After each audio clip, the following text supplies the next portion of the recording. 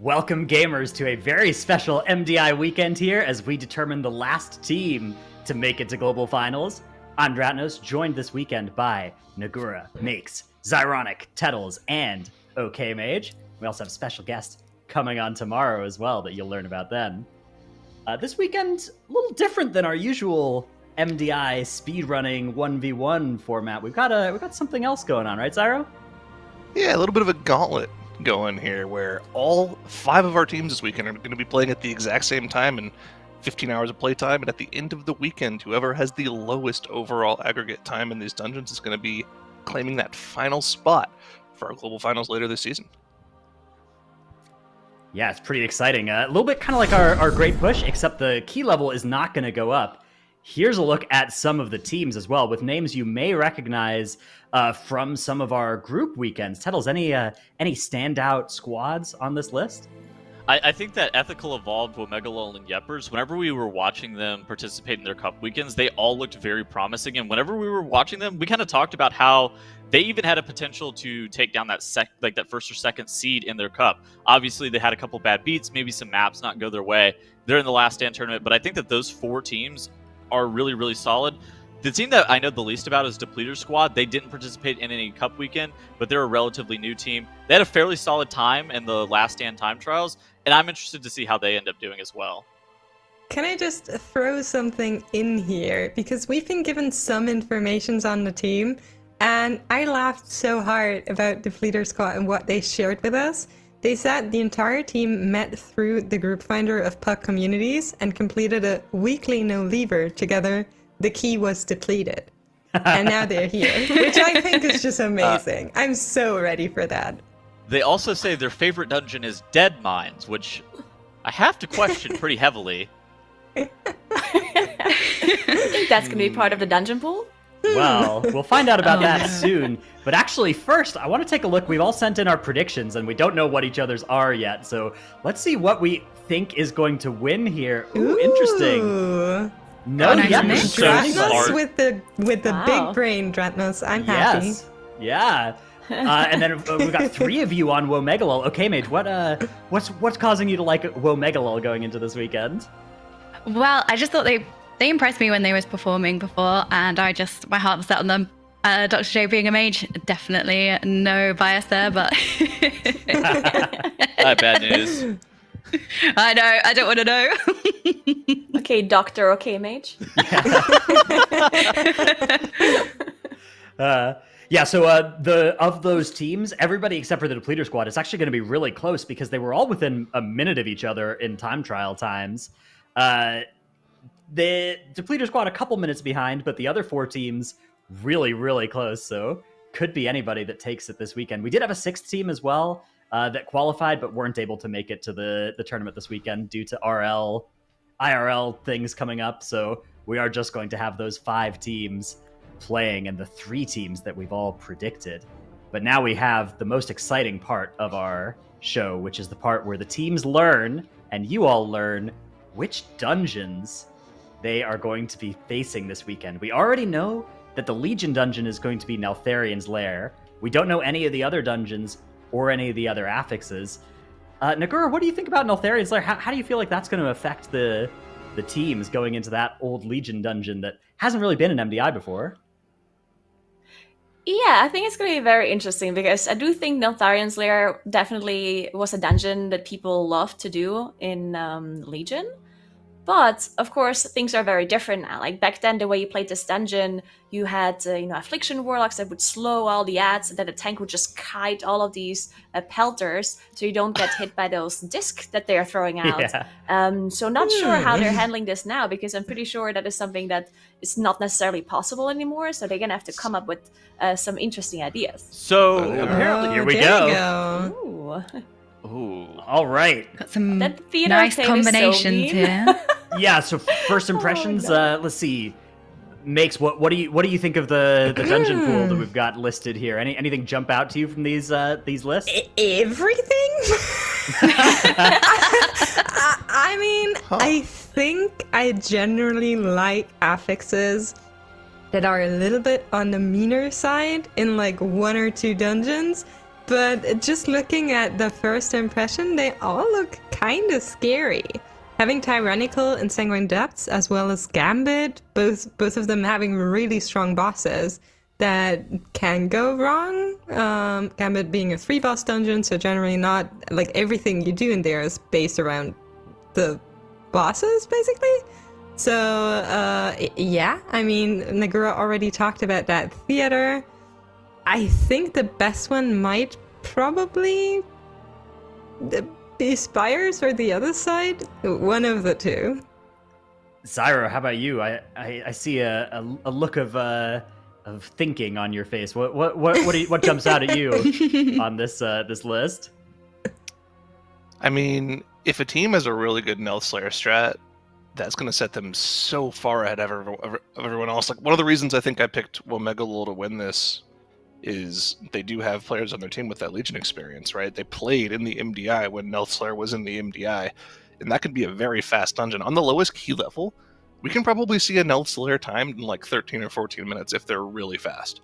So, I mean, you could easily make up 4 or 5 minutes of time there, but, you know, looking at the higher key levels, Theater of Pain, even if it's fortified, Sanguine in those short hallways, Grievous to make your healers just sweat a little bit more on those big pulls, that's going to be an interesting dungeon to watch.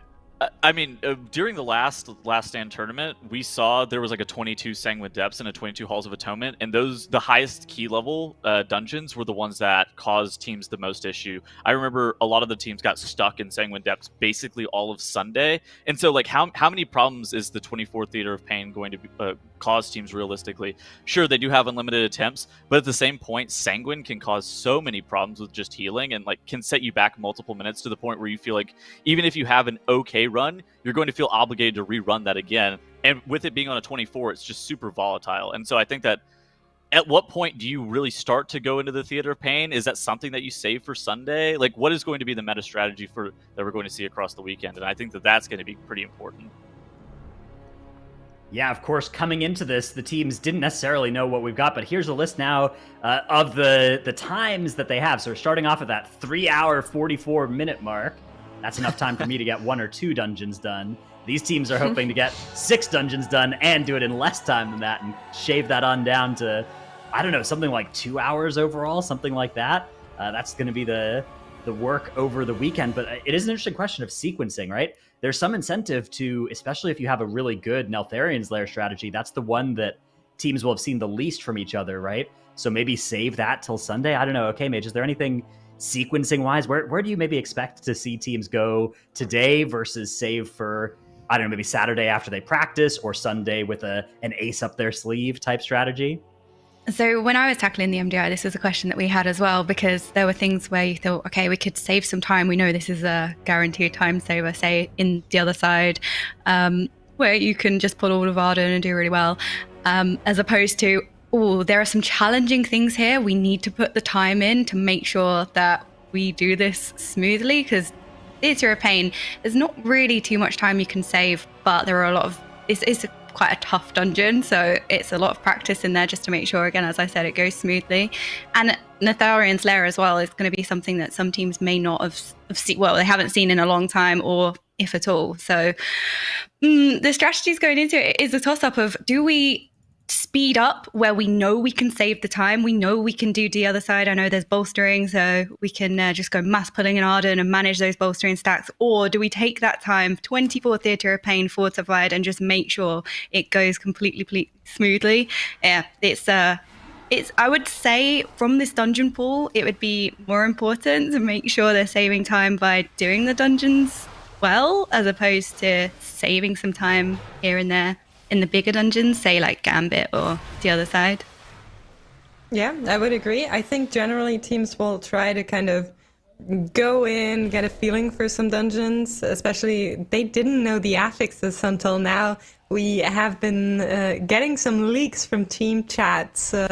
I won't say too much, but there's a team that's pretty devastated with us for having that Neltharian's Lair on a Tyrannical. Yeah, so, I think you probably just want to go in, get a feeling for a lot of the dungeons, try to get some timed keys in so you're quicker. other than TGP, teams are not getting eliminated on like day 1, day 2, so they have all weekend to kind of shape up the times. Wow, it looks like it's going to be Solia's Gambit that's the choice for Womegalol, Yepers, and Evolved right now. Still not sure where Ethical or Depleter Squad are going to start off, but yeah, that Gambit, I guess, one with, it's sort of the least impactful affixes, right? It's just Volcanic. Raging is pretty scary, but I don't know, I guess it's one that's a fairly short dungeon, and it's been that time trial dungeon as well for the MDI itself, so maybe something that teams are feeling a little bit more comfortable in, although as I say that, it does look like we have a Hearth coming out here from Yepers, so maybe changing their mind about where to go, or maybe just restarting this dungeon. That's going to be something I think we'll see in a lot of these dungeons is, how did that first pull go?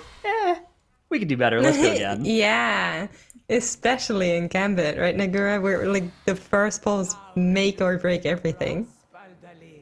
Yeah, but I do like agree with Ratnos. I think it makes a lot of sense that these teams are all going to Gambit first, because looking at the affixes, they obviously didn't know what affixes there were, and having participated in the MDI before, they have practiced a bunch of these dungeons, and they have like I would say like a blueprint of each dungeon, and the less impactful the affixes are, the less they have to deviate from that blueprint, right? And looking at the other affixes, having something like Necrotic Spiteful, which is a big impact, Bolstering also a big impact, and Inspiring also a big impact. So I think it makes a lot of sense for them to go Gambit and not show maybe that the Neltharion Slayer strategy, because that one would be the other dungeon that also doesn't have super impactful affixes. But as we talked about earlier, Neltharion Slayer being this dungeon that hasn't been played in the MDI at all, and just you wanting to keep your strategy a secret makes so much sense. But now we see Womegalol unfortunately also time portaling out, as they had some issues on that first boss pool. Yeah, exactly. So it will be something that will be happening all over the weekend. Get ready for it. Teams will restart a lot of these keys when they feel like they can do better. It just makes so much more sense if you're 5 minutes in to restart the key rather than play it and then you have to play it again because you need a faster time. Especially since in the end, they're all probably going to come very close to each other. So them restarting makes sense to me. But there is a team that's deviating from what we've seen everywhere else. And here is Depleto Squad actually going for that DOS. Ooh, yeah. Wrong side for the Yeah, Demon and Hunter. having a little bit of a change of mind. Oopsie. We going right? Okay. Well, they're quick enough. Fell rush available, right? Not even. It's Infernal Strike. It's a Vengeance Demon Hunter, so Oh, nice. slightly different comp than the... Yeah, because Yepers are playing the Havoc, but Depleter Squad actually rocking that Vengeance, which pretty good, I think. We saw a lot of that from the Chinese teams in the last weekend, but not as much out of our Western teams, but I kind of like it. I kind of think it's a pretty good choice, and in DOS in particular, it lets you set up some nice things, like it makes the Sentient Oil snap so much easier if you've just got a Sigil of Misery on those three while you're going through the pipe. But we'll see what they have in store. Of course, that is one of our lower keys, right? 22 Fortified, Quaking, Bolstering. So it's not the easiest set of affixes, but especially with the nerfs to Bolstering this season, it is pretty manageable. Yeah, I would agree. I think the scariest part is probably the Night Fae Wing. Okay, that sentence was hard. The Night Fing Way. Where you have Fortified being an issue and then also Quaking. I think other than that, it's probably pretty okay. And of course, Bolstering. Yeah, it looks like they have some issues with Bolstering here in this big pool that they're attempting in the Hakar area. Looks like they did commit the Bloodlust for this as well, as their tank is trying to survive, already having procced a cheap death and going down. Unfortunately, yeah, this is just so much damage once they're all bolstered up there at the very end. But I do think this pool is something that is going to be possible for them. And I think they're just going to try this a few times, see if they can pull it off, because we have seen teams do similar pulls in the MDI. Of course, there was always different affixes, but I think I found a similar DOS where they were playing at 23:45 DOS in one of the groups in the MDI. And the best time was 22 minutes by Donuts and Despair. So something like that is probably going to be the time that we're going to see in this tournament as well. Probably slower because they don't have as much time to practice, right? So I do think that all of the times that we see this weekend are not going to be as fast as we see them in the MDI, because of course they can't practice the same dungeon over and over and over like they do it for the MDI. Yeah, I mean, you 15 hours feels like a long time, but you've got 6 dungeons you need to do, so you only have 2.5 hours per dungeon. That can go by really quick. On the other hand, in MDI, you know, maybe you have a pull that works out 20% of the time, and you just can't justify bringing that to a cup, right? But in Last Stand, you know, if you have that as your first pull of the dungeon, you can just retry the dungeon every time it doesn't work, and if that saves a lot of time, potentially you can put up something really impressive at the end of the weekend. I do agree with that, but like speaking about dungeons and strats for the dungeons, I do think that Neltharian's Lair, that has been mentioned now a couple of times, I think we're not going to see that today, if you ask me. Like, teams will be very kind of hold offish on showing their strat there, because one, they can't practice, right? They log off today, and they can only go back into practice tomorrow when the tournament starts again. So everything they show today will be info for the other teams that they can go over in the hours before the tournament. So ideally, if you're very confident in, for example, that Neltharian's Lair, you're not going to show that until day 2 or day 3. Yeah, and it's also, I do think there's 2 crucial things that the teams have to consider on the first day. Number one, what you're saying, that certain strategies should probably be kept secret if they have any, because Neltharian's Lair was the only dungeon they knew of, right? So they could actually practice that before. They didn't know the affixes, but they knew approximately what they're going to see. So they have to keep some secrets, but then at the same time, they don't want to necessarily play dungeons that are dungeons where you do want to plan ahead a lot. You know, like if the affixes are so impactful that you want to sit there, you know, open up your dungeon tool, go through it and see, okay, are we pulling this, are we pulling that, how are we dealing with inspiring, how are we dealing with blah blah blah. And I do think those dungeons you also want to avoid, because as you said, they're not going to be able to practice whenever the tournament is over, but they are able to talk and strategize, right? So those dungeons where you do want to strategize, they don't want to waste time doing today, because they can talk about it until tomorrow and then play tomorrow.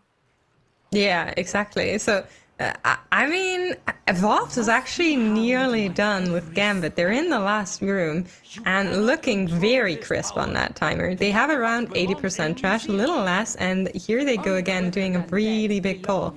And coming back to the caster predictions, actually, Dratnus, I'm curious as to why you chose Evolved and if it's the same reason for why I chose them. I just think they're neat. I think they're cool. Okay, fair. I think the way they played in their group stage, you know, they got knocked out. Obviously, they lost 2 matches, but in some of the ones they won, they looked so good. And so, especially in a Last Stand tournament where, you know, you're much more judged based on your ceiling than your floor, like you sometimes are in the MDI. I think that's a really good place for them. So, yeah, and as of right now, things are looking great for Evolve. They're the only team that has yet to reset a dungeon. They are just still on their very first run of the weekend, and it is looking like it's going to be a pretty nice pace that they are setting here as the first time on the board. I agree. Yeah. I think, I mean, I think we have a lot of teams that looked very promising, like you said. Many of them got barely knocked out, so I do think it was pretty hard to choose. But for me, actually, the China region played into why I chose Evolve, because they have Shelle, and Shelle is a Warlock main since I can think of, kind of. And I think that's just such a good thing to have at the current meta. So I think he will probably do really well due to him being very like knowledgeable and skilled on his class. And something we've seen from Long Ming, who qualified from the China region, is that actually worked really well for them. Yeah, I mean, I would agree if Destro Warlock was like a very intricate, difficult spec to play. Okay, Nagura. Yeah, Nagura, you started playing Destro yourself in the past few weeks, so... Yes, I did. It can't be that hard. I am now a Warlock professional too. Like, I could write a guide about it, honestly. Like, no, but there's still some difficult things about Destro, I think, that, like, for example, when you play Kyrian, I think optimizing Kyrian is something that is not that easy, and if you do that, it really can speed up those dungeons a lot. That is something that Shelle for sure knows how to do. I mean, notably, he's the only one of the 4 teams we have on the screen right now. One is playing Kyrian and it's Shelly. Exactly. And the other 3 are playing the more straightforward, a little bit less of that single target when you have the ads around, right? Which is the Kyrian specialty. So, yeah, I mean, that I think definitely could be a difference here. I mean, just look at the damage he's got on this Solia pull. It's kind of crazy. Yeah, and it's tyrannical as well. 23 tyrannical. This boss and all the other bosses too, they have so much health. Unfortunately, their healer goes down. The rest immediately coming out though, so they should be able to recover. But yeah, they pulled some more trash on top of Solia, which is crazy.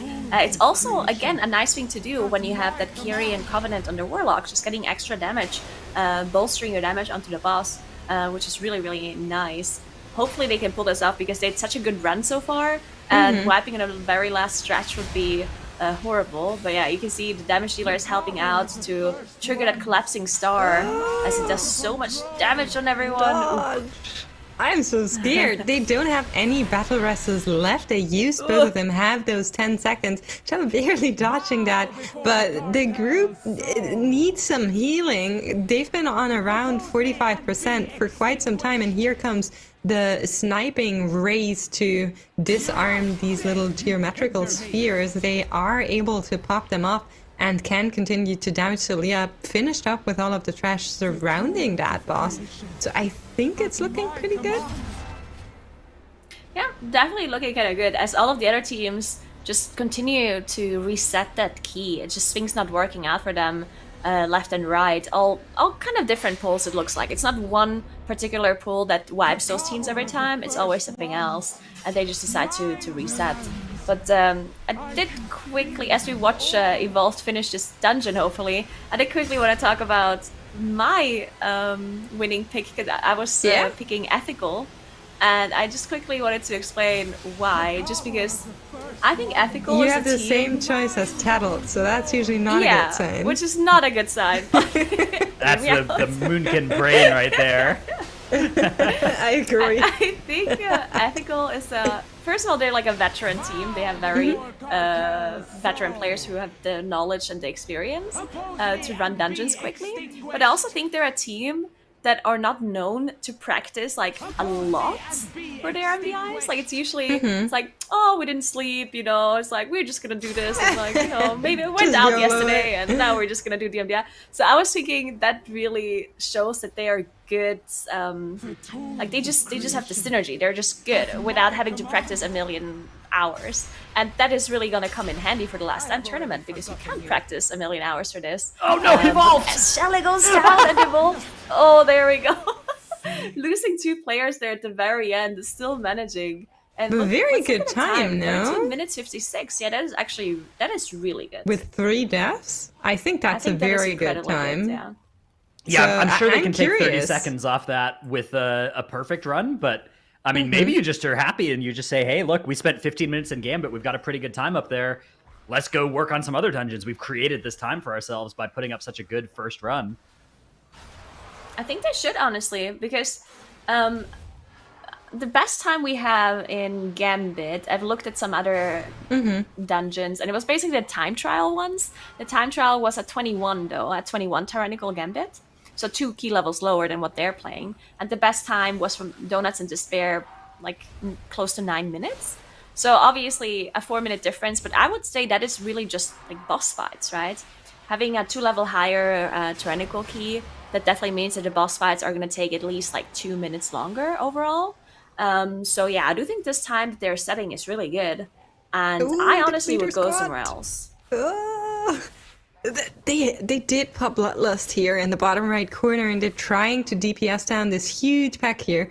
2 of their players dropped really, really, really low for a second, but they are able to kind of recover that. And I think this is the moment where they can actually pull it off and move on. Yeah, it's looking really good. Their tank's still struggling a little bit with the bleed effect stacked on them. There we go, tank going down. They might be able to cut this out, but a lot of them are bolstered really highly. You can see how big those mobs are. That's a go again, thankfully they changed bolstering, so no, I think they can continue if they want to. It's a decent time loss, but they can, but I think at this point you probably would want to try again without losing all of your kind of cheap death procs and all of that. Yeah, I think they're going to go again. They know they can do this better. I have a question. Do you think that this pull, because we talked about this earlier, if there's a big pull at the start of the dungeon that you can do, then you should probably go for that, just because that's the least amount of time loss, and you can just go over and over and over until you execute that pull and then move on. And in the other side, you actually have the option to do different kind of big pulls. Like either you do this pull in the Hakar Wing, or you go to the Ardenweald area and try like a really big pull onto the urn or something, which can be difficult with bolstering, right? You have to look, okay, how many mobs do we want to pull? Because eventually, if you pull too much with bolstering, it might not actually be a time gain. At that point, you might just lose more time. So what do you think? Is it like a good idea to try this pull? Or would you say maybe going Ardenweald or something else would make more sense? See, that's a really good question, and I was kind of thinking about that while you were speaking. I do think I generally prefer going Nightfade just because you can pull so much more. If they can pull off a huge pull in the Nightfade wing and kind of have everything die at the same time without getting, giga trolled by bolstering stacks, then I think that's definitely more ideal. But maybe this team decided that they are not able to pull off that pull with these affixes on 22, and they would much rather go here first, or it aligns better with kind of, like you were saying earlier, the blueprint that they have for the dungeon, so they don't want to deviate too much. I do think maybe they also try both. Technically, that's also possible, right? Yeah. Try this pull so many times until they can execute it every time, and then actually just go and do the Ardenweald pull. And then once they execute that properly, they can just put it together, right? That's how you would do it in like MDI practice, right? Is you would just reset and go practice the other side. But a little worrying to think about trying to set that up with only 2.5 hours to allocate per dungeon. I worry that you'd maybe go over if you were spending too long on trying to get these big pulls sorted out. I think just one at the start of the dungeon might make the most sense, but I don't know. Yeah, Depleter Squad seems to keep having trouble with this first one in the Hakar Wing. It doesn't cost them too much time per attempt, but pretty quickly they'll find that they've spent an hour on this, and that starts to be pretty worrying. Yeah, exactly. Like you were saying, there is only a certain amount of time that can be allocated for a dungeon. Of course, if you're a team like Evolved and you clock in a 14-minute run after 15 minutes of time, then that gives you more time to practice the other dungeons, if you're happy with the time you clocked in. But I do think it makes sense on day one to kind of just go in, play what you feel confident in, and then see what everybody else did during the next day. That would be my approach, but I'm not an MDI player, so maybe it's not a good approach. But interestingly enough, it looks like Evolved on the bottom left side of the screen did decide to go back into Gambit. So they think they can confidently do that run even quicker, and they don't want to go anywhere else. They did have 4 deaths in that run, so yeah. Yeah, they had 4 deaths, and I think it's partially maybe also because what we said earlier, that they don't want to show the Notharian Slayer strategy, and the other dungeons have affixes that maybe deviate too much from the blueprint of each dungeon that they have, so it would make the most sense to just do this dungeon for them, while maybe, not sure if they have a 6th person that is helping them out, but that is something that is incredibly useful for this tournament, right? If you have a 6th player that is kind of helping you out, you could technically have them look over like routes and kind of strategies you could do in other dungeons, and maybe, if you do that dungeon in 15 minutes, maybe that 6th player is not ready yet. It's like, guys, like I didn't figure out a route. Yeah, just go back into Gambit and try and do this better. Yeah, absolutely. It's actually pretty interesting what we've got going on right now, because in the top right, we've got Womegalol on a 0-death run. But Womegalol, even on their 0-death run, they were actually a little bit slower on Hooktail than Evolved were. So Womegalol got Hillbrand 30 seconds faster, but actually they were 5 seconds slower by the time they'd killed Hooktail compared to Evolved's somewhat scuffed run. And note that Womegalol are on 0 deaths, but they are fighting Solia now. And if they can beat 1356, which I think if they can avoid those deaths at the end of the fight, they probably can with this run, then we will get to see them potentially taking that rank 1 spot. We'll have to see though how the fight goes. Of course, Tyrannical Celia, not an easy fight by any means. They also run Definitely a different not. comp, right? With their Havoc Demon Hunter versus the Windwalker that Evolve is playing. What do you think about that? Because I do think that, especially on Tyrannical, Havoc makes a lot of sense, right? They do a lot of single target, and they buff the damage from a lot of your players as well. I mean, yeah. To be honest, I'm not very happy with the Havoc Demon Hunters we have seen throughout the MDI. When the MDI started, I was like, yeah, I think Havoc has a pretty good chance to kind of come up in the MDI, because in general, the new Venthyr build allows for good AoE, very good single target. And then I looked at the first cup, and it was like Survival Hunter and Warlock Madness, just the sheer numbers they put out, and I was like, yeah, this is not going to be good for Havoc. And every time I see them, I want them to do really well to kind of prove to myself that they're still a very good class to play in Mythic Plus. But like the Rogue or the Monk, when you see them next to the Hunter and the Warlock, it just feels bad. But they do the important damage, right? The single They target do. damage. They do. They're And they very buff the important other to the people's team damage comp. too, so... Yeah, there's a reason why my details name is like 5%, because like 5% of what everybody else is doing in damage to casters, that's my damage, right? It belongs True, to that me should as be well. counted so. to you, actually. Yeah, right. Definitely. agree. Yeah, so again, I think I like bringing the Demon Hunter, especially with Warlock being as strong as it is. I would like the Demon Hunter to do even more damage than they do, but I do realize that's not always possible, especially given the fact that they're into, like you said, fill very important roles, like DPSing down the right relics, taking care of triggering events in streets, taking care of prio damage on certain targets, whereas Survival Hunter and Warlock just kind of flash out and AoE, border, but the very quick time from Womegalol.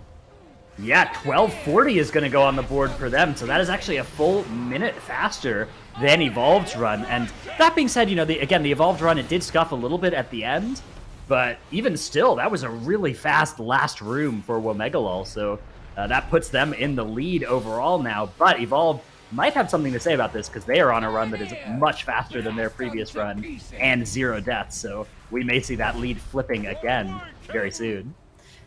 Yeah, because look at their first boss split, right? They finished off the first boss in only 3 minutes 57, and Womegalol had 4 minutes 20 on the first boss split.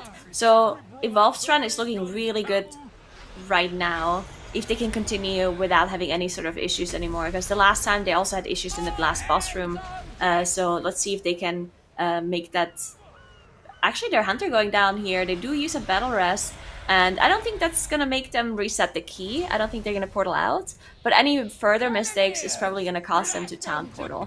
They also don't have a Battle Rest available for a while. So we'll see if they can do the rest of the dungeon without any sort of mistakes, while also doing it really quickly.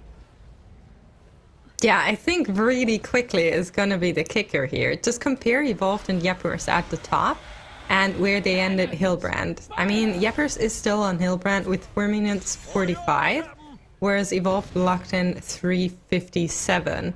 And they also had more trash, I believe, going down there. So right now for Yepers, I think if you know other teams are quicker here, you probably even would like to restart this key with the timer they locked in for this boss. Yeah, technically, yeah, but then maybe, because they've never really gotten to the last boss room either, so at least that's what would make sense in my head, is that they just move on just to see how they're going to play this area, see what kind of cooldowns and stuff they have available, because, they didn't have any, like, super major wipes or something. So, yeah, it's not great for shorter time, but maybe just, like, seeing the rest of the dungeon would help them. I'm not sure.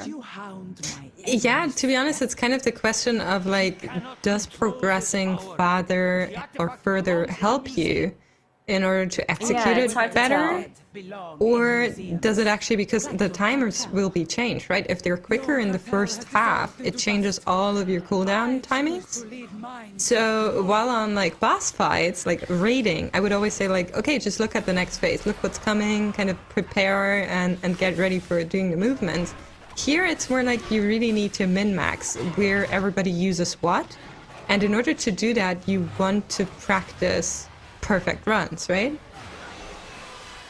Yeah, I think I agree. Sometimes just like running through the dungeon's not really going to help you that much if you have different cooldown timings, that's for sure. But it looks like they're trying this huge pull here on Yepper's side. If they can pull this off, then that's actually going to be a pretty big time save, I think, as they just pulled a whole room on top of Hooktail here. Very interesting. Wow. They killed double unfortunately, though, so I don't think that was planned. But still, this is Purge. very hard to execute. Pain. Okay, they're out of the Serving purge. so. Oh, they finished Maybe they can do so they it, got the though. healing now.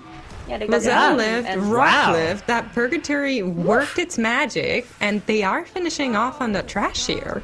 That's looking pretty good to me. Yeah, Scary I for a love this second, pull. but I love this pull in a Last Stand style tournament, right? In the regular MDI, we've seen some teams using it as well, but here in the Last Stand, it also makes a lot of sense because, again, you can just reset if it doesn't work out, which is kind of a quirk of the way that our format works. For those who may be just joining us or who may not have caught exactly all the differences between this and a regular MDI weekend, Nagura, how does this weekend work? What are the rules? Why are we seeing the teams going into the same dungeons over and over again, zoning out, zoning back in? Yeah, so the way this tournament works, it's very similar to TGP, if you guys have watched that tournament. Basically, the teams qualified for this tournament. There's 5 teams in total, and they have 15 hours over the course of the weekend to do the dungeons as fast as possible. Then all of the times are going to be added up, and whichever team has the fastest added up time is going to win and qualify for the MDI Global Finals. The affixes are set by Blizzard and the key levels as well, and they were not aware which dungeons they're going to be playing beforehand. They also were not aware of levels and also not of the affixes. The only thing they knew is the Legion dungeon, which is Neltharion Lair, because otherwise it would have been a little bit unfair if they didn't know that, because of course that is not a dungeon that is on live service right now. We think that's going to be a Sunday special at this point because it kind of makes sense, right? Like if you're feeling not confident in that dungeon, you kind of want to wait and see if somebody else does it on Saturday, right? Mm-hmm. And if you're feeling very confident in that dungeon, you kind of want to wait and not show anybody what you've got in there. So I think most teams are probably going to play a little game of chicken. Oh, it's been a death coming in again for Evolved on Solia in the top left. Their tank died and they battle rest him instantly, but now Shella is down and Solia is on 70%. Again, Shella being the main damage dealer here, they decide to wipe that. That is devastating. No. They were on track for a really good run, I think. Yeah, they were 30 seconds faster than their Hooktail split, but it's not going to be good enough. They're going to have to hearth out. Now, I know, we all know that they can beat their current time in that gambit, but I think they probably will still keep working on it. I mean, we're less than 30 minutes into our weekend, but it is going to be a question that at some point they may decide to go to a different dungeon. Probably not before they take a minute off that time, though. Yeah, I would agree. I mean, they are following, and at this point they know that Womegalol has overtaken them, but they already went back into the dungeon right after they clocked in those 14 minutes. So I do think they know that they can do better. They had 4 deaths, like we said, that's like 20 seconds on top of that. And then you also lose time by people not being there, right? So I think 1 minute off the timer is pretty realistic. However, Womegalol is 1 minute 20 faster than Evolved was. Yeah, I do think they can. I definitely think they can execute it quicker, and it looks like Womegalol is going to that Sanguine Depths. So that is also something that I think is interesting, because Sanguine Depths has Necrotic Spiteful, which is definitely hard to handle, I think. Like, I don't think that is something that you just go in without a strategy, right? Because I think Necrotic is such an impactful affix, especially in Sanguine Depths, because in other dungeons, Necrotic maybe is not as impactful because the tank has much room to kite, and you just walk around and you just like let it drop and you're gonna move on.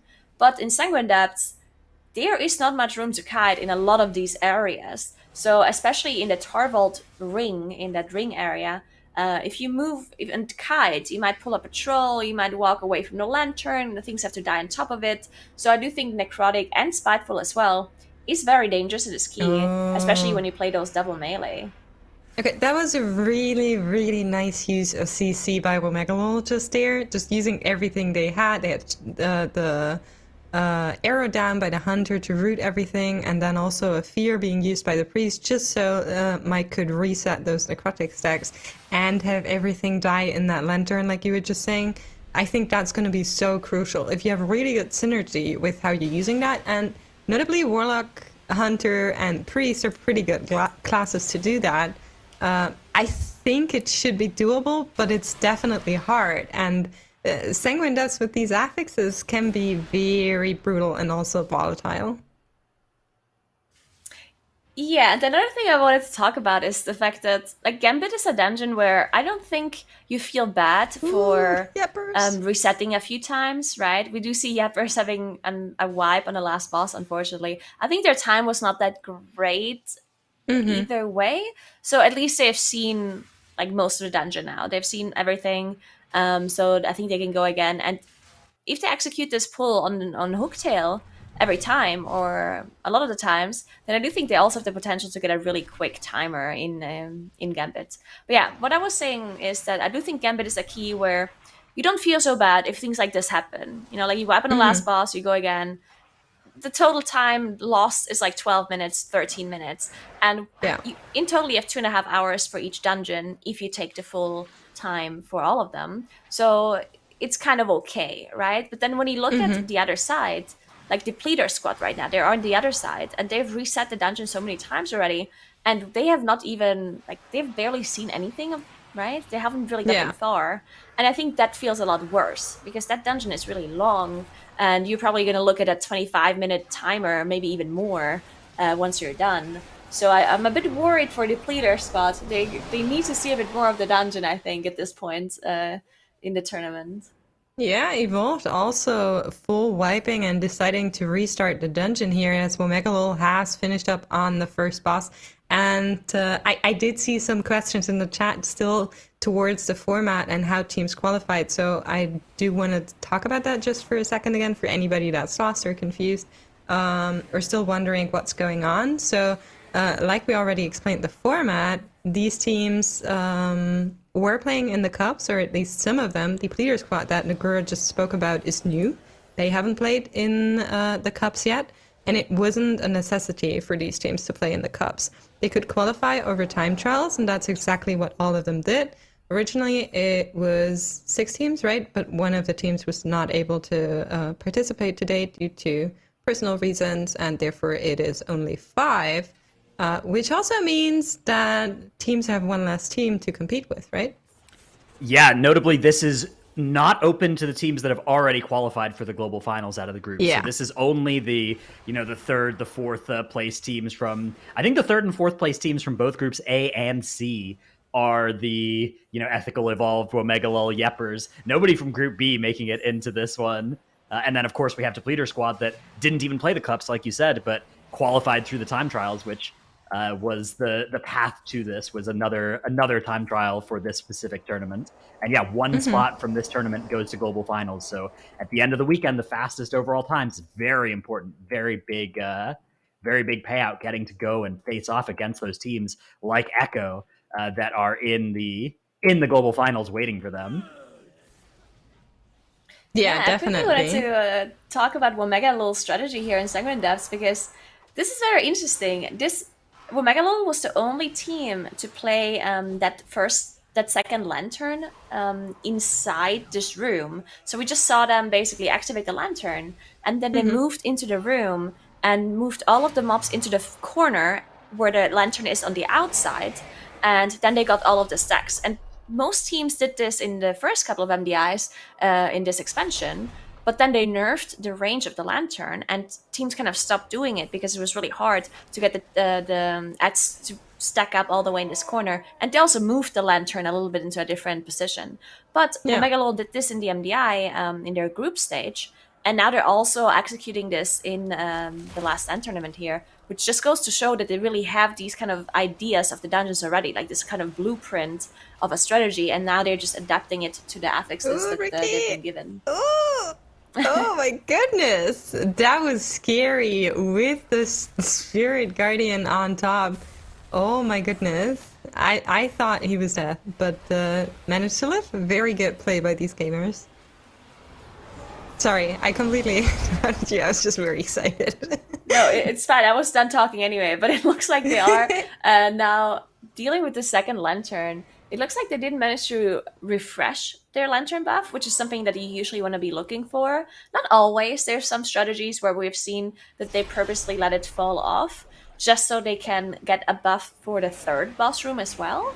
But yeah, Womegalol using that second lantern for Tarvold now, which does make me believe they actually are going to use the last lantern for the third boss room. But Tarvold can be very difficult. It is a tyrannical key, and on top of that you have Necrotic and Inspiring, which can be an issue for the tank here because they did pull some trash on top of this boss as well.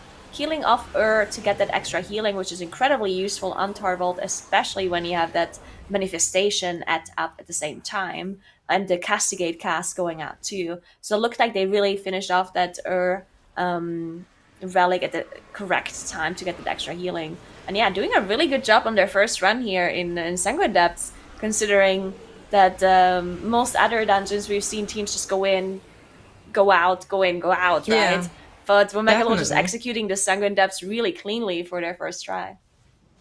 To be honest, after last weekend, I was kind of hoping that more teams will play the Sanguine Depths route we saw at the Chinese finals, just because it looked so crazy fun with all of those huge pulls onto lanterns. And I do think Womegalol is kind of close to that, but still a little bit different in the routing. So doing really well here. I do also want to note, though, Depleter Squad has managed to do the big pull at the start.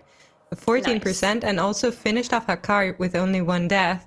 So they're now able to move on, and I wonder if they're going to the Night Fang way. Why can I not say this today? The Night Fang Arden Wield. That's an easier word. I don't know why. I've said this so many times, but today somehow my language has been stolen from me. So yeah, the fairy wing, right? So that one, yeah. That's we all where know we're what going. you're talking about. Or if they go to Mechagon. That's kind of the question now. I wonder I mean, what their game plan is going to be. The standard pathing through this dungeon, you almost always do Mechagon second, right? Regardless of whether you're starting in Hakar or in the in the fairy wing, you almost always head over to Mechagon second, right? But yeah, maybe in the last stand type situation, you want to just do the harder stuff first so that you can be more That's time what I efficient. thought. But That's what I thought, just to like try and figure out if they can do the pull. yeah, it would be a sacrifice of the theoretical time in the run, but maybe it means that you get to be more efficient with your real 15 hours that you have. That already we are done with 40 minutes of. So the time goes very quickly when you are in one of these dungeons and you're trying to make these pulls work out. So hopefully Depleter Squad with that one death run will be able to at least get pretty deep into this attempt. Quickly want to take a look again at Womegalol, though, at the top left of your screen, because they just finished off that lantern pull, which was very scary. Ricky had to use his dwarf racial to get rid of that curse that went off, and then still ended up in a seat anyway, in the pot tender. So they did manage to finish it off. Everyone got their stacks from the lantern, and now they're gathering up this whole boss room with, I think, even more trash from upstairs that they carried down with them as well. So a lot of trash here. Unfortunately, their healer is going down. They do have a battle rush available though, so immediately releasing that angel and taking the rest.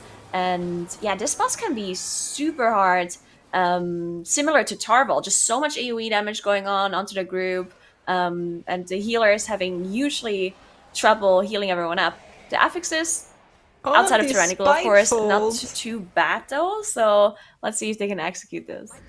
I feel bad for every melee who has to endure as many Spitefuls as that, but they were able to finish them off. I do also want to point out that Evolved is on a very good run in that Gambit. However, they're going to get another sanitizing cycle here, which will take a little bit more time. So, yeah, looking to get that boss down even quicker than what we've seen so far. And Ethical is also on Celia, looking to maybe fight Womegalol on their time. I do think it's going to be tough to reach those 1240. It's interesting because Ethical's first boss split, because you can see it on the left side, right? You can see when they killed the first boss at 4 minutes 56, which is quite a bit slower than what we've seen from Evolved. Evolved now has 4:11, which is not even the fastest they had. They had 3 minutes 56 before. And Ethical is like a minute slower almost on that first boss split. But I think they make up a lot of time on that second boss room. I think they also maybe do a similar pull to what we saw Yappers try, where they just pull everything on top of the boss. So maybe that is why they ended up having such a good time. But yeah, now they're close to 12 minutes in, and they're just now in phase 2 of Celia. Yeah, this is not looking good. A little bit of miscommunication here with who gets rid of which relic. They do have battle resses. So Shapelock is in the pot tender and Holo is in the angel form. The holy form has been activated, and they do have a battle res to get Holo out, but Jack goes down as well. They need to use both of those battle reses while all of those spheres explode. So a little bit of a scary situation for this team here, but they are moving into that corner and popping Bloodlust to try and get a really good time in here.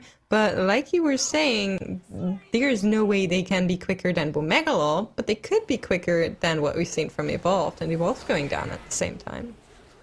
Yeah, unfortunately, Alex going down on that Blood Decay for Evolved, and that pool is going to fall apart immediately. Even though you do have a Battle Rest available, that's not going to be recoverable when you pull so much trash on top of Hooktail. The tank going down is just not something you can recover from, but it looks like the Pleater squad finally is getting a little bit further into the dungeon. We do see them now reaching the mana storms, and they ended up dealing with the Sentient Oils by themselves and not snap them to the boss, which I do think is definitely like a safety choice, because we were talking about them having that Vengeance Demon Hunter, which is so good for that snap pool, and now they ended up not doing it and just playing them by themselves. Yeah, to be honest, it's a very scary pull to do. Yeah. So every time teams are pulling it off, I'm thoroughly impressed with their skill.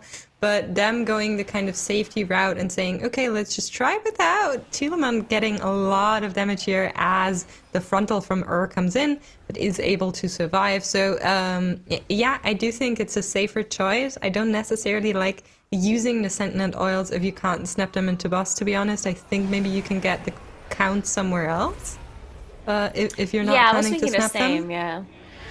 So I don't mind that they didn't snap them. I do mind that they played them, if that makes sense. I think there are more efficient ways to get that count in.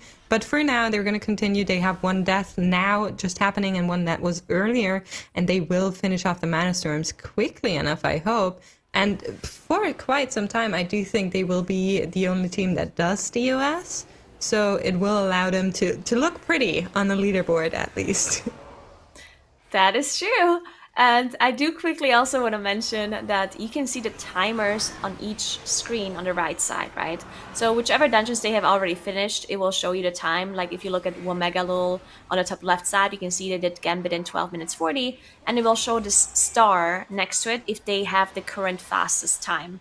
And we also saw Ethical now finish Gambit, and they were 2 seconds slower than Evolved. So they have a 13 minutes 58 clear, which I do believe they're not going to be super happy with, and they're probably going to try again, especially because they had all of those issues in the last boss there with all those players going down. Yeah, I would agree. I do think you want to, since we already said it is one of the quicker dungeons, so you get the most runs for the allocated time, right? A 15-minute dungeon at most. If you run this for 2.5 hours, you will get so much more tries than a 30-40-minute dungeon.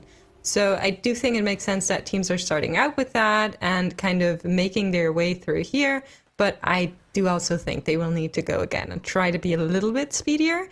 Speaking of speedier, Womegalol has now reached the final gauntlet and is speeding along as they are engaging the last trash and pulling General Carl's final stage, and still only one death. This pull here is really scary. They're waiting for everything to come up onto the final platform. Guardian Angel has also been used. Dr. J proccing that cheat death, but they have Bloodlust running, and now they just need to survive. No Purgatory available for their tank, and they try to slam everything that's in their way. Need to finish off the herb buff so they get that additional healing. Here it comes. Beautiful. And now I think they should be safe-ish. It's only Spitefuls that can give them trouble. This is actually such an impressive run by Womegalol. Finishing off this dungeon first try with such a good time, only one death. And I think this is going to be a hard time for other teams to beat, even with multiple tries in this dungeon, I think. Just because they executed this so well, especially with Necrotic and Spiteful, right? Doing some of these pulls there with Necrotic is incredibly hard on the tank. And you can see Lemike not even having to use the Dwarf Racial there on this pull, just holding on to it for better times, or maybe for like a bleed effect after. So yeah, very, very impressive. I think they're going to be able to finish off General Call without too many more issues, as Igloo uses the Dwarf Racial to get rid of that Wicked Rush debuff in the last second before they go down. So also really well the done. Guardian Angel on top, making sure that there's no way he can die here, but they still feared. Like, the movement was a little bit hectic while the lasers were coming in, so could have easily procced that Guardian Angel and walked into the next one, but Boone comes out and they should be good to go, which looks like a, well, at most 18-minute time, I would say. I do think that's a big statement to go into the tournament in the Sanguine Depths with these 100%. affixes. Because I tried to look at the MDI, like the group stage, and I always I looked at the affixes that we have for these dungeons in the Last Stand Tournament, and I always try to find like similar affixes to compare timers to, so we have like a time to go off. And for Sanguine Depths, I found Wow, 1733. 22 Tyrannical. Yeah, I found a 22 Tyrannical, so the same level, same Tyrannical, but it was bolstering explosive, so that was the difference. And the best run was by Womegalol, 19 minutes 47. Well, So look I at think them. this time is really good for them. Yeah. I don't think they will go back in there, at least not until like later tomorrow or even Sunday, if maybe anybody else is able to surpass them. But for now, I think that's a time you're really happy with. And also, Womegalol locking in 2 fastest times in what is the first hour of, I always say a 16-hour tournament because teams can start a dungeon at the very last minute and then go on. But yeah, I think that's super, super big. Yeah, for anybody wondering what that red dot next to some of the times are as well, that is which dungeon the team is currently in, or in the case of Womegalol, they were just in that Sanguine Depths. We'll update that, of course, whenever they decide to go somewhere else. Or I guess maybe they could go back to Sanguine Depths, but I feel like if I was Womegalol, I'm not going back into Sanguine Depths until somebody else shows me that they have that dungeon, under 17 minutes. Right. Yeah, but where do you go from here? That's the question, right? Yeah, DOS, I'd say. Maybe Spires. Yeah. So they I definitely think won't that's go to probably, yeah. Neltharion's lair, right? That's the one dungeon I don't expect. Well- Like, especially Womegalol, I don't think they will go in after tomorrow or before tomorrow, is what I'm trying to say. I think maybe DOS or Spires. The one thing you have to say, though, is that I don't think that, like, going into Neltharion's lair today or tomorrow, in my head, is kind of the same. Like, either you save it all the way to Sunday, If you can, or yeah. it doesn't matter, right? Because then the difference is just going to be, like, one day. And at that point, if you have a secret strategy, then you can't show it tomorrow either. Right? Well, So I at that think point, the you save it idea for is- Sunday, if that's your Yeah. your thought process. I would agree that that is the most beneficial way to do it, but I think the idea would be that you hope other teams go into Neltharion's lair and spend time there before you show the route. And if Yeah, any that team is- goes in today or like the first couple of hours tomorrow and you show yours at the end, then you're still ahead of them because you didn't show your route before they spent time on that dungeon, is what I'm thinking. But of course, keeping it like until the last moment, like until the Sunday, would be the best option for sure. If you can. I mean, that's also a risk thing, right? If you don't go there until Sunday, like 2 hours in, and then things go very wrong and suddenly you can't make what you were hoping to do, then there's no way you can kind of look back at it in an analyzing segment and go like, okay, that's not what we were hoping to do. What can we change? Then you're taking that option out. And I think that can be dangerous. It does look like Womegalol are at least aiming for that DOS. We're seeing them starting to zone in there, so we may see them battling against the Pleader squad to try and put up the first DOS time after already putting up great Gambit and Sanguine Depths runs as well. Meanwhile, yeah, Yepers Evolved and Ethical all still trying to get sub 13 minutes in that Gambit, which is something, again, it's not worrying just yet, but they do want to put up a time soon. We are almost an hour into the weekend, and you don't want to spend more than a couple hours per dungeon, or else you're going to fall behind. You're going to run out of time. Yeah, and one thing you have to think about as well, that we talked about Gambit being such a quick dungeon, and you don't lose a lot of time overall from practicing it, compared to maybe others. But at the same time, you also don't gain as much time, I would say, from having a quicker strat, right? Because you can really shave up like maybe a minute or something, but you're not going to be 5 minutes quicker than another team, Also, right? you're But in saving- other dungeons, that is possible. But those dungeons that take more time per attempt, if you're saving those for later, well, maybe you need to allocate more time to those dungeons, right? If you spend the full 2.5 hours on Gambit, and you needed twice as much time for a DOS or for a Neltharian's Lair, then that's going to be something that you're gonna run out of time again. Yeah.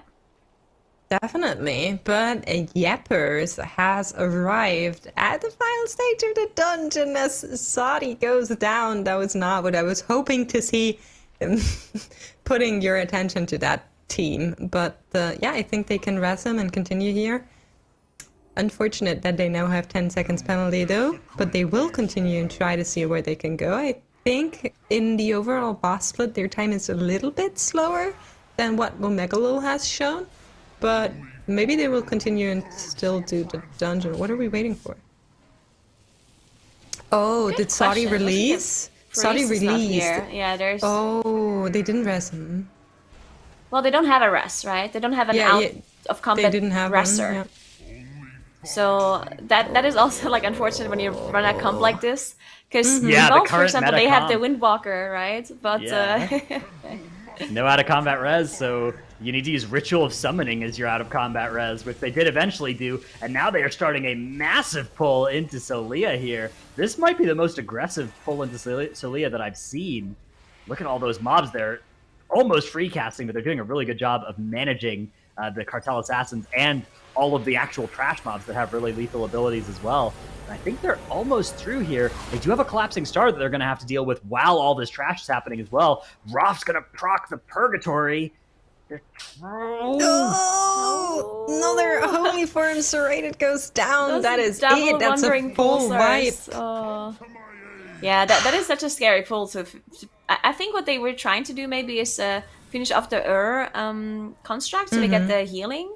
And they just didn't quite manage. And then you saw all of these wandering pulsars from the Star Seekers just pulsing AoE on everyone while everything else is going on at the same time. And that collapsing star Ratnus was talking about as well hasn't been dealt with. So yeah, this pull is incredibly hard to pull off, especially when it's at the end of the dungeon. So you can't just like go in and try this a million times and unless you go through the whole dungeon first, which is always a scary thing to do in this kind of setting. And yeah, I mean, I hope that they can get this dungeon done soon, because there's quite a few teams who are still struggling with this Gambit, while the Pleader squad though is also still struggling in their dungeon that they chose to go in first on the bottom left side of the screen. They're still trying to do that at the other side. They've been resetting this key for an hour now already. Oh no, Shala brought the orb to the wrong console. Got stunned there, and now they're looking a little bit lost as to what to do with these orbs. That's very much not what you wanted to do here.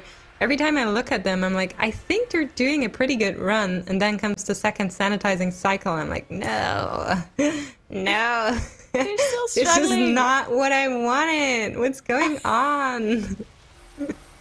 The orb isn't...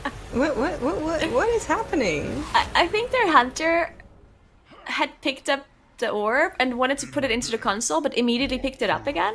And then I think they didn't realize that it didn't work or that they had picked it up again.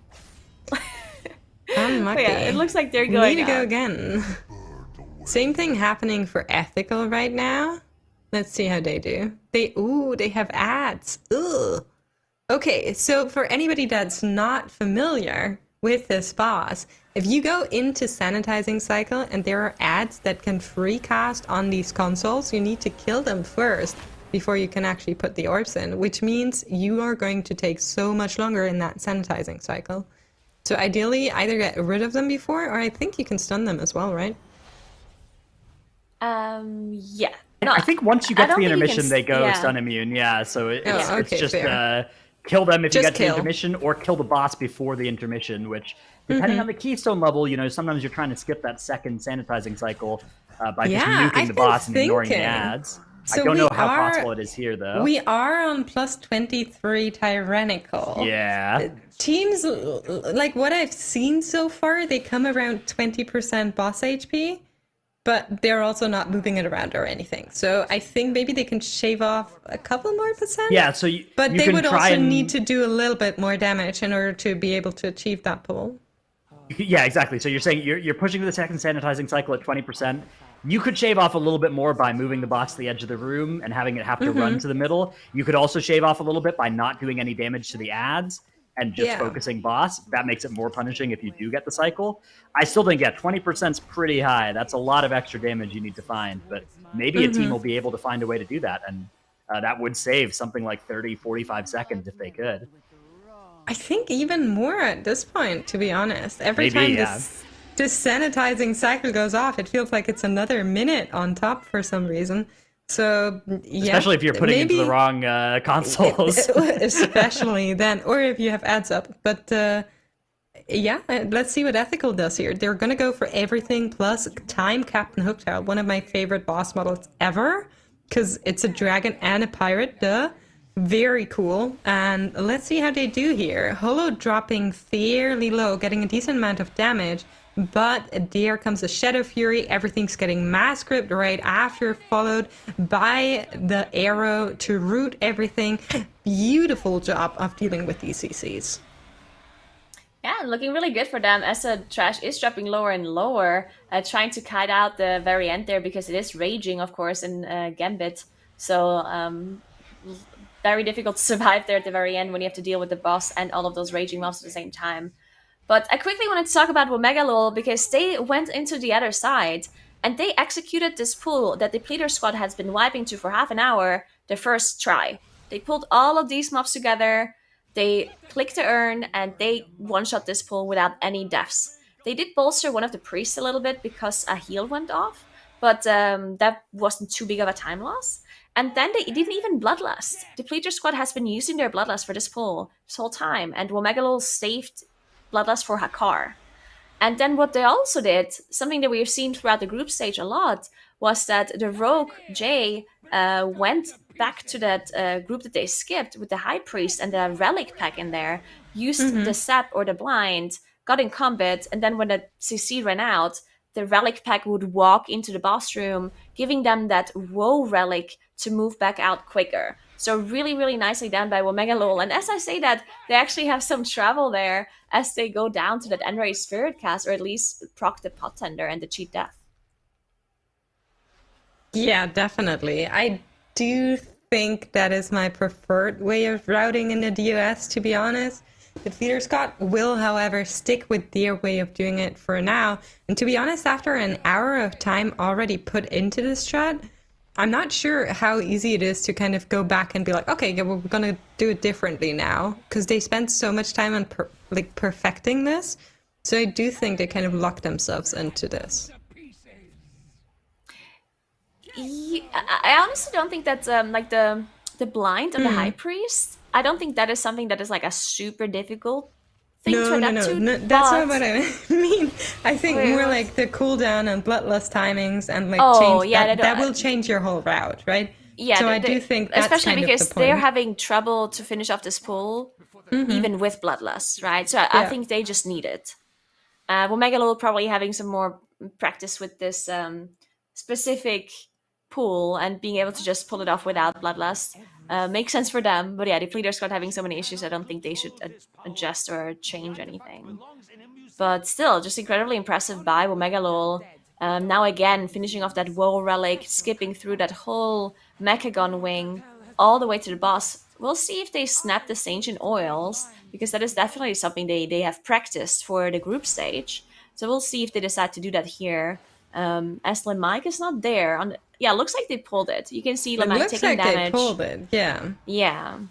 Let's see if they can pull it off, though. Mike coming down here. We see the Fate coming out of Igloo, and here they are. The Sentient Oils jumped in. Guardian Angel being used by the priest to protect Mike, as there's no Purgatory available. Very important to make sure the tank doesn't die here. We don't have a cheap death on the Rogue either, as well as no pot tender on Ricky. So if anything goes south here, all of the kind of safety nets are gone. Ricky dropping really low, using that Dark Pack to make sure they can survive here. But it looks like they're able to finish off all of these Sentient Oils, doing a really good job. Yeah, they are doing phenomenally here. Womegalol looking just so good in our tournament. That is the end of our first hour as well. Thank you, Mason Nagura. We will hear more from you in the next later. But first, we get joined by now. You heard. Now we have Kettles You heard. coming on for the next hour. We're in the Hey. next now. You guys are in the next. Yo, later. what up? Yes, exactly. What up?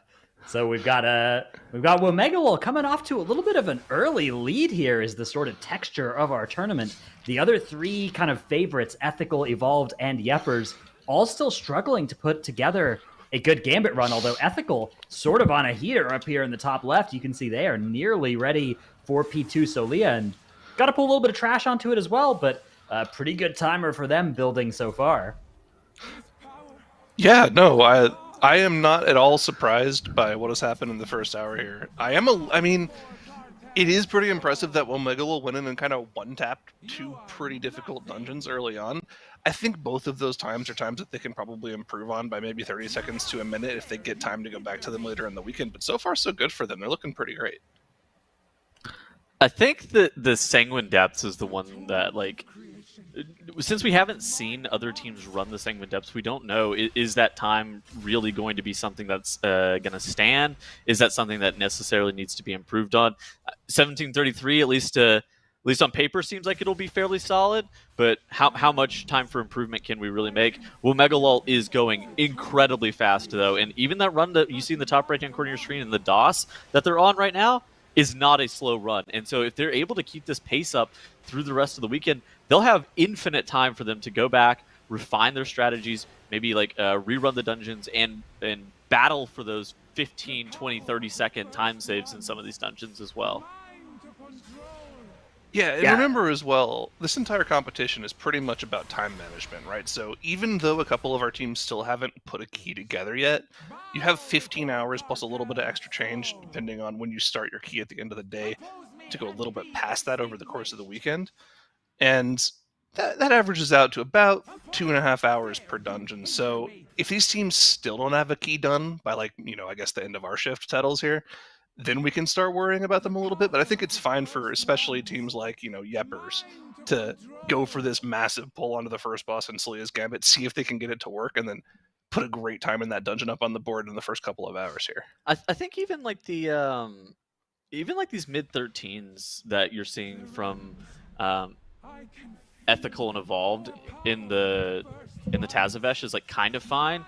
They can come back and rerun these later. Like, realistically, it's not something that I'm overly concerned about, especially since we're only an hour and 5 minutes into the run or something like that. But Ethical here, 1303 Tazavesh. I mean, it's not Womegalol's 1240, but at the same point, it is a stark improvement over that 1358 that they previously had. Yeah, not bad at all. I mean, that's definitely a spot where I'd be like, okay, that's good. Let's try to do another dungeon and put a decent time up there. I mean, you're playing for probably 20 or 30 seconds at that point if you go back into the Selia's Gambit. So, yeah, that's a great time to start with in that dungeon for now. Yeah, cannot be too sad if you are ethical about that one. I do think it's probably worth going to another dungeon. Although, yeah, like you mentioned, 2.5 hours per dungeon, they still certainly can decide to go into Gambit while they're still fresh on it, right? One of the challenges about potentially doing something like what Womegalol are doing, which is going on this sort of world tour, getting a good time in each dungeon, is then when you come back to try and hone and refine, you're not warmed up on each dungeon, right? Whereas if you instead just spend each 2.5 hours in their own discrete blocks, by the end you're really full on warmed up in how the dungeon works. So it's a trade-off either way. We'll see what works out for teams. I do think it's really good to be in Womegalol's spot with just, I mean, like you said, 2 dungeons per day, right? And they're already done with 2 of them before the first hour is over. It's a crazy lead that they've jumped to. Yeah, I mean, this DOS is also going pretty well for them as well. They I are mean, owning. They haven't had a might be death on in, pace. well, I guess there's one here, but they haven't had many deaths one in death. ages. That's yeah. one death is fine. They've still got 2 battle resist. Yeah, they're kind of almost going for like an incarnation strategy, right? Like, remember in our very first great push back in the day, Incarnation was a team that notably finished 4 of the dungeons like on the first day, and everybody else was sitting on 2 or 3. And Womegalol's definitely on track to be that team that just puts up decent or even great times in every single dungeon on day 1 here. I'm surprised that the teams this weekend have decided to go right off the start. It seems like every single weekend we see teams switching up their strategy of whether or not they start in the Ardenwold wing or whether or not they start in the Hakar area. And I think it probably just ends up coming down to, like, for one, like cooldown timings and where they think their CDs are going to line up, and 2, like how fast they want to like reset the dungeon overall, because that Hakar wing, especially on bolstering, is probably going to cost you a lot of time. But I'm really surprised that the teams aren't starting in the Ardenwold area this weekend compared to what we have been seeing previously. Yeah, I'm not quite sure why that's the play either. I would imagine it might have something to do with the fact that the Woe Drifter skip onto Hakar is like something that they're not 100% confident in yet, and it would suck to have that not go right, Yeah, that's 15 minutes into a dungeon rather than 2 minutes into a dungeon. At the end of the day, as long as the cooldowns line up fine when you get into the Ardenweald wing, I don't think it's that big of a deal. But, maybe if the cooldowns are not great lining up here, or you have to sit on your cooldowns while you're on the Mana Storms in order to make them line up well for the Ardenweald wing, maybe it's something that could be optimized going into day 2 or day 3, but we'll just have to see how it works out for Womegalol here. But I mean, so far so good in this run. They're on pace for something like a 16-minute Zyxa kill, which would mean they're probably in the range of like pretty easily sub 20 in this dungeon as long as they stay clean. Oh, dude, Depleter Squad. Okay, so they're going to be a little bit behind Womegalol on their Mana Storm split, but at the same point, their Hakar pacing has picked up a significant amount since they've been in this dungeon. Obviously, Depleter Squad ended up starting in this DOS, and so they're having to refine and they have to refine their pathing a lot more. But I think that it just proves that they were at like 435 off the start of the day. In the top right-hand corner, I'm going to cut myself off. A wipe for Evolved on Celia.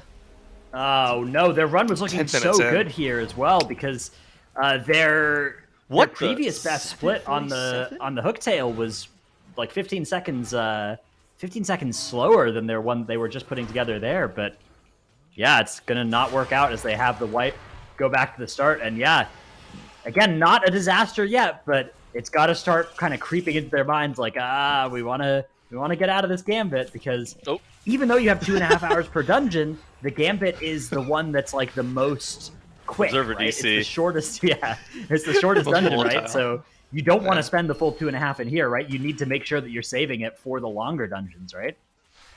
Let's focus on Womegalol here, as they're setting up for this big trash pull on top of Dealer Zyxa. So this is probably the last pain point left for them in the dungeon here. As long as they can pull this off cleanly and just destroy this trash plus Zyxa, they're on pace for a very, very solid DOS time. So here we go, all the trash down. This is where they use that last Bloodlust of the dungeon. And with the Warlock and Survival Hunter, they should be able to very easily cleave this down. Got to keep an eye on those bolstering stacks, though. I mean, as long as they deal with most of the more dangerous mobs, their tank should be fine, but we should really be focusing on Lamike. Look at the damage he's taken before he death strikes. Very, very dangerous, but they are able to get it done, so, wow. Great execution there. One last Blade Beak. It's not dying. It's kind of binding got the shot. kidney on it. Kind of chill. Yeah. That is a large bird. That is some big game right there, but they are able to get it done. Huh. All that count secured now, 86% on the board. So are we thinking that's going to mean, what, a trash pull, then Moisala, and then That's, trash pull into the end of Moisala? That could be both Death Speaker packs. I didn't see Yeah. what their pull, Yeah, what their it's pull double. routing was. It's Is that double what it is? Death Okay. Speaker, almost certainly, because I think you need to be at like 92. It could also be that they didn't kill one of the trash packs at the start of Ardenweald, and they're leaving themselves a War Drifter buff to get back to Moisala quickly. I didn't see what the routing was coming into this because we came in about halfway through. So let's see what they plan on doing here. It is the 22 fortified, so they're pretty fine on Moisala. Like they should at least be able to one phase it. We know on higher levels, especially like once you start getting up to that 24, if it's also a 24 tyrannical, you're probably gonna have some issues being able to kill the Moisala spirits if you're not committing like infernal, and even then you may still have some problems. But at that point, like this is not an issue that we're gonna have this weekend. This is maybe an issue for like global finals if we see teams have to do some crazy DOS in that level though. Okay, yeah, so it's going to be a double Death Speaker. So they're going Yeah. to be probably dealing with the first Death Speaker before they even engage Moisala.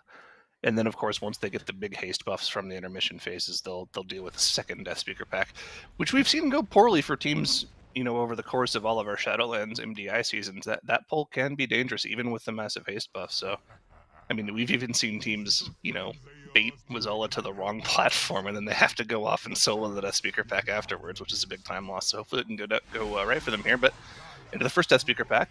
Now, are they? They could pull this into the boss and try to go for a little bit of extra time. But let's see. Use the urn right away. Well, That would be very aggressive. There they go. Moisala pulled. Yeah, Let's ahead. go. Well, Megalol are not messing around here. Yeah, they are saying we can do this. We can make this pull work. Of course, bolstering not affecting bosses anymore, making these sorts of things actually possible even with this affix combo. And here they go. I mean, this is so scary, especially with that Vi Interceptor just sniping people as well. So much ground effects that they have to dodge here. Look at those health bars. oh my goodness! Dodging out of the way of the erupting darkness, good dodge. I mean, if there's ever a time to limit test, it's certainly now, right? What Megalol has built themselves up a pretty substantial lead in the Sanguine Depths and in the Gambit, so the ability to be able to do this like super aggressive strategy of pulling this whole pack into the boss, and it's looking like it's just working for them. Oh my Why goodness! do they have double interceptor? Nah, don't worry about it. They're the professionals. They know better. Look, we want haste. I don't know what to tell you. It's unclear as to whether or not like Vi is actually better than Of course, you don't want two Vi interceptors, but it's still not super clear as to like whether or not like how much the Destro lock realistically is gaining from like the relic, and like whether or not the Vi is just going to be better group wide damage at that point. So Right. I don't know. The healer would obviously prefer like especially for like Boon of the Ascended damage and whatnot. Oh, yeah. And in addition to that, is really nice on this boss because it allows your CDs to come back up. We could actually see a problem for Megalol if they committed like some like long CDs expecting to get that dismantler, and they just don't have their CDs up for these ads. They're going to a platform that has no trash on it. Oh, I hate that. Why are they doing this? Oh, I hate that. There's no trash here. You need 7%, guys. Wait, Gamers? Well, okay. They're That's going to have to kinda do about 5 to 6% of the boss's HP here with the remainder of their buff. Actually, 7%. So, yeah, but they're still going to have to deal with trash. This is, That's like what, minus 45 seconds, maybe like minus a minute? Oh, they're gonna run. Easily. They're gonna have to run too. Oh, good. Because Yeah. it's on the other side of the room, isn't it? it's to their right. They're at the entrance of the dungeon right now. So, they don't have to go too far. I wonder if this is like a safety play, which I wouldn't get because you did opt to pull the trash in at the start of the boss. Man, that's a little bit of a interesting strategy here. We'll see what they plan on doing after they deal with the boss. Let's take a quick look around the board here, though. Evolved going for a kill of the first boss here. Not a great Hillbrand split. That's about 20 seconds behind what we've seen from them. We'll have to catch up and see if they plan on continuing that run. Depleter Squad had a couple deaths in their Ardenweald area. They notably have no battle reses left. They're near the end of the run, though, so they might just go ahead and go for a finish here. Oh, yeah, I mean, they should absolutely. that's not a good run finish. either. 453 on Hillbrand. Yeah, one thing that's nice for Depleter Squad, we think of them being pretty serious underdogs here, but their card split actually on this run is pretty nice there, 335. But things did seem to slow down a little bit after that boss compared to Womegalol, who got that Mana Storms down 2 minutes faster. Still, though, Depleter Squad, I'm excited to see if, again, they still have another hour they can put into DOS before they start being worried. So maybe they can get something good going here. I think that the Mana Storms area, like especially for teams that haven't actively participated in the MDI, can be a bit tricky with learning how to like path like out of the Hikar area. There's like 3 or 4 pulls that I guess it's like there's like a Woe Drifter, and then there's like a couple of pulls that you have to deal with, and just like the sequencing there can certainly be a little bit awkward if it's not something you're comfortable with. And so I think that Depleter Squad with just a few more attempts can absolutely get on a better run. We already saw their Hikar time improve by something in the range of like a minute to like a minute 20 seconds, which is an insane amount of time saved just on like the first boss split alone. Yeah. I have to wonder what went wrong for Womegalol here. Did their tank and healer just go to the wrong platform? This can't have been on purpose. And I mean, look you're about on track there. 45-second time loss from the time the boss died to the overall dungeon time. That is going to be a 22-minute DOS for them, but I feel like you can easily make up probably a couple minutes in that dungeon just playing a lot cleaner and having a more crisp route. So I mean, there would be some friction because like. They're going to be killing the trash with the buff more likely than not. So it's not going to be exactly 45 seconds, but it's probably going to be like 40. And so the fact that they could have done the dungeon just in theory 40 seconds faster by going to the correct platform, you almost certainly rerun the DOS, I think, at this point, especially if you're Womegalol. You've banked up a lot of time in the Sanguine Depths, and you banked up a lot of time in the Gambit, so you can afford to go back and rerun it. And Zyro, you were talking about this being the incarnation strategy, which, I mean, the downside of doing a good but not great run in 6 dungeons is you're still going to lose to other teams that eventually put up great runs in each of the 6 dungeons, right? You have to actually go in and put up like phenomenal runs if you're going to want to beat all the teams that we have this weekend. So I agree. I think that especially once you have created a little bit of extra space for yourself by timing some good dungeons early, it is good to start tuning and to start perfecting rather than just go and do that world tour and get all 6 dungeons timed and give all the other teams that information of how fast they need to be in each dungeon. Looking a little bit deeper into it, I think one of the reasons they might have not gone for that trash pull is because they got the double Vi buff, right? If you get a Woe Drifter buff there instead of your second Vi buff, that extra damage reduction for your tank as well and the rest of your group makes dealing with that trash pull on top of the boss a lot easier to deal with. And remember, those are pretty long buffs, so they will last the entire intermission phase and, last for maybe the first 15-20 seconds of the trash pull. So that is pretty important. Maybe they just wanted to not wipe and put up a solid time that they can start with so that if, they still go for more DOS runs afterwards, they can improve on it. Okay. Which I would be okay with if it's if that's your strategy. I'm okay with that. So, something interesting that we actually saw in the bottom right before Womegalol got phased out is that Jay immediately left the group on that rogue. I wonder if he's going to be swapping to something else. Oh, is it time for Dr. J the Mage or no? It won't. Darn. It's probably a Jay Walker angle. Windwalker, yeah. Windwalker is what I'd guess. Yeah. Yeah, Ethical are indeed using that Windwalker here in DOS. I quite like the look of this spec in this dungeon. Ethical played a lot more Windwalker than basically every other MDI team that we've seen. So I think that I don't know if 40 played Rogue almost at all. Like they didn't play much Rogue or Demon Hunter. They basically stuck to the Windwalker pretty much all the way through their Cup weekend whenever they were in Cup C.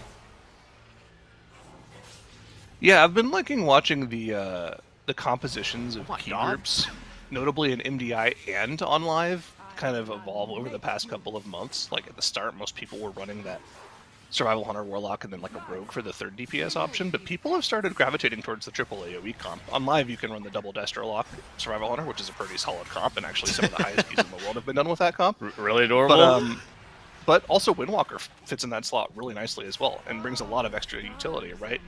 Leg Sweep, Ring of Peace, it's very, very useful for a lot of these trash pulls. Evolved, unfortunately, again, get to Celia, and things go wrong for them. Soda is down, no battle res, but they do have one up in about 30 seconds, but man, this is not going to be a perfect run for them, which is kind of what you're hoping for at this point. They still could put up a very solid time, though. I mean, they're still sub 10 minutes into the dungeon, and they're already on to the last boss here. So yeah, I mean, they were zooming up until this point, but this last boss just keeps getting them, and it is the worst thing to have in a last stand in a format like this, where we have the runs, you can just restart them whenever you want. Wiping on the last boss is so costly because every time you do, it's cost you the whole 10 minutes up to that point as well. Whereas, if you just wipe on the first pull, that's almost free. Dratnos, I think your prediction for Evolved is looking, I don't want to say like pretty good, but I suspect that they're going to have the best time, at least in the Gambit.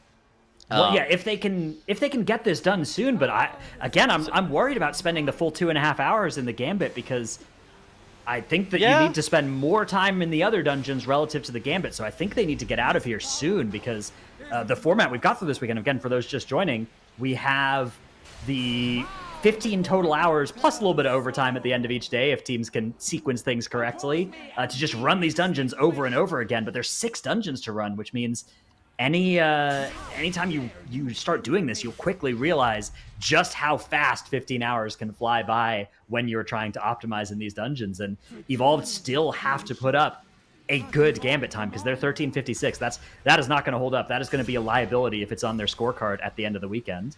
Yeah, so the biggest thing to be looking at is that 7:44 Captain Hooktail time is insanely fast. Their Hildebrand actually could even come down somewhere in the range of 15 seconds. So there is a world where they hit a 7:30 Hooktail. Not the most likely situation, but that 7:45 Hooktail would put them about in a position to have the best time if they're able to completely close out a clean end of dungeon. It would give them the best time by around 15 seconds, which Sure, it's not the biggest gain, but you're rattling tooth and nail against the best teams in the world, so that 15 seconds is actually a surprisingly large lead in a dungeon that is as short as Gambit. Yeah, Yepper's able to put up a time in the Gambit there, although not a really fast time, but still feels good to at least put a time on the board, gives you something to improve on, gives you some points on the board so you're not in the last place. I don't hate it. Let's see what they do next. I think Yepper's is one of the teams that whenever we saw them in Cup A, that's a team that has a lot of upside generally, and I think that this format is pretty good for them, depending on how much practice they had actually put in coming into this weekend, and getting nice blueprints for keys. Because on an individual player by player basis, they have some of the best players in the world. They have Echo Raiders and stuff like that, and so I do think that Yepper's team has a lot of upside though. Bottom left corner of your screen, Womegalol, they're taking a world tour right now. Dr. J's got to get his weekly keys done. Apparently they spent the last 5 or 10 minutes since completing that DOS run just going around the different dungeons, sitting in front of the keystone. Well, I mean, the keyhole, and they're just I don't know what we're going to do. That's the thing about Friday, right? Is you get to see these 6 dungeons, and you have to think, okay, which ones do we already have routes basically for, right? Which ones are the affixes not going to impact too much? But then if you've timed a couple dungeons already, you haven't had time to build up routes for the other ones, right? So you're just, you got to go and actually do some of that thinking, that planning that other teams are going to be able to do, between the days. If you're in the lead like this and you want to do something other than just hone your existing times, you have to actually take some time out and do some thinking rather than just blasting dungeons. So there's a timer, though, going up for Evolved. 13:15. A shame, because we know that could be so much better in Gambit, but at least they are saving 30 seconds off their previous best. They have 3 deaths, so they immediately could have a 13-minute run if they have 0 deaths. And we know that Soda was dead for, what, maybe 45 seconds? Maybe? Yeah, 45 seconds. They could reasonably have a 12:50 run. Almost for free. Yeah. And I do think that they realistically could have a 12:25 if they have pretty much a perfect run at this point. Yeah, no, they could definitely improve upon that. But again, the question is, how long do you want to spend on that dungeon improving the time right now? Or, do you want to go somewhere else, start putting times in other dungeons so you weren't trying to rush everything at the last second? Because we've seen that happen to teams, even in the Last Stand Tournament, right? The last Stand Tournament, there are teams that were getting rushed on the last day and just maybe could have won the tournament, but ran out of time to put up good times. We saw there was the Sanguine Depths incident where it looked like Ambition may not even be able to get a single time put up for Sanguine Depths, and there was something 2 minutes behind in that dungeon, and it was a question of oh my goodness, are they going to lose because of this? I'm worried that that's going to be the Neltharian's lair on Sunday, right? Everybody's going to save it to the last day, and then it's just going to be oh, we got to actually time this key. We are running out of time. Oh no, we got Okay, it looks like a reset coming in here for Yepers right on their first big pull. Yepers currently in 4th place overall, only having that Solia's Gambit timed, and by far the slowest one on the board at this point. Ethical have decided, you know what? 1303 is going to stand for us for a while. We will come back to Gambit later if we need to, but we just want to go and get a DOS on the board for ourselves. So they are running that again here. I'm really excited for Nell Slayer for a number of different reasons. Number one, I think the Legion dungeons get slept on a lot because they were actually very nuanced, and a lot of that nuance was lost because people just had an Affliction Warlock with a slow ring that negated like 90% of the trash mechanics in dungeons. So you actually have to do the mechanics now. And on top of that, it's tyrannical, right? So things like the first boss are going to be incredibly dangerous. I honestly feel like that dungeon in time trials in this format is going to be just get to the second boss in a decent amount of time, and the rest of the dungeon is pretty free. I heard if some we have teams that can consistently get there, they can do well in that dungeon. I heard some lore about that key. I don't want to leak it too early. We'll see it whenever we see it in the NL. We'll talk about it, but I don't think it's something that we want to talk about yet. But you remember the skip of the second stuff boss intermission phase as well? If you like taunted it right at the perfect time, I wonder if we'll see teams able to do that. They have by the end of the expansion, they had finally fixed that for the 3rd time. They had fixed and it, and it was finally like actually fixed. I see. Yeah, I remember it was fixed a couple times and not actually fixed. Well, so here's a big urn pull though for Ethical. This is the one that everybody's been doing and has caused a lot of problems, especially for Depleter Squad. This is their Lust coming in as well. A lot of damage coming out, but that urn is now broken, and they are getting some casts starting to go off here. I don't. So we saw this Lust from Depleter Squad on this pull, and then they went into Hakar, and then their Hakar split was just monumentally slower because of this Lust. Overall, it seems like the teams that are able to put up a better time coming out of the Hakar boss itself are generally able to Lust the boss and do that pack without their Bloodlust. Yeah, I'm not sure I love the Bloodlust there. I mean, I guess it's a fortified key, fortified bolstering, but like... Yeah. I feel like you could make it work without... If you can make it work without Lust, I think it'd be a lot faster. This is the format to be testing around with that kind of stuff, right? Really limit... Of course, you only have like 15 hours, so there is some level of like, you kind of have to get your butt in gear, but at the same point, there's also a lot of room for testing stuff. This is a go again angle. This is a town. We're town portaling here. We do a little bit of trolling. Oh no. Well, Yepper's also in the DOS now. A lot of teams opting to go for the DOS second, so not too crazy considering it's one of the dungeons that we've seen times put up in teams. Yeah, pretty much know the strategy, right? We do tend to see this sort of grouping, clumping effect in Last Stand in Great Push style tournaments where, if 2 dungeons are kind of equally compelling to you and one of them already has times from another team, it makes a lot more sense to go to that one than to go to one that doesn't have times up yet, because you're revealing less information and you can make use of more information going into that one. So that's why usually you'll see teams tend to follow the path that's already been trailblazed, but sometimes you'll see a team that decides to break from that because they feel like they have a really good idea in a specific dungeon. They want to go there. I wonder why I wonder why the DOS is picked second though. Like, it's kind of weird. Yeah, they're wiping. Yeah, not a. I mean, Dakar's a hard boss. It's not tyrannical. It's still a hard boss though. No, I think part of the reason DOS is a choice that makes a lot of sense also is because the best route is kind of already known, right? Echo showed the route off week 1 of the MDI, and people are like, wait, that's probably just the best route, and we saw it pretty much replicated in both week 2 and week 3 of the MDI, with a couple of different twists based off of the affixes that we had, but it was essentially the exact same route. So the route is known in that dungeon. The affixes aren't going to change it too much, so it makes sense to go there. But here we go. Omega will finally off to the races. One in kick, Spires of Ascension, Ascension, and they got burdened. we're town portaling. And did they get next. Did they get burdened, or did they get Slam. Fist of Justice? Either one works. I'll take. Oh, I'll take no. all of the above. Well, fine attempt. Maybe not now. Another 5-minute break, perhaps. Let's see what. Fancy another break? Perhaps. I don't think they're gonna fancy another break. I think they had a couple of things to talk about before they started their Spires. Yeah, though, now they're probably gonna start the cane pulls again. Bro, they banked up so Well, much time. Yeah. It's inspired, right? So there actually is a little bit of thought process that has to go into the dungeon in terms of what you're going to CC, which pulls you're going to just have the inspired mob in on. Yeah, sure. We did have inspired, I believe, in the MDI in one of our weekends. I don't remember which. So they maybe could look back towards that for an idea of what the strategy is, but it's still a really annoying affix to deal with, especially if you're used to playing without it.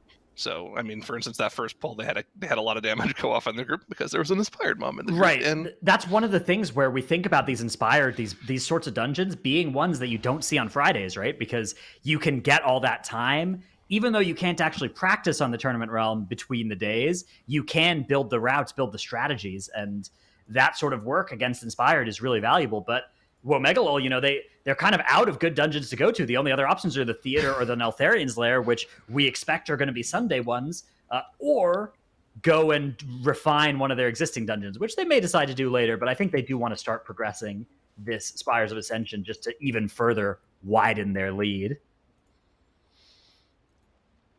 I made it up. There was no inspiring Spires this entire season. It was a good prank. But you know what? There was a Sanguine pranked. Spires, like I think the first weekend, and that was the first weekend. That was really dank. I remember that one. Yeah. Oh, you have a Kyrian that can spear and stun everything? It'd be a little unfortunate if one of It the would be a mobs died shame if early. I were to cast Recharge in this Sanguine puddle on my non-interruptible, non-knockable unit. All right, well, Womegalol are going to get started again. They are doing this massive pull. A lot of damage coming out, but this time it looks like they're... Nope. Nope. Oh. Nope. Never mind. Nah. Dude, Yepper's bloodlusting this first pull in the Hakar wing, and they still are having some issues with death. That's not an easy pull. I mean, yeah, it's just one of those things that we talk about. It's like, I don't know how Womegalol ended up doing that pull without lust. Well, they did it with a rogue too, right? That's the really impressive part. Yeah, so a little bit less damage, but maybe a little bit more control for some of those mobs. Somebody who can make sure that the specific most important mobs are not free casting. But I feel like Inspiring puts that pull just so heavily on a timer that like the no lust plus the I don't know. It's a very impressive pull that Womegalol was able to do without their bloodlust. But now Depleter Squad doing that pull again. It seems like every team here is kind of getting stuck at the same point. And now Depleter Squad has the pack grouped up. They dropped that urn. Everything is caught in a stun. And now they're doing a great job of making sure that the AoE is coming out. The pack really needs to die relatively quickly here before these Hoodoo Hexers get too many casts off. You have about like one round of kicks that you can go through. You also have the Silent Sigil that the Vengeance Demon Hunter provides. That can give you a little bit of coverage as well. But now you're starting to get to the point where a lot of the pack issues happen for teams. The bolstering starts to come through. You need to make sure that the mobs die pretty evenly because you don't want to have like a bolstering incident. The Depleter Squad looks like they're going to be able to deal with this pack relatively efficiently. One of the Hoodoo Hexers is a tad bit higher than the rest of the pack, but overall, I would classify this as a pretty good success. Okay, now never mind. They have one death, but no, that's an angel. Take a screenshot. All right, we go. Oh, Soul they're Stone. soul stoning, so maybe they'll keep going. I mean, that was actually a relatively clean pull, minus what the is one this, angel at the very end. What is that? What is weapon the that he's Survival got? Hunter transmog? Yeah, hang on a second. Can we get a zoom in on Lufer from Depleter Is that Squad? the sheep stick? I don't know. I think so, yeah. It's definitely a nice one he's got going on there. He's got like a wolf hat as well. Yeah, that's Perfect. the full transmog experience there as they are now working on Hakar, the Soul Flayer. Meanwhile, Yepper's top left, pretty good Hakar split for them. Not the best we've seen, but pretty quick, 430. There are the 2 deaths on the board for them, so they can definitely clean this one up, but they are at least going to be able to progress the rest of the dungeon, which I think is pretty valuable. I think you don't want to get too practiced on the Hakar pull and then just find, okay, now that we've actually done it, we don't know what to do for the rest of the dungeon. We have to keep resetting and practicing the later parts too. Yeah. Well, I have the splits for Womegalol's DOS run earlier written down here. They had a 338 on the Hakar kill, so just shows you there's a little bit of, or actually quite a bit of room for improvement for Yeppers to make. But again, like you said, they need to get a little practice down. And something else we've been mentioning a lot is Depleter Squad has been in this DOS pretty much since the beginning, and they've made up about a minute just from running it a few times and getting their practice in. And they're on pace for a pretty good Hakar split here. Let's see what they're able to get to. If there's a dungeon that you're actually going to spend more than 2.5 hours in, I think that this DOS is actually a fine candidate for that. I think like the DOS, the Theater of Pain, and the NL are the dungeons that you more likely than not can afford to spend over 2.5 hours in if you really need to. And then like at least in my opinion, I think like the Spires, the Sanguine Depths, and the Gambit are the dungeons that you really want to spend like an hour to an hour and a half in, probably just to be able to put up fairly competitive times, because those dungeons. You should have a lot more experience in them because we've been dealing with them the whole entire expansion, and there's not the most nuance to those keys with like the affixes that are currently present in them. Of course, Inspiring Spires of Ascension can be obnoxious, especially at the very beginning on a 23, but like you should be able to at least get a close to optimal run relatively quickly in there. Yeah, so 328 Hikar split. That is actually really fast for Depleter Squad. That's 10 seconds faster than Womegalol's time. Don't like the routing into Death Speaker though. Not something that I think is particularly fast, but maybe this is a cooldown timing thing that they're going with here. They did commit the Infernal, so maybe that's just all it is. It's like this, the sequencing of DOS is something that's always super weird. So it's like a question of, do you do that pull that's right in front of, like, do you do that first pack of trash, which I think Depleter Squad ends up skipping. So that 320 that 328 that we just saw them put up is something that's a little bit slower than you would initially expect, because we do know that Womegalol actually ended up doing that first pull of the dungeon. Whereas then Depleter Squad is going to lose a decent amount of time on their Mana Storm split because they're doing that pull at the bottom of the bridge right there. Oh no, Evolved. The Sentient Oil Staps did not go well for them. Dude, everybody's dead. Oh no, Yeppers too. Oh no, Yeppers. Oh my god. Oh, some days you oil, some days you get oiled. That's those oils are just a little bit too sentient, man. Yeah. It's a snap or get snapped world.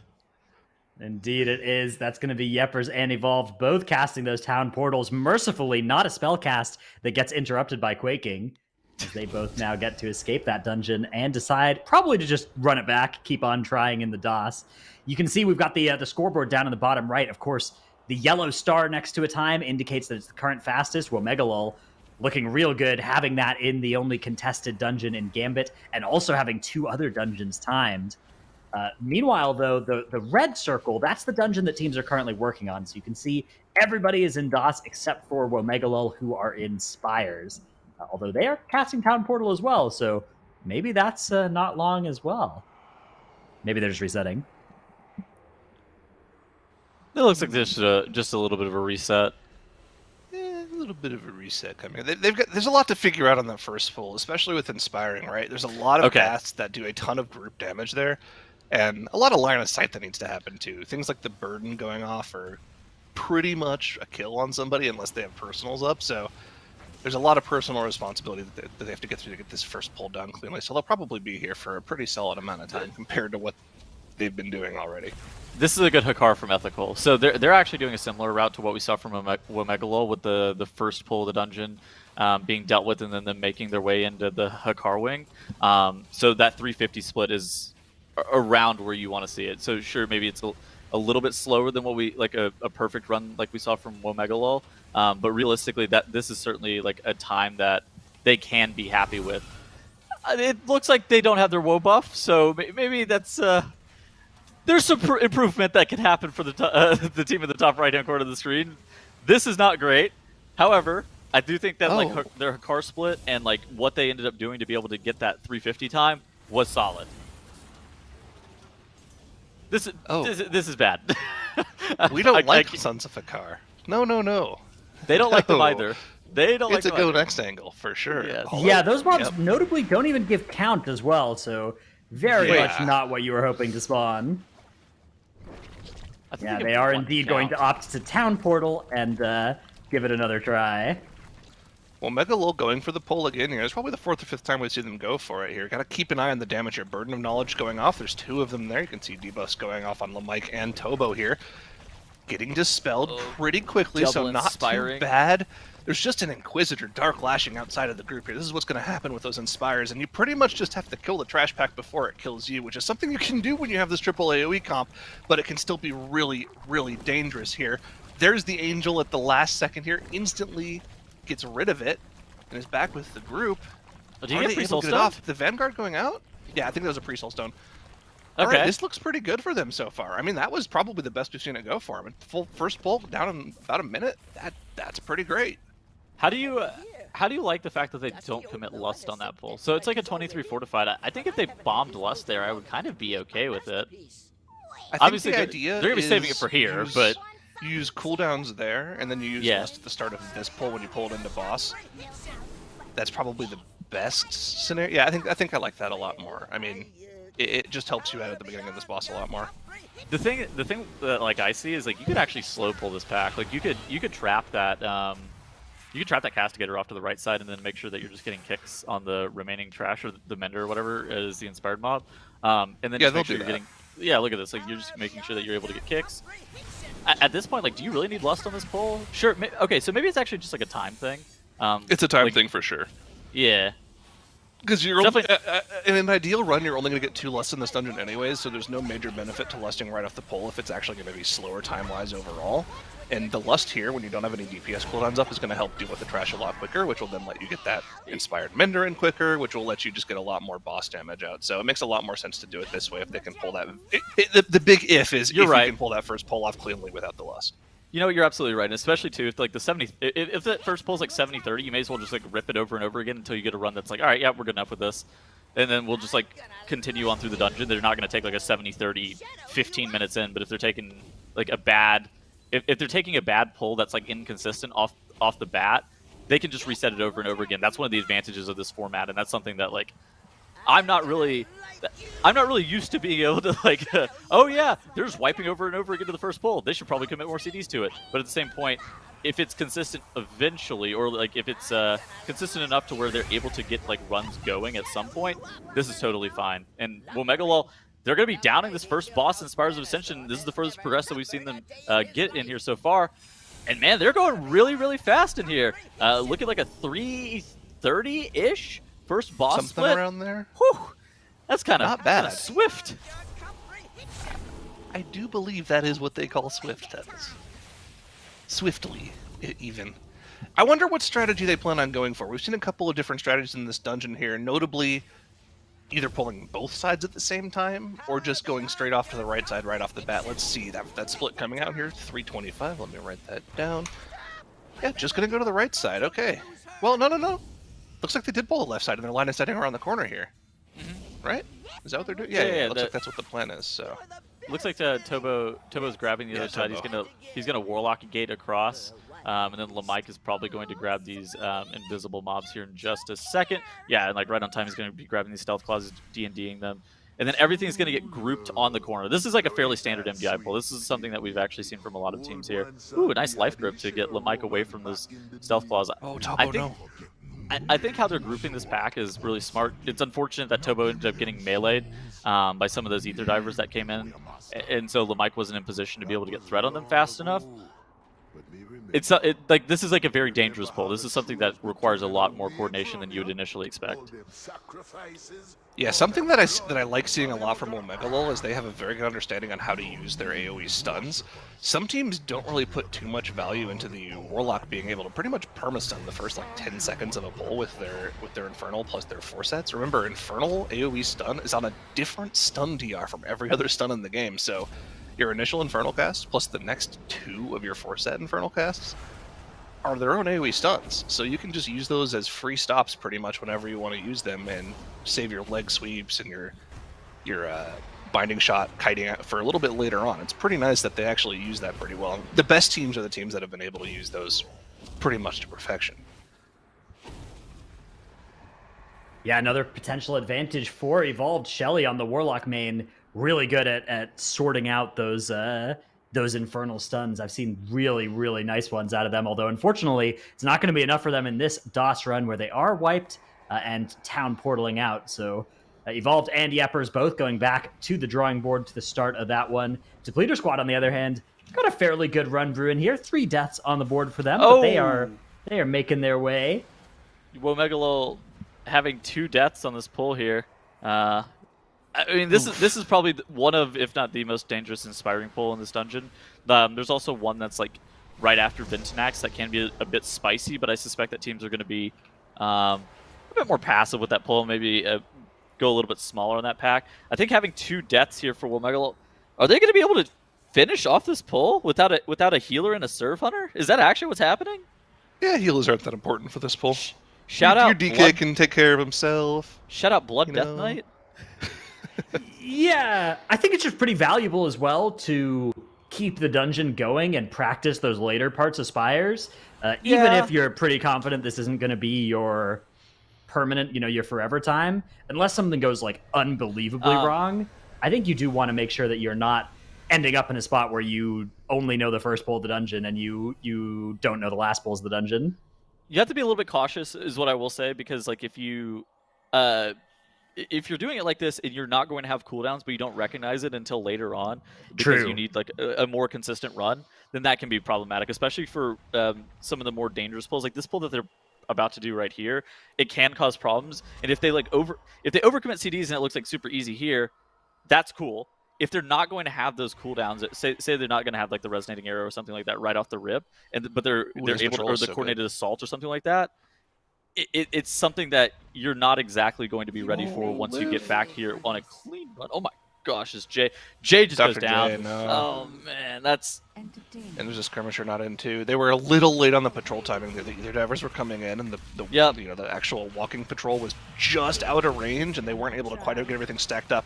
If they were like 10 seconds faster, this pull would have been a completely different story. But that's something they're going to have to figure out, because they've only been in the dungeon for about 30 minutes, and I think this Inspired Spires is going to take a lot more time for them to figure out how to do cleanly than pretty much any of the other dungeons they've already gotten a decent time in. They fortunately have banked up a lot of time. Their Gambit and that I think that Sanguine Depths, I don't believe that time is just otherworldly or anything. I do think it's absolutely beatable. It's pretty good though. I mean, 0 deaths, Sanguine Depths. It's just a really good time. Yeah. It's just a really good time with 0 deaths. It's not something to be scoffed at. You're like, okay, I am really happy with this ED. The fact that they've effectively only spent 20 minutes in that entire dungeon, and they're like, that's a pretty competitive time. I don't hate that. Yeah, it's a time that makes total sense for them to just say, okay, let's go next. It's definitely competitive enough on its own. Let's see if Evolved is able to put together a good Hakar split here in the bottom left. Doing pretty solid there. Depleter Squad finally onto Dealer's Iexa as well, but a little bit behind the pace of what we saw from Womegalol, but still pretty solid. Only the 3 deaths on the board for them, I think. Yep, that is correct. Yeah, Depleter Squad do have to worry about getting out of DOS soon. They've nearly spent their allocated, the 2.5 hours average per dungeon that we talk about, nearly already in the past for them here, and they don't have any other dungeons timed just yet, so they are in some danger of falling behind if they can't put up a time that they're happy with in this dungeon in the next couple of runs. I think that what Ethical is doing right here. Oh my goodness, Chompy goes down trying to get the Sentient Oil snapped. Bro. This was a really good run from Ethical right here. Obviously, they're only about halfway through the key, but they are through like the hardest half of the key. Unfortunately, going to have to town portal out of here. Ah, man, they just need to get like the Sentient Oil snap, and they were going to be able to make their way into Ardenwild with a fairly solid Mana Storm split. Their Mana Storm split was going to be right up there with Womegalol's. Yeah, right around the 9-minute mark, yeah. Yep, that's unfortunate for them. All right, we go again. Go again. Oh, this is look at what Depleter Squad is doing. They're just actually behind on Trash Gun. I didn't even notice where the Trash Gun was. Okay, well, yeah, they're probably 2-3 minutes behind where Womegalol was in their time, so a little bit of work to do for them still, but like Drano said, I mean, they're coming upon their allotted time in this dungeon pretty soon here, so they have to worry about putting up a pretty solid time if they want to stay competitive. Evolved, Hakar almost dead. They're going to be around the 345, 350 mark. Not bad at all. Doing pretty solid there. Ethical still hasn't started the run. Yeppers just starting their run. Haven't seen Womegalol in a little while. Curious to see what they're up to, if they've started another Spires run or if they've gone somewhere else. I mean, a lot of time is going to have to be committed to that Spires, or it's going to be something they're going to have to, like, you know, get together on and do a lot of theory crafting before they come in tomorrow. Because remember, one of the things that we haven't really talked about too much with the format for specifically Last Stand / Great Push style weekends is you don't get to practice in between days, right? The dungeons are only open for the 5 hours a day, and then once the 5 hours are up, Tournament Realm is shut down. You don't get to run keys until the next day that you are in tournament play. So you can really only like theory craft things, go into MDT, or you can play on live, I suppose, but that's not quite the same as playing on the Tournament Realm. Yeah, we This don't have first any day- live affixes on our keys this time around, I don't believe. So sometimes though that can be a pretty neat way to do it if you if it happens to line up and you can just get in there on the live servers and do the same key a little bit. I do think that this first day actually really promotes, like, if any of these teams do have like a 6th player, like one of the coaches, like helping them outside of their group, that would absolutely be something that's like a really massive advantage on day 1. Obviously for day 2 and day 3, you're coming into the day pretty prepped with your route. Everybody's kind of in sync with like what they're going to be pulling. They do know. But for the first day, like a 6th player would be able to come up with some routes while you're starting off on the initial dungeon, doing that blueprint that you're running in. And they would also kind of be able to talk you through some of the problems. What is Ricky doing? He's just doing Warlock things. He's just target dummying. Yeah, just practicing his rotation a little bit. Getting ready there. So let's see. Do we see a purple little meteor come out pretty soon from him? Yeah, we saw Blast. Oh, was he? He might have been pre-prepping a Force-Sat proc. Okay, yeah. You can do that before you go into dungeons. Oh, yeah. Yes. My evolved. So, Oh no, the man. Frogger section got them. they have to res him on the bridge here. Well, if they they do can't res though. him. They don't have a Who's mass resing res. him? Well, they're at a come. Oh, we released. Yeah, but okay, they can't res out of line of sight except for the healer who was the player who died. Yeah, we town portal these. We Oh, do indeed. unfortunate. Oh wait, Oh, we no, summoned summon these. We're good. Warlock. Easy. We summon these. Oh yes, This is Warlock. still on pace for a pretty solid split. Big problem though, they aren't going to get the Sentient Oil snap. Unless they have a hunter go back and do it right now. Yeah. Yep, They're not maybe, going to get that. maybe a big problem, although maybe it's actually a blessing in disguise because that Sentient Oil skip has been causing so many teams to wipe this dungeon. Oh, I'm starting to think it Alex? might not be worth. Oh my goodness, they're here though. Wait, what? How did they do that? what part of it? The How did they oils. get them here? Was he just down there Al- tanking them the entire time? No, he wasn't tanking them the entire time. He walked over there and Death's Crest one of them, and then he just bounced. He Death's Crest and then he Warlock gated out. Ah, wow. But then he almost Interesting. he got the grip. So what we've actually seen is like sometimes I think they pop Death's Advance, and so they're not getting gripped by the Sentient Oils, Right. because sometimes like the Sentient Oils, whenever they're evading, will just like spam yoink you. And whenever we saw it last season, it was a Vengeance Demon Hunter, and so they could just like cancel the grip with the glide. Alex got gripped, and I thought he was going back to the Sentient Oils Shelly, there no. for a second, but their healer Bazooka ended up life gripping him to where he wasn't going to be flying through the world. Well, Shelly's single target damage now is going to be negative. He lost all of his Reign of Chaos. He lost all of his, Force-Sat procs. He lost everything. In the industry, we call It's that also being going to down take a bad. while. Down horrendous, one could say. Ah, yes. Well, Megalol Interesting. town portaling again. That first pull looks like it's a 1 in every 5 pull kind of attempt. That's what it seems like it is for them. Yeah, I mean, I feel like if any team is in a position to blast that kind of thing for a couple hours, it is Womegalol. They have 3 times on the board already. They are already done with a day and a half's worth of their dungeons, and it's only been half a day. So they have created a big amount of cushion to let them attempt something really crazy in the Spires. I actually quite like what they are up to here. And again, I think you really don't want to go into especially the Nelts until Sunday, and probably not the theater until maybe Sunday, maybe Saturday, especially if you're in the lead. Maybe you don't want to leave 2 dungeons till Sunday and risk having something go upside down on one of them or both of them. Yeah, I mean, that would be the worst case scenario, right? I mean, looking at the tournament here so far, obviously, I think everyone is like, yeah, I'd love to be in Womegalol's position because they have 3 very solid times on the board already and can pretty much spend all their time workshopping out these harder keys that are left, which is great. Now, obviously, we still have so much time left in the tournament that workshop season 4. Yeah, that's next season. Yeah, but I digress. They have a lot of time that they can work on these last dungeons, but we still have a lot of time left, right? So faster times could be come up with, or better routes could be come up with easily before tomorrow. For as much time as Evolved lost with that Rez plus Shelly's death, they actually had a really good split on the Mana Storms. It's one of those things that I think that if they don't have the death of the healer, they don't have to summon him, and they don't have Shelly losing his Reign of Chaos stacks, they're probably ahead of where Womegalo was on the Mana Storms. So they have a 917. Womegalo was at 859 on the Mana Storms, and I think that Evolved lost something like 30 seconds just having to summon, plus the 2 deaths, plus the Reign of Chaos damage that was instantly lost.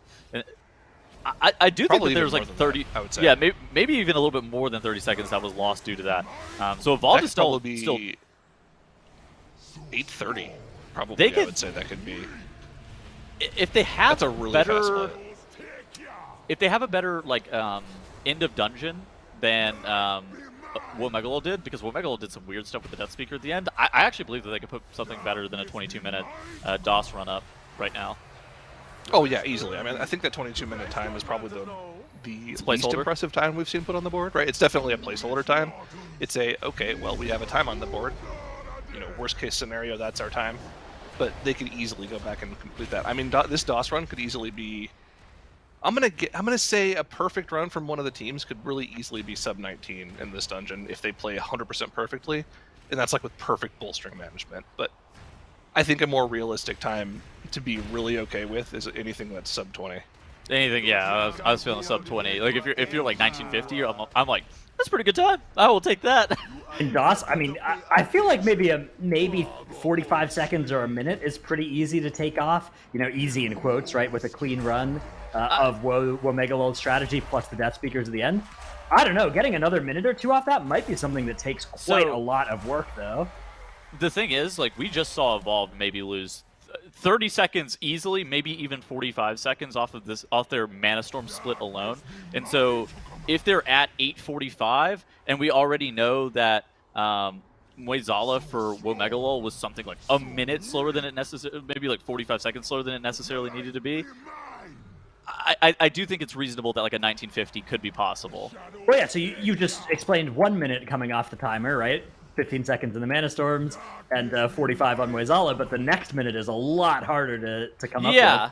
Well, I'm not saying it's impossible, but I am saying that the run from Womegalo was clean. There was a lot of good dungeoning done by them up to that point, so I don't know. I mean, it's definitely possible, but it depends on if Evolved has like a faster Ardenworld wing, that kind of thing, and bolstering and bolstering does slow this down quite a bit, but it's maybe possible. I mean, I don't think that the 22 will hold for the weekend, but I also don't think that we're going to see sub 20. I'm not a believer.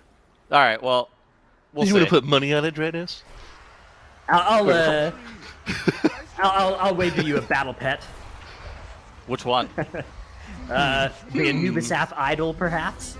That's been that one's really All OP. right. I'll have to get back to you on that. All right, we'll see if it's allowed. I'll put up an Anubisath idol as well. Assuming it doesn't break any terms of service or anything. Well, Battle pet's very serious business settles, okay? You know that you can just, if you're ever losing a pet battle, by the way, a PvP pet battle, you can just disconnect. You just exit, and the other person doesn't get the satisfaction of seeing a win. It kind of just ends the game. That's what I do anytime I'm losing. You are the worst kind of person. Yeah. I'll bet you also roped people in Hearthstone too. Oh yeah. Anytime they're playing any deck that I list as offensive, which is most of them. Then it's all of them except for mine. It. Exactly. Well, even if it's mine, then it's a mirror match, and that's not fun. So gotta rope those people too, so that they get off my deck. Yeah. All right, well, we do have a DOS coming in here for Depleter Squad, 27:53. It is a rough timer on the board for them, but it is a time, and that is something that they can be happy about, at least putting something on the board, right? They have to rerun this, I think. So there's 3 hours left to remain. 3 hours left of the day. 2.5 hours per dungeon is the average that we're looking for. Depleter Squad has to rerun this DOS. They need to get at least a 22, I think. I think like a 22 is something that they can be okay with. This 27, ooh, that's something that first, like their Hakar split and their Mana Storm split does not have them on 27 pace. They absolutely can do a 22 if they are clean throughout it. Definitely. Dude, Evolved, more issues here. Tank Death, at least it's at the end of the poll, right? So it's not like the worst scenario. There was also a seed popped for Shelia there. They're just going to get a hard cast res off, but the deaths are kind of starting to rack up for him here, right? 5 deaths on the board. Oh, Ethical skip going poorly too again here. Man, they are on such blazing fast pace going into the Mana Storms here, and it's been going wrong for them. It's rough. It's just every time. It's always the sentient oils. Yeah, and that is going to be Ethical hearthing out of the dungeon here. Yepper's also with a player down too. They do keep this one going, it looks like. But yeah, that's actually going to be our first 2 hours now taken care of in the 5 of our day here. So far, Womegalol still in the lead. They are working on that Spires of Ascension. Every other team in that DOS trying to put up a good time. They're trying to compete with the 22 minutes from Womegalol. But as we are at the top of the hour, that means we'll be saying farewell for now to Tettles and Zyronic. It's been great having you here with us and welcoming back Nagura. And we also have OK Mage joining us now. Hello. Hello to both of you. Hello. And yeah, how have you been liking the first 2 hours of this, OK Mage? Well, I was going to say, it's been really interesting to see the different approaches all of the teams have shown. So Womegalol have just gone in, so just completely all guns blazing into the dungeons. Because I think even when people are progressing raid, sometimes the start of the night, you're pumped, you've got loads of energy. Wow. And it's probably going to be your better performances. So it just seems like their strategy was, let's go where we're all fresh. We're going to put a good time on as many dungeons as we possibly can, and they have absolutely blasted through them. Whereas some other teams have taken different approaches. So in the case of, say, Yepper's, Evolved, and Ethical, they decided to dedicate on one dungeon, and they were doing the Gambit, and they just kept doing it until they could get a decent time, more focused on the one dungeon, trying to get it as fast as possible. And it does seem like the Depleter Squad have taken another tack, which I have seen even when competing in the MDI myself. Sometimes you start off on the dungeon where you need to practice and save the most time. The other side is a long dungeon.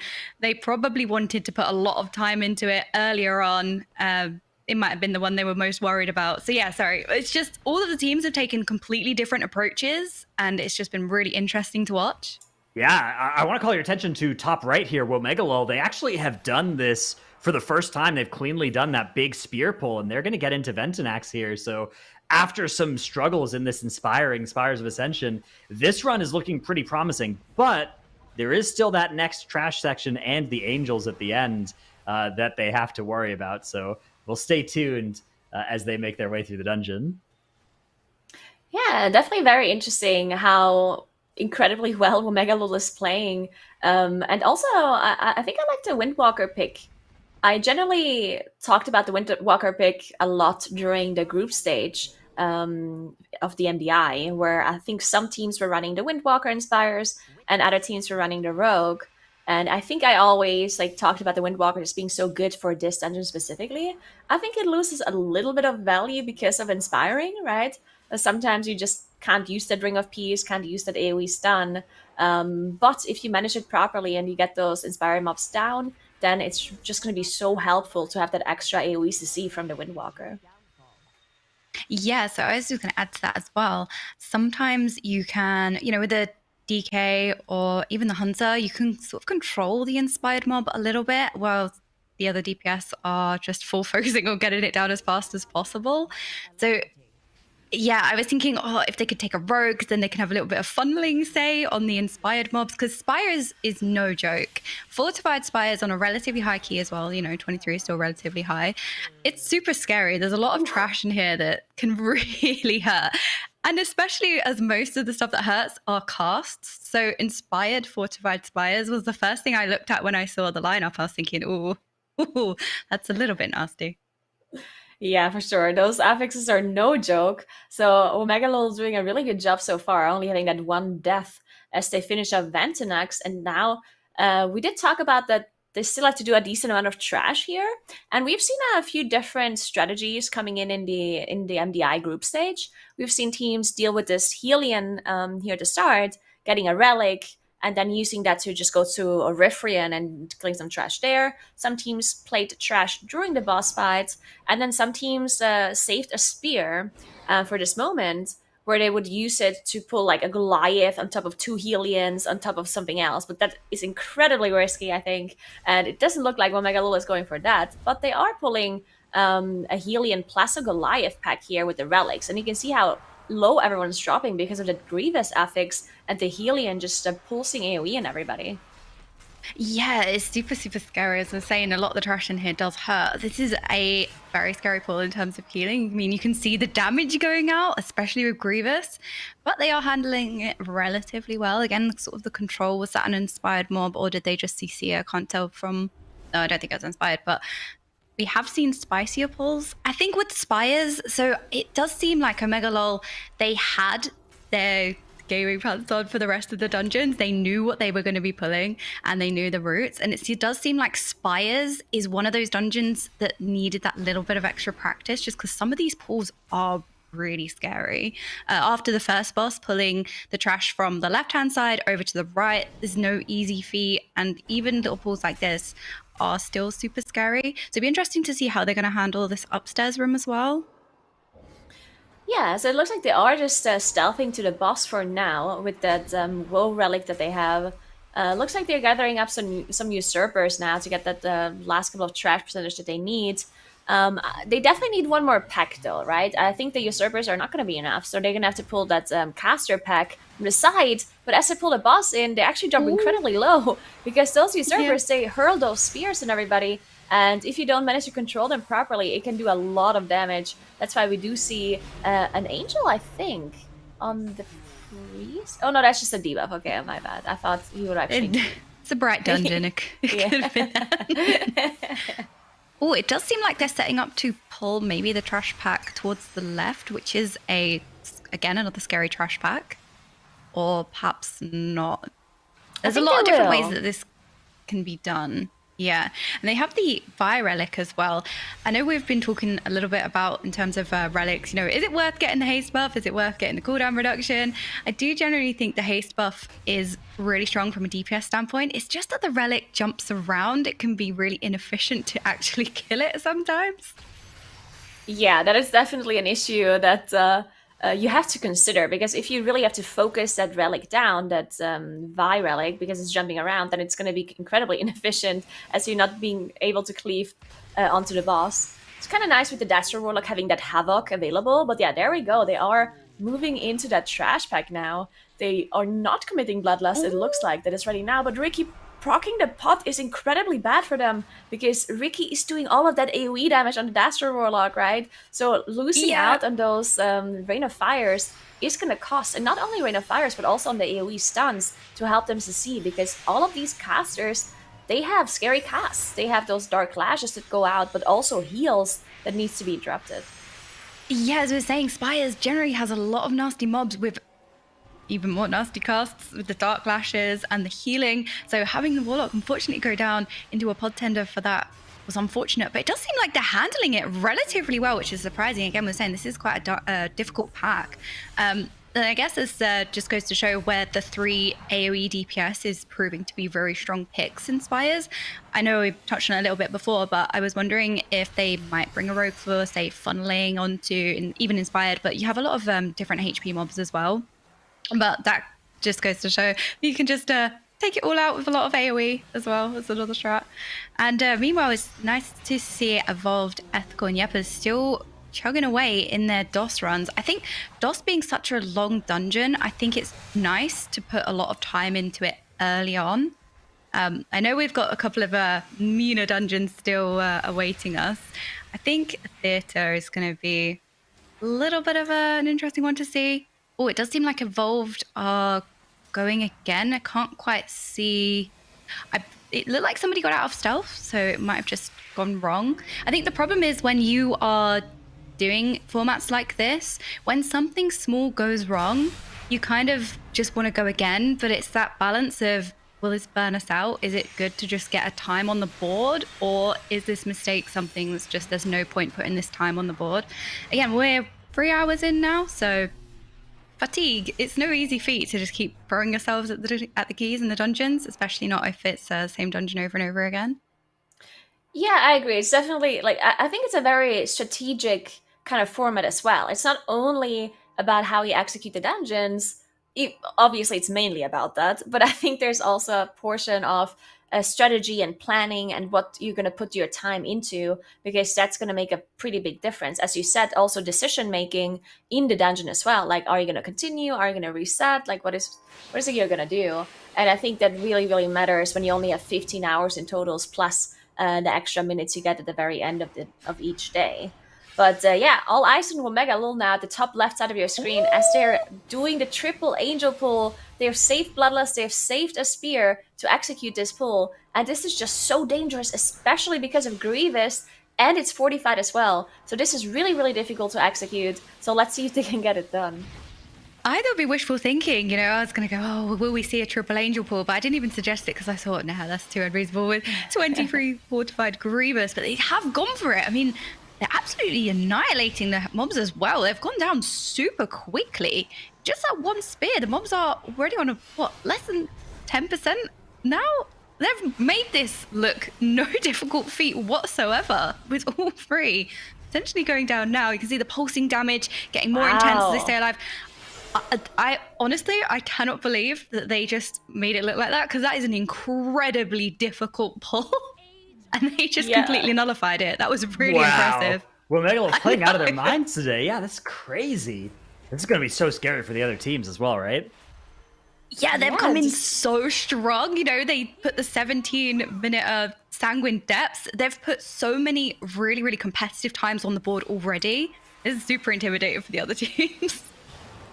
Yeah, especially this Spires is such a scary dungeon if you have a high key of fortified because of this triple angel pull, right? Because if you don't do it, you lose quite a lot of time. But if you risk it, it's the end of the dungeon. You've already been in a dungeon for at least 15 minutes, and then wiping to this pull is going to cost you so much time overall. So even attempting it is scary. And then executing it the first try like this from a Megalul is just insane. And even on the last boss, they're optimizing their damage as much as possible. You can see they finished off the Bio Relic again. And what they're going to do is they're just going to let it sit there for a while until Devos comes back for phase 2. And then they're going to have that haste buff. Plus the cooldowns came back up as well. Because of course, all of the cooldowns have been committed to the Triple Angel pool. So they didn't have much available in the first phase. But now when the boss comes back, they're going to have all cooldowns back and the Vi buff. And it's just going to be so nice for them. They actually killed it a little bit early there. They're going to waste a little bit of that time. Oh, and using first aid. Do you see that? Ricky just bandaging. Little bandage there. Why not? No, but all these tiny optimizations are really nice to see. As you said, they would have blown all of their cooldowns on the Triple Angel pool, meaning the first phase of the boss, they'd be quite dry in terms of cooldowns. So prolonging the death of the relic to go into this phase, it's just these tiny things make up so much time. So it is really, really nice to see from them. And you can see on the board, so for anyone tuning in, the star next to the times in the bottom right are the fastest runs, and the red dots are showing where the teams are currently in as well. The W Megalol have placed some pretty spicy times already. Again, we're 3 hours in? They've done incredibly well. Yeah, if they can just get through this Devos encounter, they're going to have a very interesting question of, okay, what next, right? They're going to have 4 dungeons with good times, 4 dungeons with the fastest times even, and they'll be looking down that Theater of Pain and that Neltharian's Lair as their next options. Or I suspect maybe thinking about going back and even saying, you know what? Our runs in these dungeons were pretty good, but hey, we can shave 30 minutes or 30 seconds off here or there. Maybe we'll do that with the rest of our day because, I mean, that Devos, the fact that they're going to be able to get this Spires done sub 20 minutes with a Triple Angel pull like that is... I mean, it's completely absurd, and it's so good for them because they've done it in so many other dungeons as well. The Sanguine Depths was the same story, just such a clean run. from them on without so many attempts as well. They've made so much extra time for themselves today. Yeah, it's really crazy they've to look really at. sped through. Yeah, and as you said, like it's hard to tell what they're gonna do now because I would almost say they could go Neltharion Slayer now because they have basically gotten such a lead from being able to do those 4 dungeons with such a good time that I would say going into Neltharion Slayer now for them maybe it's not that big of a disadvantage anymore because yeah, even if they show their strategy, the other teams, they're still like 3 dungeons behind at this point. So technically I think they would be safe to go into Nelth, but then at the same time they don't have to, right? They could try and optimize sometimes if they are confident that they can shave off a decent amount of time in any other key. But then at the same time, if they don't think they can, then what are they going to do? Like if they think it's a waste of time to go back into Spires to shave off like 30 seconds, then yeah. Yeah, I think it's worth mentioning as well. So, they've got the 6 dungeons. So it's around, 2.5 hours on each dungeon. And they've put 4 on the board in 3 hours. It's very impressive. But again, it just goes to show what I was talking about when we first came on. It's just different strategies amongst the teams, I think. So I think W Megalol have just gone all guns blazing, putting pretty good times on the board while they're fresh. They've started off fresh. It's the first day. They just want to put some good times on the board, and then maybe they can go back into it and perhaps shave off 30 seconds here and there, or a minute maybe. Whereas the other teams are taking different approaches. They're practicing because, everyone works a little bit different in terms of sometimes you need practice.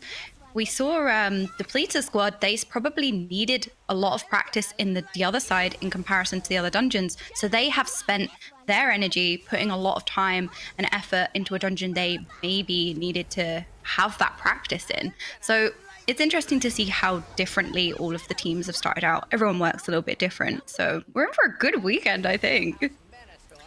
For sure. I think even though, as you said, Megalol has those good dungeons, it's definitely possible. Just like in like an hour, another team could technically beat them overall in a timer, right? So like, you just need this one run to be better than Megalol's time, and all of a sudden you're ahead. So it's very interesting, this format, and it's also scary for Megalol to just like they can't just sit up there and just stop doing everything and just think they're safe, because they're really not, especially the teams being in the other side now. I think the other side is one of the dungeons that you can make up a lot of time if you have like a really good route and you play it really clean. I think generally the long dungeons, those are the dungeons where I think the biggest time difference are going to be. Because in Gambit, it's going to be, some team has like 13 minutes, the other team like 12:50, 13:30, it's going to be very close. While in a dungeon like the other side, Theater of Pain, Spires, that's where the bigger differences are going to come in. And I do think that there's definitely dungeons where other teams maybe can come up with a better strategy and beat Megalol's timers.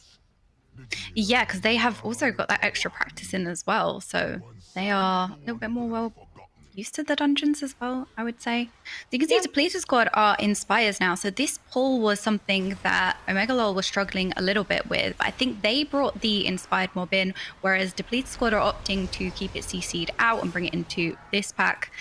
Inspired Spires is super difficult just because the casts are very painful. I was wondering how the teams might go about it, whether they'd just all pop these defensives for the Goliath cast and keep the Inspired mob in and try and nuke it down, or whether they would control the Inspired mob. So it does look like the Depleted squad are opting for that. And they haven't used Hero either. So usually on Knife Keys, you'd Hero this first pull. But it does seem like they are hearing the boss with the trash pull into it as well, which again, we touched on it a little bit for time reasons. But also, it's quite difficult, especially with the Inspired mob in there again. Just some interesting affixes when you're trying to speed dungeons up. Yeah, it's definitely not easy.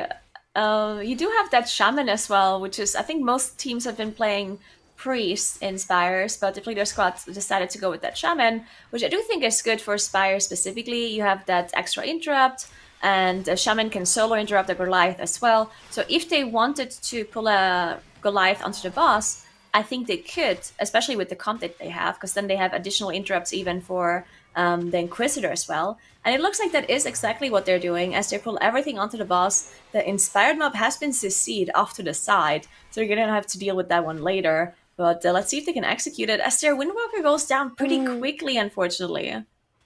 Yeah, it is a tough pull. There are a lot of frontals, and there are also the boss mechanics as well, with the black balls going across the room. And generally, you've got the Fire Relic as well, just blasting people.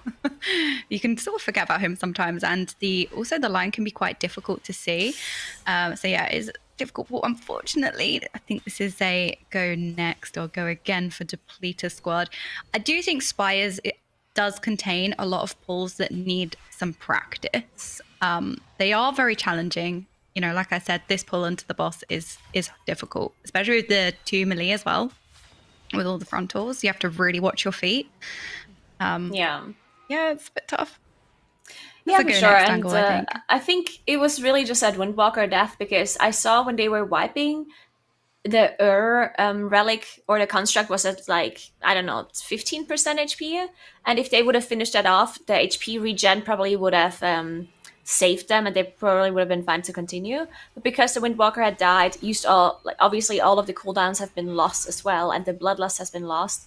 So they were not able to finish off the in time, didn't get the HP regen, and ended up wiping. So just need to make sure to keep the Windwalker alive, which is easier said than done, as he said on this pool, when there's just so many frontals and things going on at the same time, which is hard to see when there's like 20 mobs on top of each other.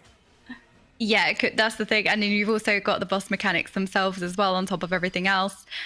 Even though the tank frontal doesn't necessarily hit anyone else anymore, it can still be quite a visual to take up when you're trying to look for everything else.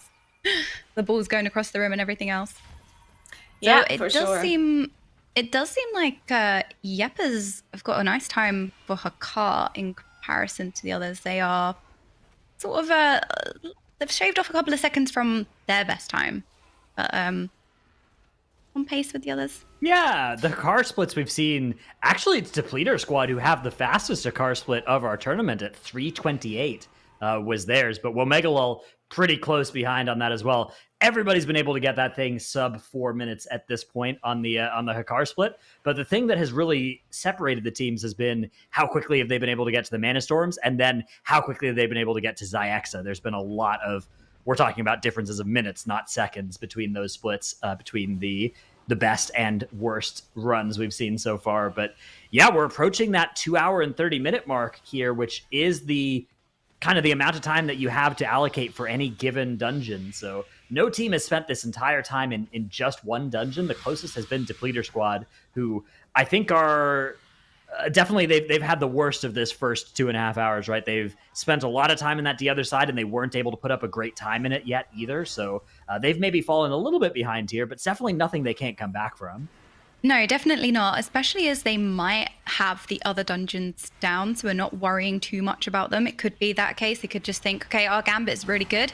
We'll put a time for the Gambit, and we want to dedicate some time more to the dungeons that are, say, longer, more challenging. So, you know, they could spend half an hour in Gambit and then dedicate the rest of the time that would have been for Gambit into another dungeon. So it's nice to break up the time, I guess, in those kinds of ways. I know, but personally, when I was competing in the MDI, we did dedicate more time into another dungeon just because we needed to practice. DOS was always something you dedicated more time to just because of how long it is. You have to maintain such a high level of concentration the whole way through. So yeah, putting a little bit more time to that, as opposed to Gambit, which is a relatively quick key, as we've noted. Yeah, and it looks like Yeppers on the top right side of your screen is now pulling off that Sentient Oil pool on top of Millhouse Mana Storm, and it looks like they executed it, at least the initial pull. They still have to finish off the oils, which can be very dangerous on a fortified key, and bolstering as well. So there's just so many casts going through, as their healer actually goes down into Angel Form. They have a Battle Rest available, and they immediately get them back up. But yeah, this is just so scary, having all of those oil casts go off on top of the other AoE damage, and you have to soak the crystals, and it looks like one of them is not soaked, just pulsing AoE and everything. And at the same time, you have to get the laser through the boss too. but it's looking good. I think they finished up all of the Sanctioned Oils now, so they should be able to recover. But yeah, very scary for Yepers there. Yeah, it's extremely difficult to pull off even snapping them there. I know we've touched on it a little bit, for so far anyone maybe that's not tried this, it is very difficult to get those mobs onto the boss. So it was nice that they managed to do it. I think they only had one death. I think the hunter dropped super low, but they only had the one death, so they didn't lose too much in terms of how much they gained from successfully snapping them to the boss. So it shouldn't impact them too much, I wouldn't think. And unfortunately for Ethical, we do have a dead monk, but nope, nothing happened, never mind. Yeah, no death. I haven't seen anything. No, so nothing Womegalol now decided to actually go back to DOS. So interesting choice. It looks like they don't want to show Neltharion Slayer. They also don't want to think about... I don't think when it comes to Theater of Pain, it's it's not that they want to hide a strategy. They just don't have one yet, probably. I think they just don't want to think about the dungeon yet. Mean. In general, is really mean, actually. It is really mean. It's so punishing as well. Ugh. Well, Mega will actually have such a good DOS already, but it's a little bit faster than Ethical's that's currently brewing up in the top left. But it's worth noting that in the end of Womegalol's DOS run, they didn't actually pull trash with the end of Mwezala. They did it afterwards. And if they can change that around, if they can instead do that trash with the end of Mwezala, maybe they can shave a minute off of that time and get to 21 in this dungeon. That would be something that could potentially be what they're up to here, because there's really not a good other place for them to go except to go and refine in one of the 4 dungeons they've already timed. And I like the choice of DOS as the one to go and start with. Yeah, for sure. As you said, they I don't know if it was a mistake or they changed something and they wanted to say something went wrong, so they wanted to play it a little bit safe. But yeah, they didn't have the count and they had to go after Muzala, which I think ended up adding 45 seconds onto the timer, which is definitely something they can knock off. So that is an easy way to get some time back. As you said, they don't really want to show their Neltharion lair, I don't think, this early, just because, well, it kind of helps the other teams out a little bit, I guess. And Theatre we're just ignoring for now. It doesn't exist. Yeah, I think it's interesting that... Okay, now they're town portaling out, but yeah, okay. I thought it was interesting that they continued, Womegalol that is, because they had one death on their hunter on that first pull, and they just continued. Until now they lost another player, and then they obviously didn't have a rest anymore. But yeah, it's interesting to see that they didn't want to go out there. Ethical up there top left, they're actually in real pain right now. They have a death and no battle res for this intermission phase as well, so they're going to have to 2-phase the boss here. Really tragic for them, as their run was looking pretty good, but that's probably going to mean that we're, instead of looking at something like a 23, we're probably looking at maybe a 25 or a 24 out of Ethical in the top left. They also, I don't even know how they're going to go and land that battle res as well. It looks like 40 there was running to go and try and get it, but yoink, not going to happen just yet. Yeah, luckily they have the battle res now, but well, yeah, 2-phasing the boss can add a lot of time. Ideally, you don't 2-phase or lose somebody, but things happen. They do have the battle res now, but I don't think they can res because they're not on the right platform, so yeah, it's still a problem. The platform is, I think, 2 platforms over, and it also looks like that they're on this platform where the Enraged Spirit is patrolling to, which is also something that is dangerous and they have to watch out for. It looks like they're just going to finish off the boss, or at least this phase, without the hunter, which is totally fine because 2 of the Vestiges are already dead, so they're going to be able to kill the other 2 with only 4 players. And maybe during the intermission phase, someone that can rest jumps over to the platform wherever the hunter is lying and can actually get them back up. But yeah, this is a pretty big time loss for them, and it's really heartbreaking that this is happening at the very end of the dungeon when it was looking so good for them. Yeah, it's a very long dungeon, and yeah, for it to go wrong so late in after having, blast of a run before can be a little bit demoralizing, but it's all right. As you can see, Evolved as well are opting to not take this trash back in with the boss. So I think that's slightly different.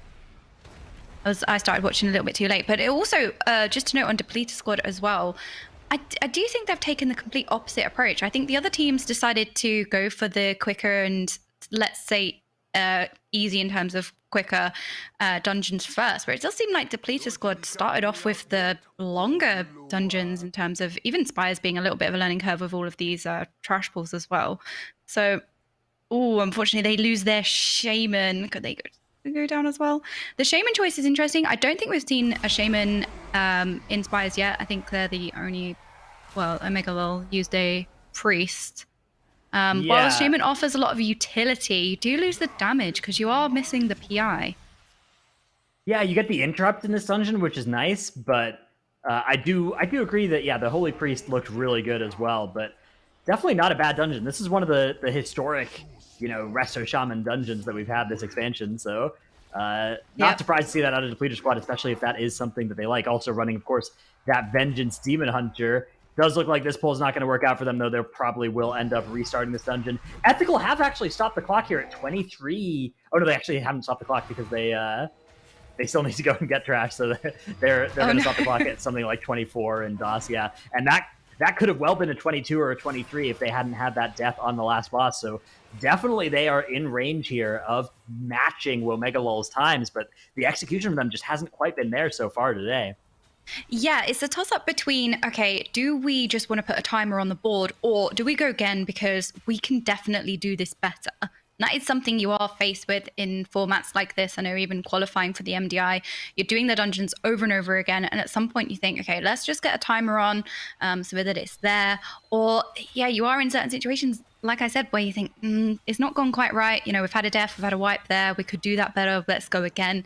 DOS being the long dungeon that it is, can be more difficult to go again because you start from the very, very start. So they are taking this all into the boss, which is no problem. They've got the 3 AoE classes, just completely nuke it all down. That's fine. Yeah, it's still decently difficult to execute this because of bolstering, of course, and the Death Speaker does have a lot more HP than all of the other mobs. And the frontal needs to be dodged by Shella? Ooh. Oh, okay. Not even close. Calculated. Yeah, that looked very calculated. As the Death Speaker is going down now. So they have the trash percentage, right? Yeah, they have all of the trash. Just need to finish out the boss. And this is looking to be a really good time. Unfortunately, the boss still has 13% HP. So it's going to be hard for them to beat Womega Lol's time. Just because this boss just seems to never die. Like, it always seems like, oh, it's 13%. Surely this is going to die in like 20 seconds. And then 2 minutes later, the boss is still not dead. So we'll see how long it takes him to finish this off. Yeah.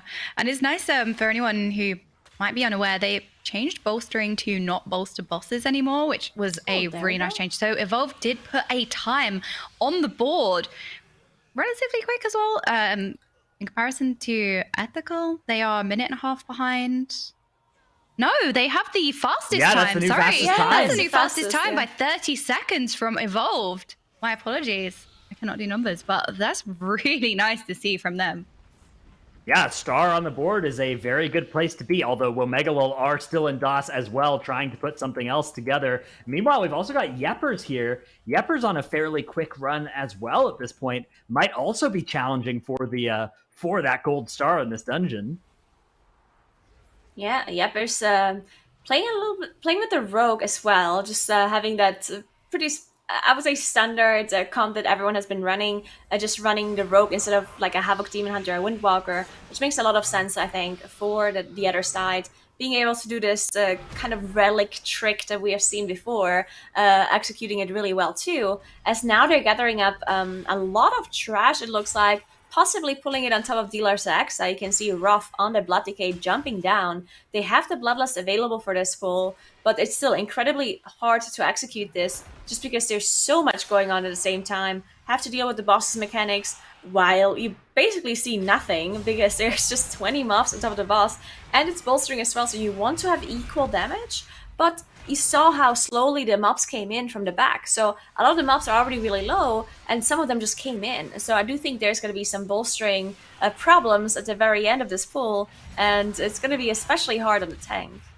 Yeah, that's a really good point. So I think with the other side, the way you're going to shave off the most amount of time is your pulls, notably Ardenweald. But however, bolstering can put a spanner in the works because you can't just pull these massive pulls. You do have to think about it a little bit more. So opting for the rogue just to make sure you have the funnel, because there are mobs that have a much higher HP compared to the others. So just having that control over the mob's health from the rogue is very nice. As you said, the mobs did come in much later, but they handled it. They all pretty much died at the same time. They didn't have any bolstering issues.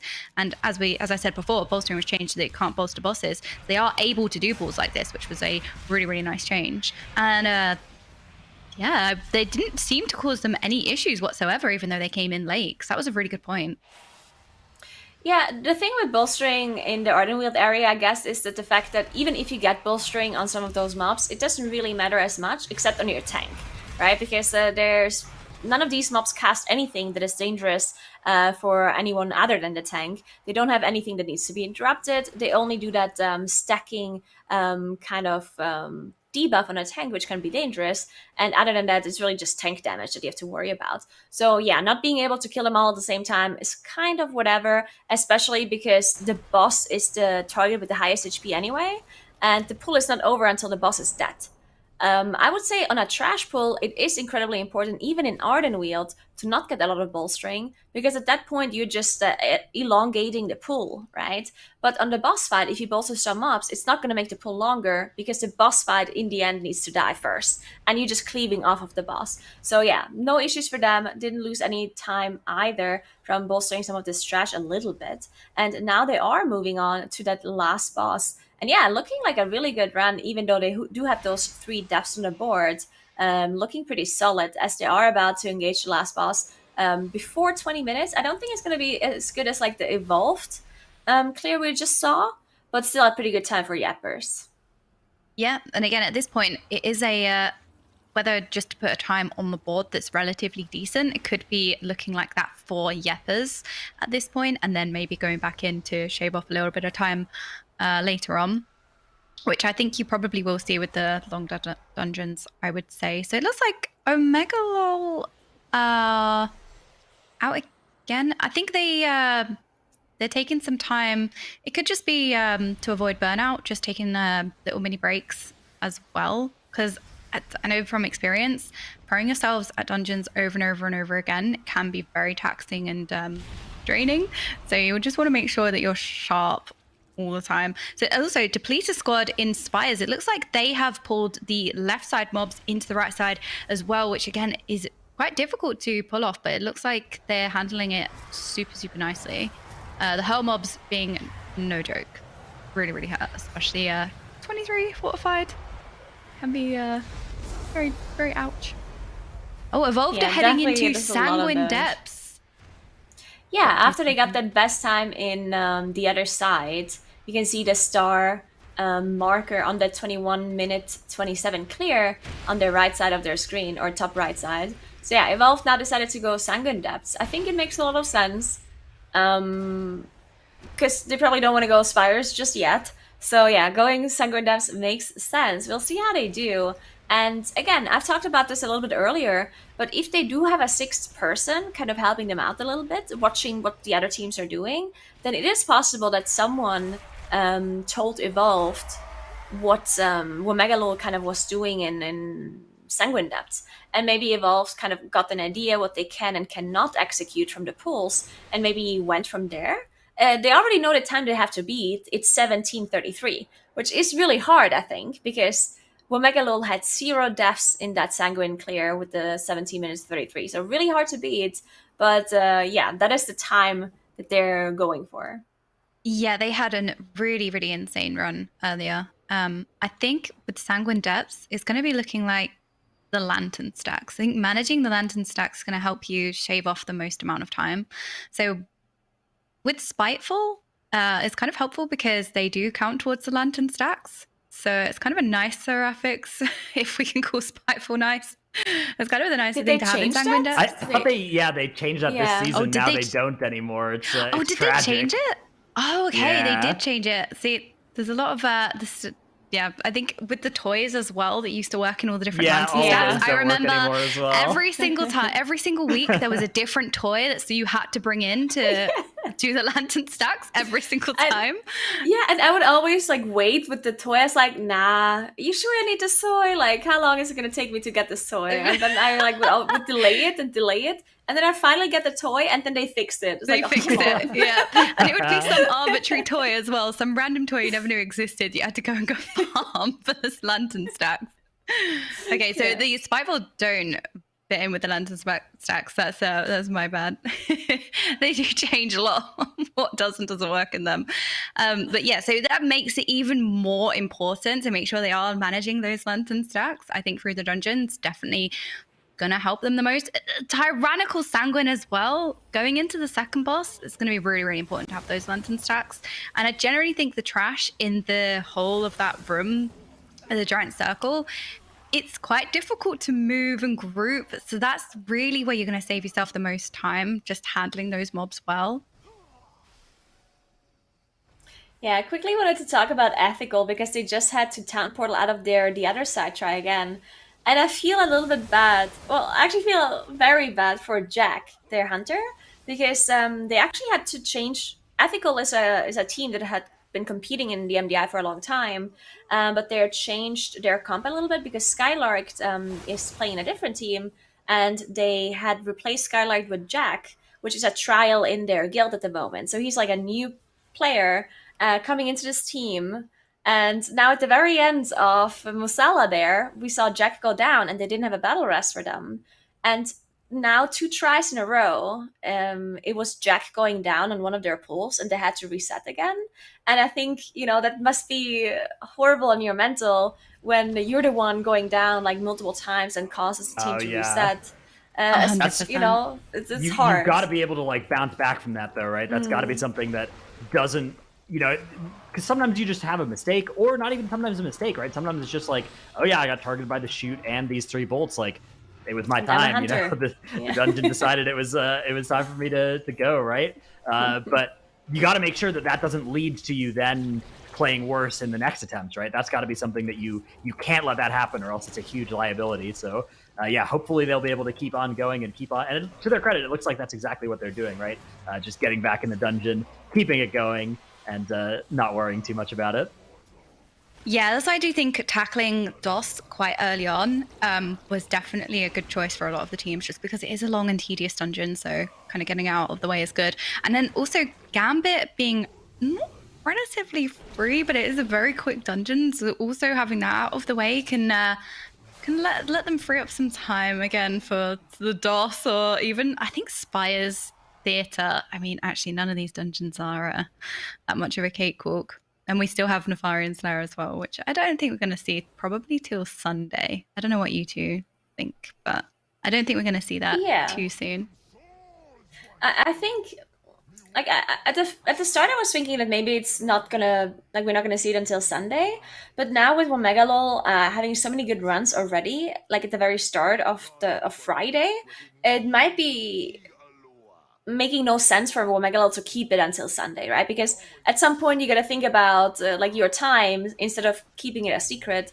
Because what are they gonna do? Like at some point they just can't really shave up much time from the dungeons. Of course, we obviously know that in the other side they can have a better time still, but maybe in some of the other dungeons there's not really much to be gained, and then they will have to go into Lotharian's lair. So maybe that happens tomorrow. We'll see.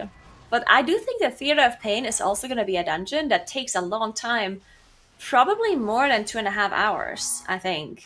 So all the teams are going to have to go into that dungeon as fast as they can tomorrow, in my opinion. I would completely agree with that, just because there's not much time, as you said, that can be made up. Just because the way the dungeon's laid out, you're very limited in what you can pull. You have the whole wing with the portals. You can only really pull what's there. You can't just do the other side and pull in an entire room. It's very limited. And it's very punishing as well. Like some of the trash, it does really hurt. And you have a lot of single target mobs in there as well. It's not really that much time that can be gained in there. You just have to execute it well. It's which is a blessing and a curse, I would say. It's not a case of just trying all of these insane pulls. It's just a case of, right, we just need to execute this well. So you see Evolved are taking the ghouls onto the boss here, which is I would say really nice. I think more trash on top of the boss is the better generally in terms of time and speed.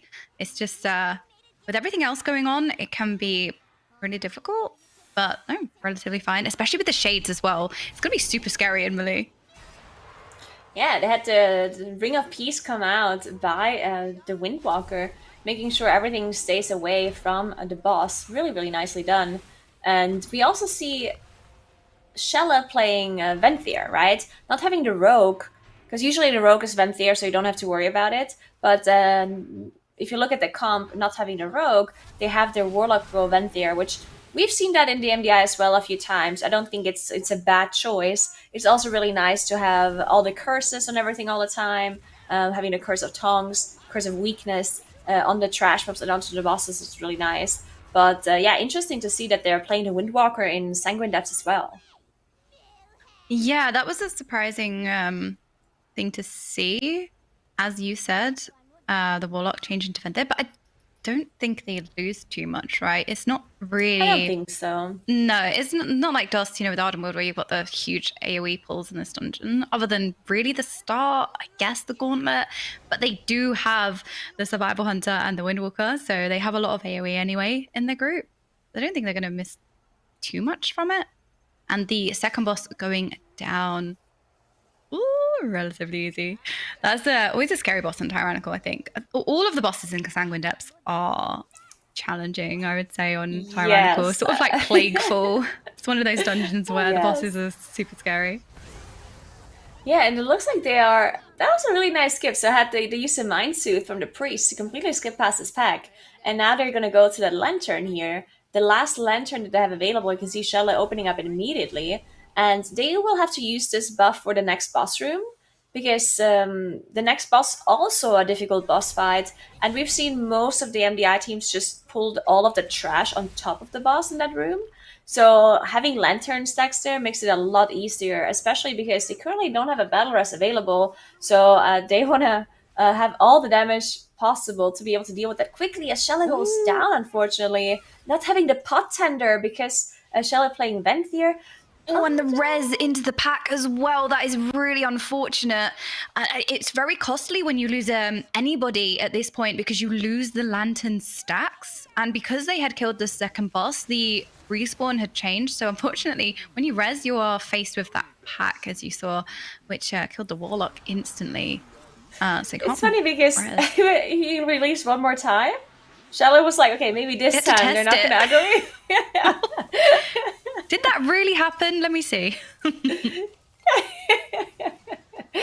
But there we go. They got the rest up now. And it looks like they're just going to keep going. The problem is that Shella has lost the Lantern stacks now, of course. You can lose momentum in this dungeon so quickly. Again, with the Lantern, you lose somebody, they lose all of their Lantern stacks. It can be very costly, especially if they're setting up the spicy pull with the third boss and bringing all of the trash onto that boss as well. You're going to need those Lantern stacks, especially on the Warlock.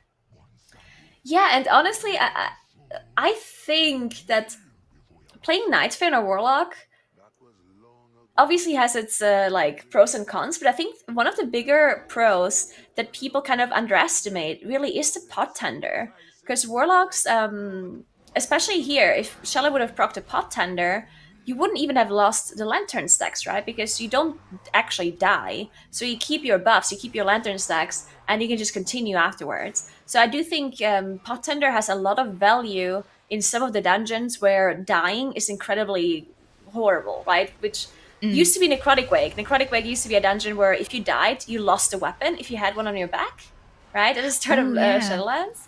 And for that dungeon, cheat death was invaluable. And the same goes for Sanguine Depths, right? Because if you lose your Lantern stacks, it's just so bad.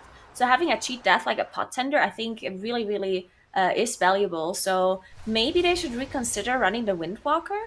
Maybe having the Rogue so that the Warlock doesn't have to play Venthyr. I don't know. Cheat deaths are just so valuable in general in all areas of the game. I can't remember who was watching. Oh, sorry, I was watching another team, and her car was proving to be super difficult. I think it was Ethical, actually.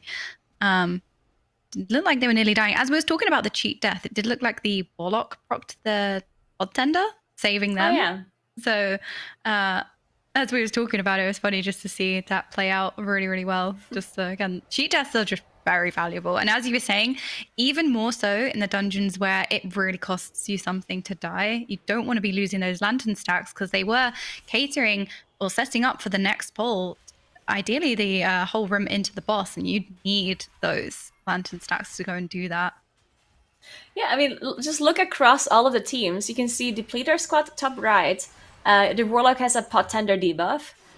Then bottom right, Ethical pot tender debuff, and bottom left, Yeppers also pot tender debuff. Right, so you can see how many times very it's actually useful. saving those Warlocks. Yeah, it is really, really helpful. Again, cheat death in any content is so strong, and even more so. They are definitely getting use out of it. It'd be interesting to see whether they will change that, and the Warlock to go back to Night Fae.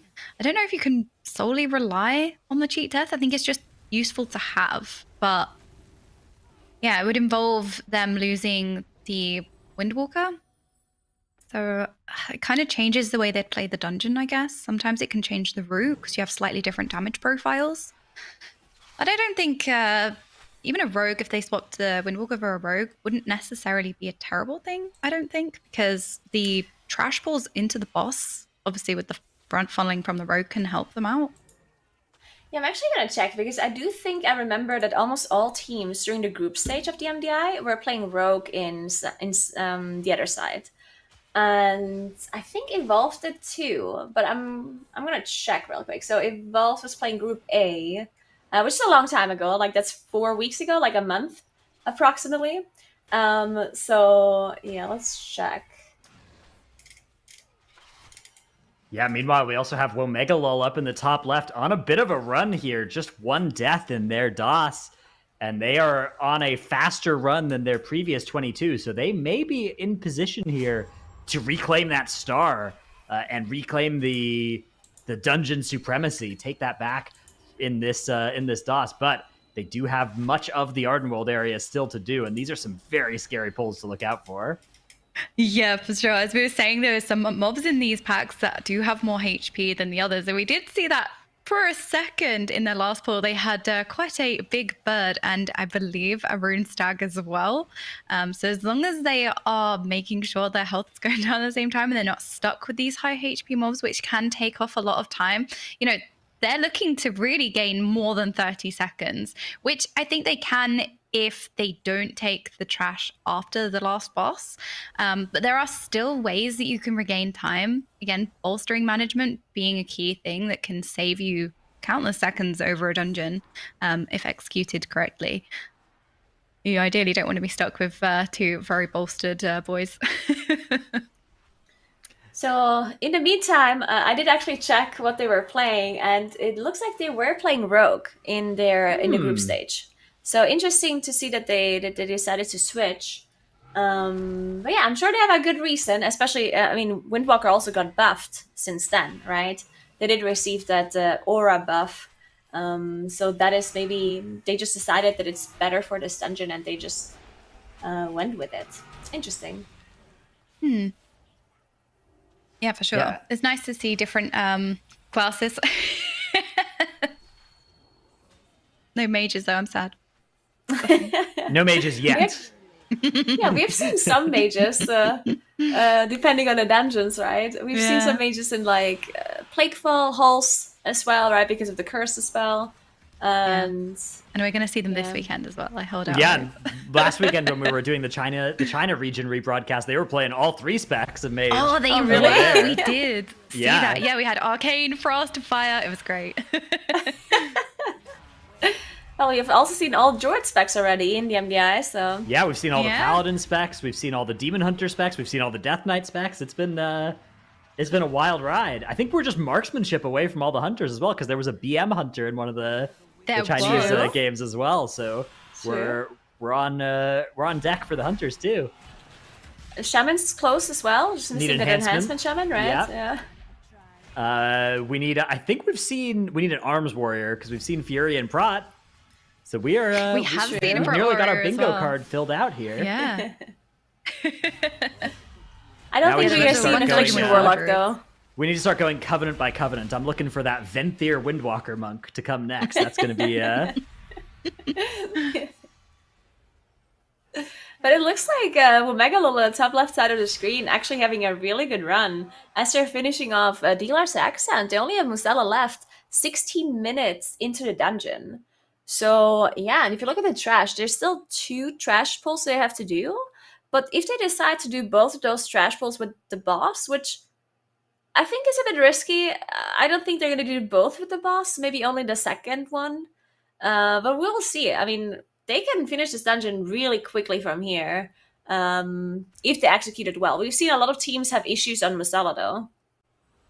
Yeah, it has proven to be particularly difficult. Although I believe when they did this earlier, they did make the pull in with the last boss look relatively easy, as they did with the triple angel pull at the end of Spires. So they could go the trash with the boss. I mean, time saver wise, that would save them a lot of time, but it's if they can make that work. It does. I mean, oh, there's no trash here. I thought they had trash here, like in front of the boss. Huh. Okay, so. Oh, so they did get it already. 7%. So it is just that last patch. But is that 7%? That pack at the entrance of the. Maybe. Huh, yeah, I was thinking that 7% is a lot. I guess it's possible maybe with those 2 mobs from the entrance area as well, like those 2. They would need them. Yeah. Yeah, so we saw some really nice fast. setups of that pull, especially last weekend with the China finals as well. We saw it was actually Demon Hunter just nicely being able to set up that pull, pull those 2 mobs into the bottom ones and make sure that the tank has aggro on all of them before the DPS get pulled to that platform so you don't have any nasty deaths. So I think DK with grips as well can make that nullify that and also set up the pull very nicely. Yeah, I also wonder how they're gonna split their damage dealers here, because I assume they're going for a 1 phase, but the Warlock here, Ricky, does not have Infernal ready, so I wonder how easy it's gonna be for Ricky to finish off this Visage. It looks like, yeah, definitely no Infernal ready just yet. We do see a Blasphemy though, so they do have a 2-set proc / 4-set proc, so that is gonna help a little bit. But yeah, you can see he's struggling. He's using Unending Resolve so he doesn't have to move out of those AoEs on the floor. Just trying to get this done. But I don't think he's going to be able to. There's not much time left. And no, that mob doesn't seem to be dying. Close. Infernal I think the leaves latest now. you can click it is 3 seconds left. Ah, Because yeah. you can click it as you, just before you get pulled, because as you get pulled up, it kind of counts towards the totem cast. So I think you can leave it, I believe, latest like 3 or just under 3 seconds. But yeah, it's unfortunate. I wasn't sure if Warlock could solo that without Infernal. Yeah, it's really hard. Yeah. Maybe if you have like Lust or like a pot available or something. But yeah. The problem looked with the very totem rough. phase is the circles. They force you to move, which is any caster's worst nightmare. I need to be able to cast in order to kill this totem. So the circles that are spawning on the platform, forcing you to move constantly, almost at times, can really, really hinder your damage. So it can be difficult to manage that in terms Yeah, of... this is really bad making for sure them it's too, safe. right? Because they were looking so good on the timer, and then because the Infernal was just not ready there in time at the end, they didn't manage to get their best time. Jay going down too. They do have a Bell Rest though, so this shouldn't be a big deal. But yeah, obviously this is gonna take them a bit longer now. They're gonna have to do 1 more intermission phase, getting that last at down. And yeah, the problem with the intermission phases usually is that they finish off this Visage and then have to wait the full duration, right? You can't just like come back faster or something. So you're just sitting there AFK for like 20 seconds or something, which is the worst thing if you want to be speedrunning a dungeon, right? Yeah, so them having to stand still now is they're going to really feel that because time is ticking. But even so, they still have a really nice time. Even with the mistake, I believe they're still probably going to have maybe minute or minute 30-ish. So considering what they've changed, that's probably why they've gone back into the other side, because they can definitely. Oh no. Oh no! Was that a... I'm not sure how Dr. J went down there. That's going to be 5 extra seconds still, though. Sub Was that 21 Bossmally? for was- Womegalol. So Yeah, that is That's the them new best. reclaiming their crown in this dungeon. Although there's got to be a bit of a sting there because they know they can get another minute in this dungeon if they want to go back there. I expect that they probably will. I expect they will probably go right out and just do another DOS rather than go to any of these other dungeons, because they're already so dominant in the other dungeons, and this one is the one that I think has the easiest minute to gain. Yeah, they was on such good pace, even with losing the totem not being killed and also losing Jay. They were on such good pace. They can definitely do that again. Whatever they've changed, I guess the routing has worked really, really well for them. They've shaved off quite a lot of time regaining that top spot again. Yeah, very impressive still. And the rest of the run looked so good. It must still feel bad, just because the whole run felt so good and so fast, and then because of this mistake at the very end, they probably feel like this is still not the best time, right? They probably feel like, okay, we are gonna have to run DOS again. Even though it is the best run on the leaderboard right now and no one else has a better time, I still think if you look at the other times that they've already put up, like Gambit is a time that I don't think they want to go back into, just because look at all the other teams. You see all the other teams are over 13 minutes, while Womegalol is 20 seconds under 13. So I don't think that is really a dungeon where they want to go back to quickly. Aspires is also a time that looked really solid, and we haven't really seen any other team do a posted time yet. And Sanguine Depths also seemed incredibly solid. So I do think, even though they have the best time in DOS, I think they're probably just going to go back into it and try to get an even better time. Yeah, I mean, it can't feel too bad to have 4 great dungeon runs only 3 Yeah. hours into the tournament, but definitely Womegalol wishing they could get that. They could go back in time a couple minutes and just do a little bit more damage to that one intermission ad. However, we are now at the top of the hour, which means there are only 2 hours left before our dungeon runs will stop for the day. It also means we are saying farewell for now to OK Mage and to Nagura, and hello for now to Tettles and Makes. Welcome back onto the desk. Yo, yo, yo. Thank you very Dreadnought much. I'm not sure if you can hear it. My cat is also here yelling into the microphone. But, Excellent. yeah, excited to be back. Tell us, what do you think so far? I think a lot of things. I think Dratnos may be owing me a battle pet if Womegalol is able to kill all those ads on Moizala. I So- sent them a DM. I said, you guys gotta int this a little bit. I need this to be above 20 minutes. They were like, fine.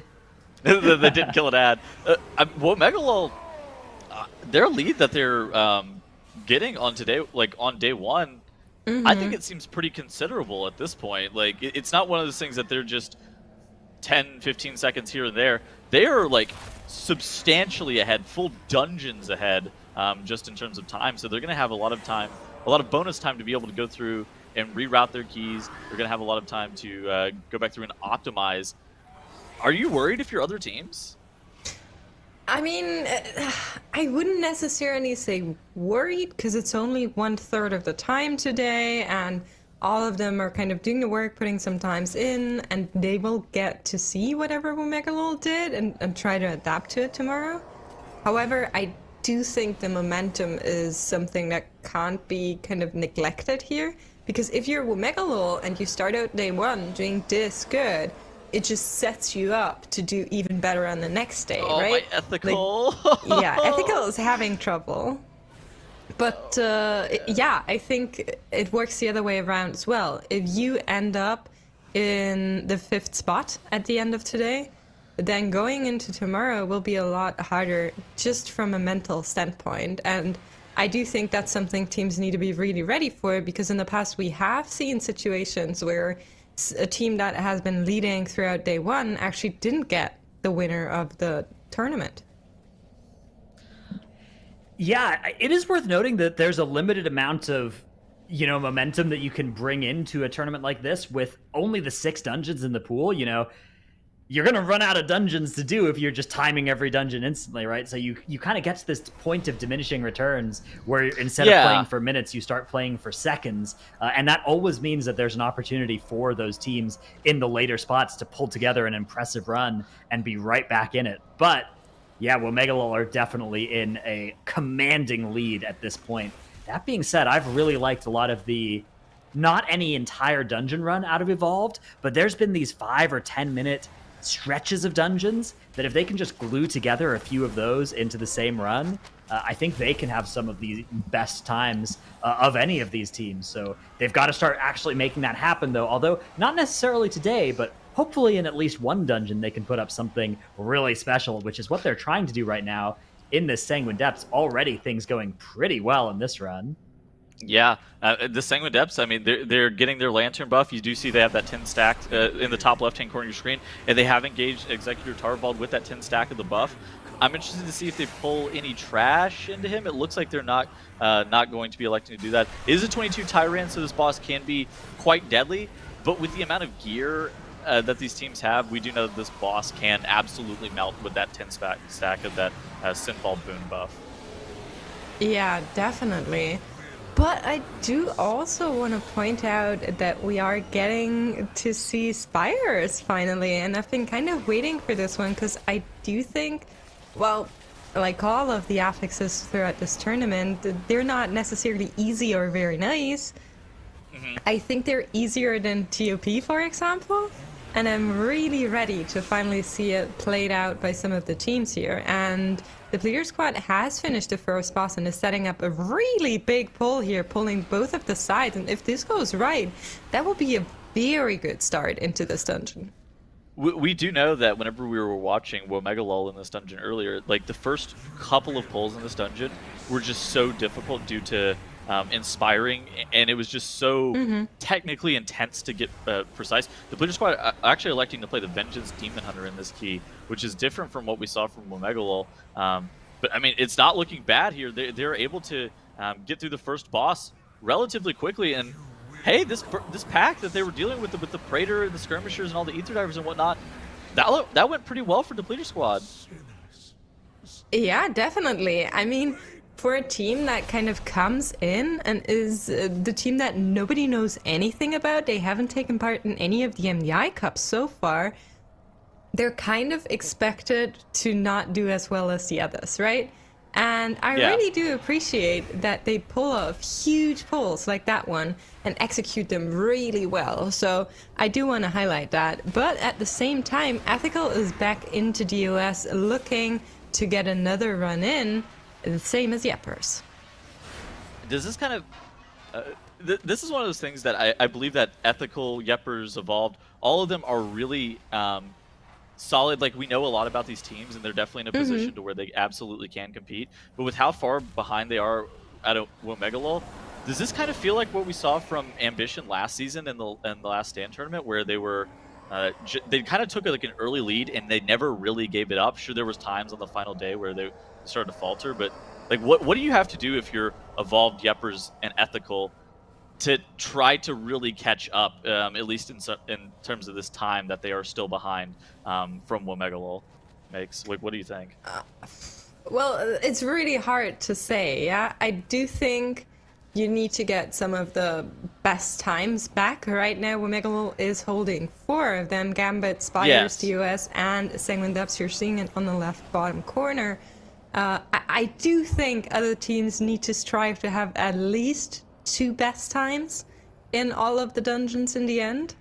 And then if Womegalol has still like 3 or even 4, then I don't think there's anything you can do about it. But generally, I think the teams are very kind of equal in strength, and maybe if every team gets like 1 dungeon that they're really good in, then it's going to depend on who's going to get that second dungeon, right? So everybody will try to park at a pretty decent, pretty quick time. And then on day 5, we'll actually see teams perfecting some of their runs, really making sure they get in there and get that great times.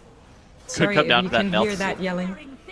It's fine. It could come down to the Nelson Layer as well. Like, it's a dungeon that it's really difficult, and teams haven't put a lot of time and practice into it. And the teams did know a little bit in advance that the NL was going to be on the docket for the weekend. Of course, they didn't know the dungeon level. They didn't know the affix set that was going to accompany it. So there were some things that they weren't aware of. But at the same point, they knew that it was going to be there, so they were able to practice it and at least not be completely blindsided by like some crazy Nelth layer that they were not prepared for.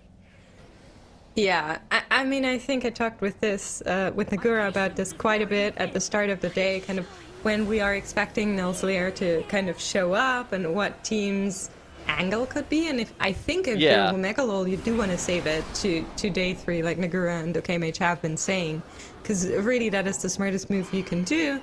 But then, on the other hand, they have locked in some pretty speedy times already, looking at that Sanguine Depths, looking at that Gambit, where I'm like, can you really even do more there? Depleter squad just incurred a 30-second penalty having to wait for that squad leader patrol to get into a good spot. It's kind of crazy that they're running such an unorthodox comp in Spires of Ascension in the bottom left. But they're able to kind of keep pace through at least the first boss, and it looks like they're doing a lot of the similar pulls from what we saw from the other teams that have gone into Spires, notably like Womegalol. They're looking like they're doing a really good job of keeping pace with those teams. They are burning an invisibility potion here to get through this pack. Maybe? Okay, it looks like there's going to be a pull to the side and like... pulling, dying, and running to the side of it? I'm not sure if they didn't get in combat there, but it looks like everything worked out. Yeah, exactly. This is a little bit slower than it needs to be. I think that they... So this is going to cost them... It also didn't really work. Oh, that's really bad. Huh. What was going on there? Was that the pet? It was the pet, right? Okay, so they did figure it out. It was just a lot slower than what they hoped it would be. Like having to reset the boss, that's the bad part in my opinion. Like because then you're waiting 30 seconds for the boss to respawn before you can get it pulled, whereas other teams are just slamming. I think if they get a woe relic there, they're able to skip that pack with just the woe buff. They're able to also skip the patrol with just the woe buff, and that by itself is probably a minute save that they could just absolutely get for free in this key. Yeah, I absolutely agree. I think maybe that's something they will do looking back at their keys tomorrow. But yeah, Evolved, having 2 deaths, will probably do this again. I'm not sure. They are pretty far into the dungeon, so at least what they'll try to do is finish here and then maybe go back again. Looking at the best time we have in Sanguine Depths, 17:33. I think they are on course to get a really good time, being at 12:28 right now. I think that's absolutely true. It looked like they lost 2 of their members to like the invisibility skip there on that last pack, and then they just had to mass res them through. I didn't exactly see what happened, but overall, Evolve's time, like you were saying, that being at almost 13 minutes here while they have engaged the general call gauntlet, they may be able to beat Womegalol in this key. Yeah, I'm just looking at the times that kind of Womegalol had, and while there's like a little bit of a lead from Womegalol when they did Tarvold, because they played a pack Tarvold and then another pack before going to Berillia, Womegalol locked in Berillia at 11:30, and as you can see on the top left corner, Evolved locked Berillia at 11:25. Now, there's 2 more deaths on the counter from Evolved that didn't happen for Womegalol, but I do think they're very quick here and might even be able to take it. Those are certainly, like, you see the 10 seconds of death differential. Sometimes 2 deaths by itself can cost you like multiple minutes in some instances. Those are basically just 10 seconds worth of death. So those, oh no. Okay, that is bad for Evolve. They do a slam of battle res instantly. They use that soulstone like almost immediately on Soda, but that cast going off on call, killing him, that was incredibly scary. I thought they were about to wipe. I thought they're lucky that they only lost 1 person to that death, or to that cast going off. I mean, it's really unfortunate, right? We're just talking about them doing really well, being actually quicker than Womegalol in their best run we've seen in the Sanguine Depths so far. And then within a minute, basically, they get 3 deaths. Now, I do think they will probably not be quicker than Womegalol here, but it also allows them to kind of go back and be like, okay, we do it exactly like that, just no deaths. And Yeah. that is something that is ideal because you know what to fix, right? If you have a really good run where you think everything went great and you have 0 deaths, and then another team kind of spats by you with a minute less, then you actually need to spend so much more time looking at what are they doing differently, where can we save some more time, whereas for Evolved it's just going to be go back and don't die. Depleter Squad getting Ventinax down in 10:49. Yeah. Here. This is a good run here for Depleter Squad. They were having some trouble putting together the start of the Spires of Ascension, but now they're on a pretty clean run, and they might be able to escape this dungeon with a pretty respectable time. We'll see how they decide to handle the Angel area. That's a big question mark for me. I'm kind of hoping that they don't risk it, and they play it safe. I'm kind of hoping that they risk it. What do you mean? Why are you not happy for them to risk it? They need to. I don't want to see them sent back to the start of the dungeon in shambles again. Fair. I'm ready for them to put a time on the board. But they looked pretty good so far. I think they can do it. This looks like a dungeon they practiced more to me, to be honest. I agree. I agree with that. And we also saw them basically just like lose a minute to the to just not getting that Woe Drifter after that Kyrian Spear pull. And so like if they get the Woe buff there, they're able to save just an insane amount of time on that Ventinax split just alone. And so, like, I think that this is a dungeon that they're going to need to rerun back, but they have a lot of free time to be able to gain in there. And, like, if they're able to do the Triple Angel, they could put up a time that is competitive with basically all of the other teams. They could put up a competitive time with Womegalol. All of these teams that have an insane amount of MDI practice. We talked about Depleter Squad. We didn't see them in any of the Cup weekends. This is a newly formed team, and so they have a lot of to prove. They're not the most experienced, but I think that they absolutely can deliver. In certain situations, we see moments of brilliance from them where we're like, oh man, this team can absolutely play. Like their Kentara split, that 333 mark, even though they're not running what we deem as like the quote meta comp for this key, that Kentara split is insanely fast and not anything to be looked at or taken lightly.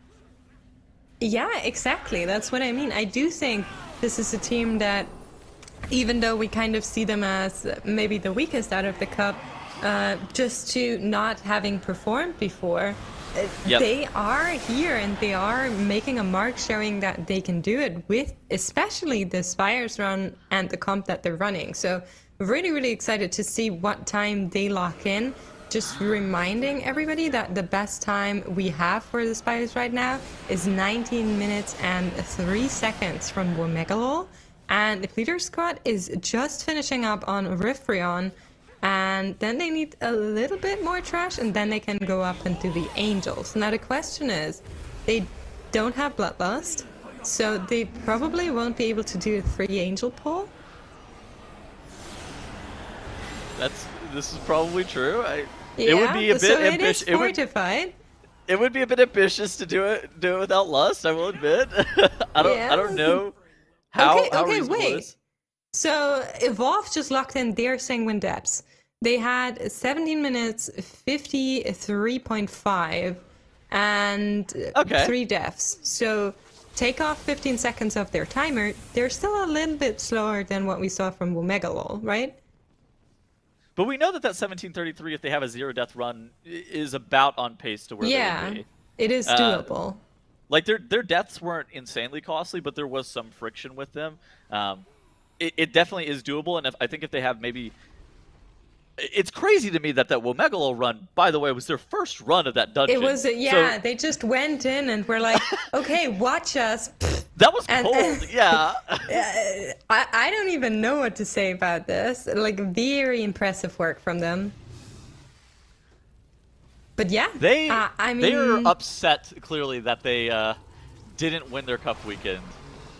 Because they got upset by Sloth in Cup C, right? Yeah. And I think that was our kind of closest cup in the overall as well. Just because Sloth did so much better than people expected them to do. So yeah.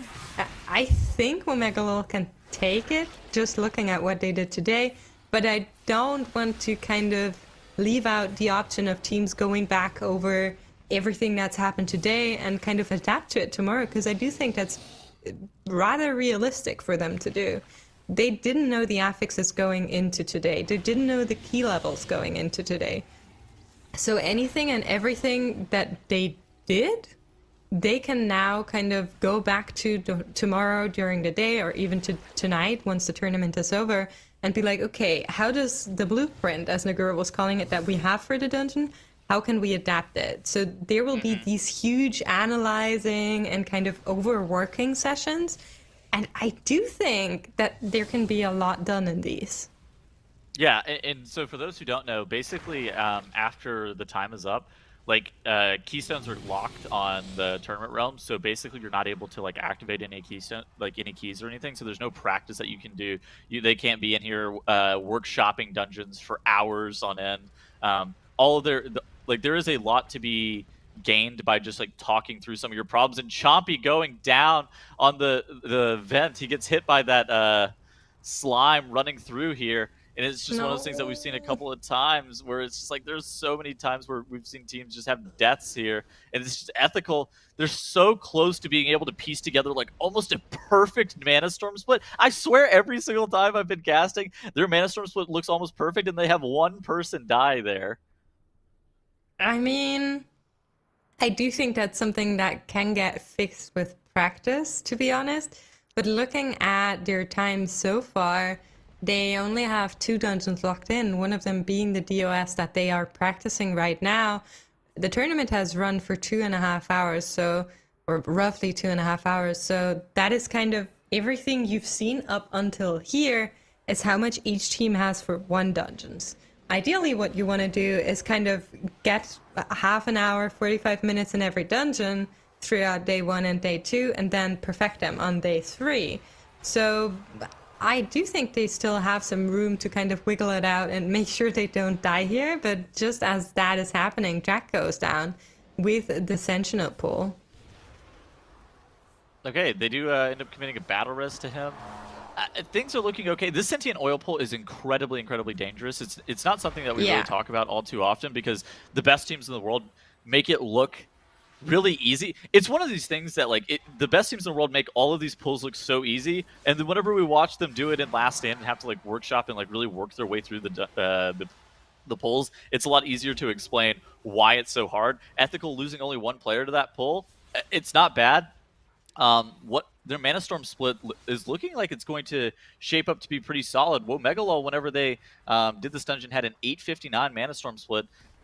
So Ethical, if they're able to improve on that in any meaningful way, which they may be able to do, it looks like they're going to be a little bit slower. They may be able to knock down Womegalol's time in the other side just with like a clean Ardent Wield and like a clean finish to the dungeon. Yeah, exactly. That's what I meant. So Womegalol has that kind of benefit of executing pretty well what they had planned out. So everything that they did so far looked effortlessly, looked without a lot of fails, looked clean, and they did good times. But I do think in all of those dungeons, Womegalol and every other team can even still be a little bit quicker, just by kind of going back and looking at ideal CD timings, ideal kind of group size, where can you save a pull and pull it into something else, and so on. So if Ethical, for example, is able to do that just now, then more power to them. I would like to see another team take a quickest dungeon today. I think I do think that like there is a world where Evolved is able to take the Sanguine Depths time. And I do think there's a world where Ethical was able to take the DOS time. But both of these teams actually feel like they're incredibly close, just like 1 or 2 pulls away from being able to improve like and take Womegalol's positions in these dungeons. But Womegalol, they're not just like sitting around waiting. They're back in DOS because they know that they too can improve their time a lot just by being able to kill those Moizala ads. We saw Ricky.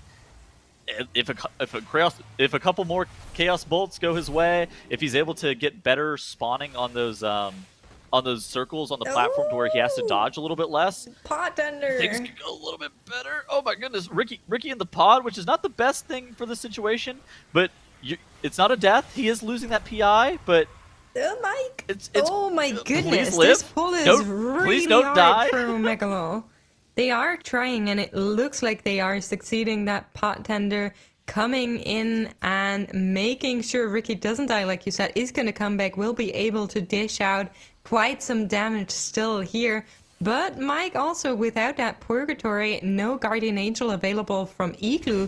So whenever he goes down, he's going down. Like, there's nothing saving that tank from dying. So really, really scary pull for Omega. Oh, okay, so interesting. So we saw in the top right previously, we saw Ethical resetting their run after their Mana Storm incident. Now we have Evolved now in the top right. They elect to not run back their Sanguine Depths. They're kind of okay with the 3 deaths, not being in the lead in that dungeon. They said if we really want the 15 to 20 seconds that we could get back, we'll come back later. And instead, they're now going into the Spires of Ascension. How do you like that play, Makes? Do you think that this is the correct move for them to start workshopping this new dungeon? At least to look to get 3 fully completed, or at least look to get 4 fully completed dungeons on the board before the end of the day? I do think it is, especially if you have a rough idea what you want to do in the dungeon, but you're not exactly sure how to handle it with the affixes, then it's very much, I think, the right play to go in, see how it works out, and work it from there. Because if you don't really have an understanding of how you can adapt that kind of blue post to the current affixes and key level, then it's really, really hard to figure something out with how to play that dungeon the quickest. So I do think seeing blue, is that not the right? No, it's not blue post. Blueprint. The Blizzard developers are making a Blue post hard. that's where we learn about when our classes are. Yeah, I know. Are getting I buffed. don't know what's going on today. I've said like the night thing way 3 times. It's English is not my friend today, but I'm trying. So the blueprint, I think it's something that you need to check out and go in and be like, okay, can we actually pull this? Are we getting away with this pull? Can we do more? Can we do less? Yeah. So I think it's very good to see as many dungeons as possible, and only in the case of kind of Neltharian's Lair and maybe even TOP, it's like if you have a really good strat that you don't want to leak, then hold it back. But Sure. I would always argue for running the dungeon and see if it works. Do you think it's like a DPS limit testing thing too, to where you can see where you're gonna like after hours you're just gonna like watch your VOD back and you'd be like, well, okay, so where can we optimize? Is it like that, or do you think that there's going to be complete reroutes of dungeons? I think that really depends. So Sure. how far does your blueprint deviate from what the dungeon allows?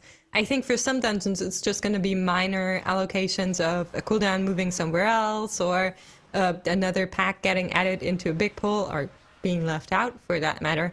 But I do think in certain dungeons, like for example a Sanguine, where routing is rather free, or even Theater of Pain or a DOS, there's a lot more you can do with routing. So if there is a route that looks really promising and teams looking at it go like, okay, I think we can do this and even be quicker, then I'm pretty sure they will also change routes. I actually, funnily enough, think that Womegalo and Evolved probably have the most experience, and they're going to fare the best, like overnight, like tonight, being able to like look at their routes, look and like evolve and change their strategies for what they're doing in these keys. Because okay, so Evolved actually streamed a lot of their time trials last season's MDI, and I ended up watching a decent bit of that. And Shelly was able to just like VOD review with his team. He was able to just like, they were all watching a bunch of their strategies together, talking through things. And I think that their way of just grouping up and being able to learn together works super well for that team. And I suspect that they're going to be able to come in tomorrow really strong. I suspect Womegalo probably has a similar situation where Igloo, Jay, and Ricky all have a lot of MDI experience between the 3 of them. They'll be able to take today's results, be like, okay, we did a great job today. How can we improve this coming in tomorrow? And I think that those 2 teams in particular have a lot going for them, at least in like the strategy development department, because they have players that have been at the absolute tip top of their game for so many years. Wouldn't you say the same for Ethical though? Because I do think like Ferdy, Chompy, Holo 2 have had some MDI experience in the past years, and I do think they can also adapt. I'm not sure. Nick, you saying they like do all-nighters and then go like, oh yeah, we're playing MDI. I got bad news. Okay. Today, Yeah. 2 minutes ago, Yeah. we aren't functioning. Everyone is so tired. See? So I do think ethical is kind of like They're really without good. sounding too harsh, it's a coin flip. So it depends on how hard they want to go. Not because I do think if they kind of prep and go in getting like enough sleep and looking at stuff and actually analyzing, then they can do really well.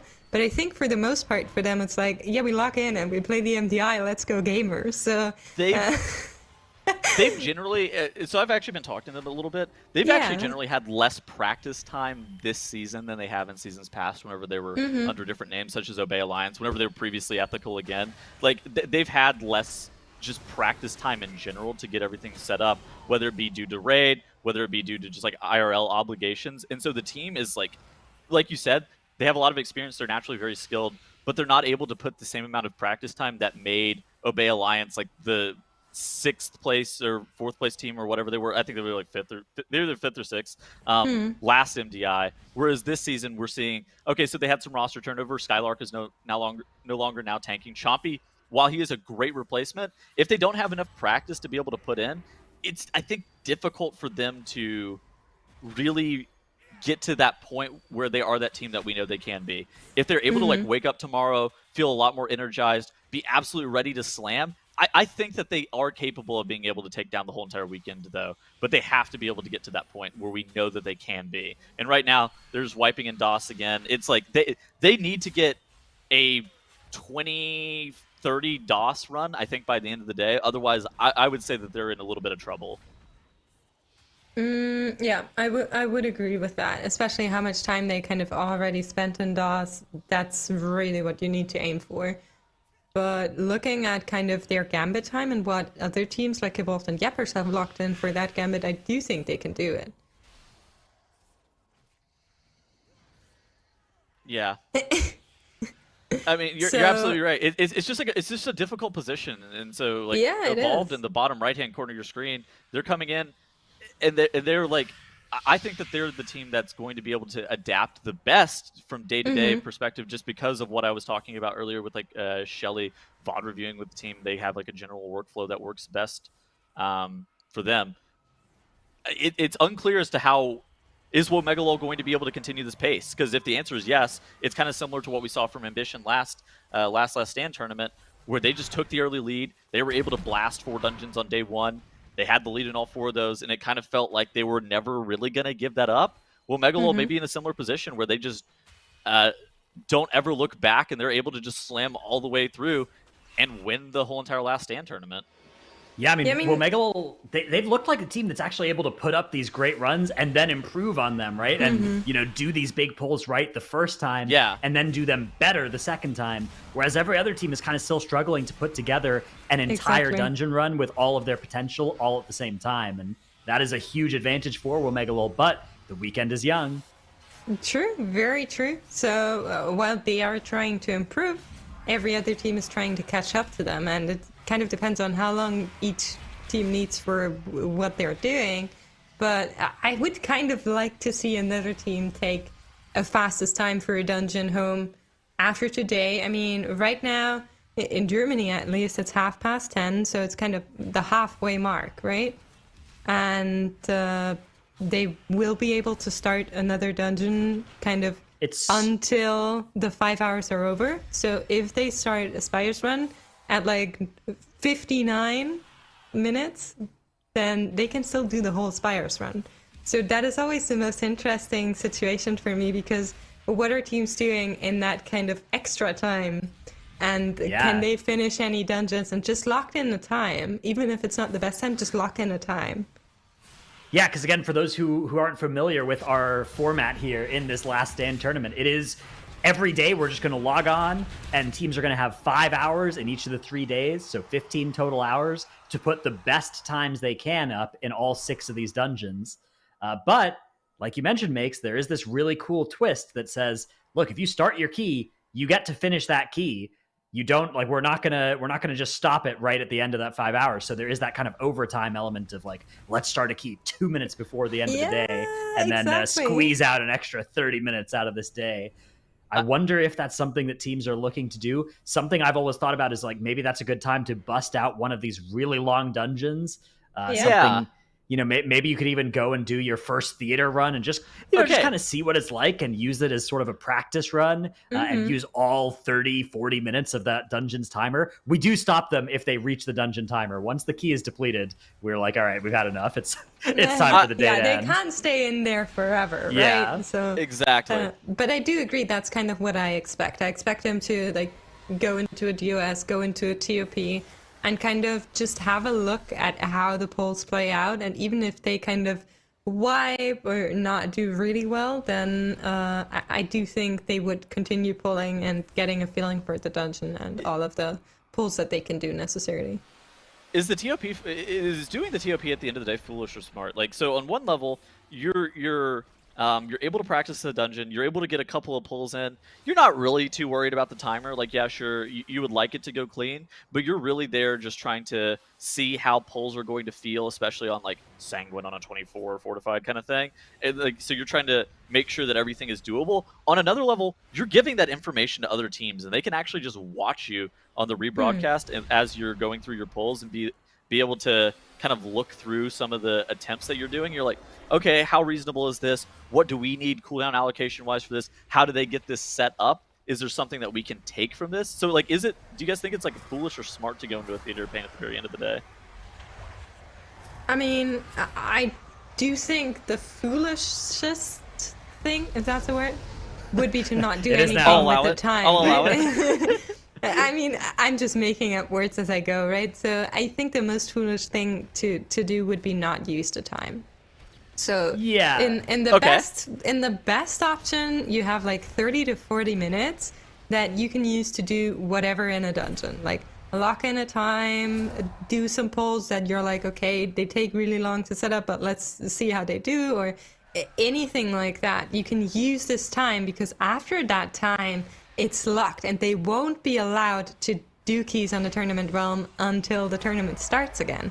So you really want to make the most out of the time given, since it's very time sensitive tournament.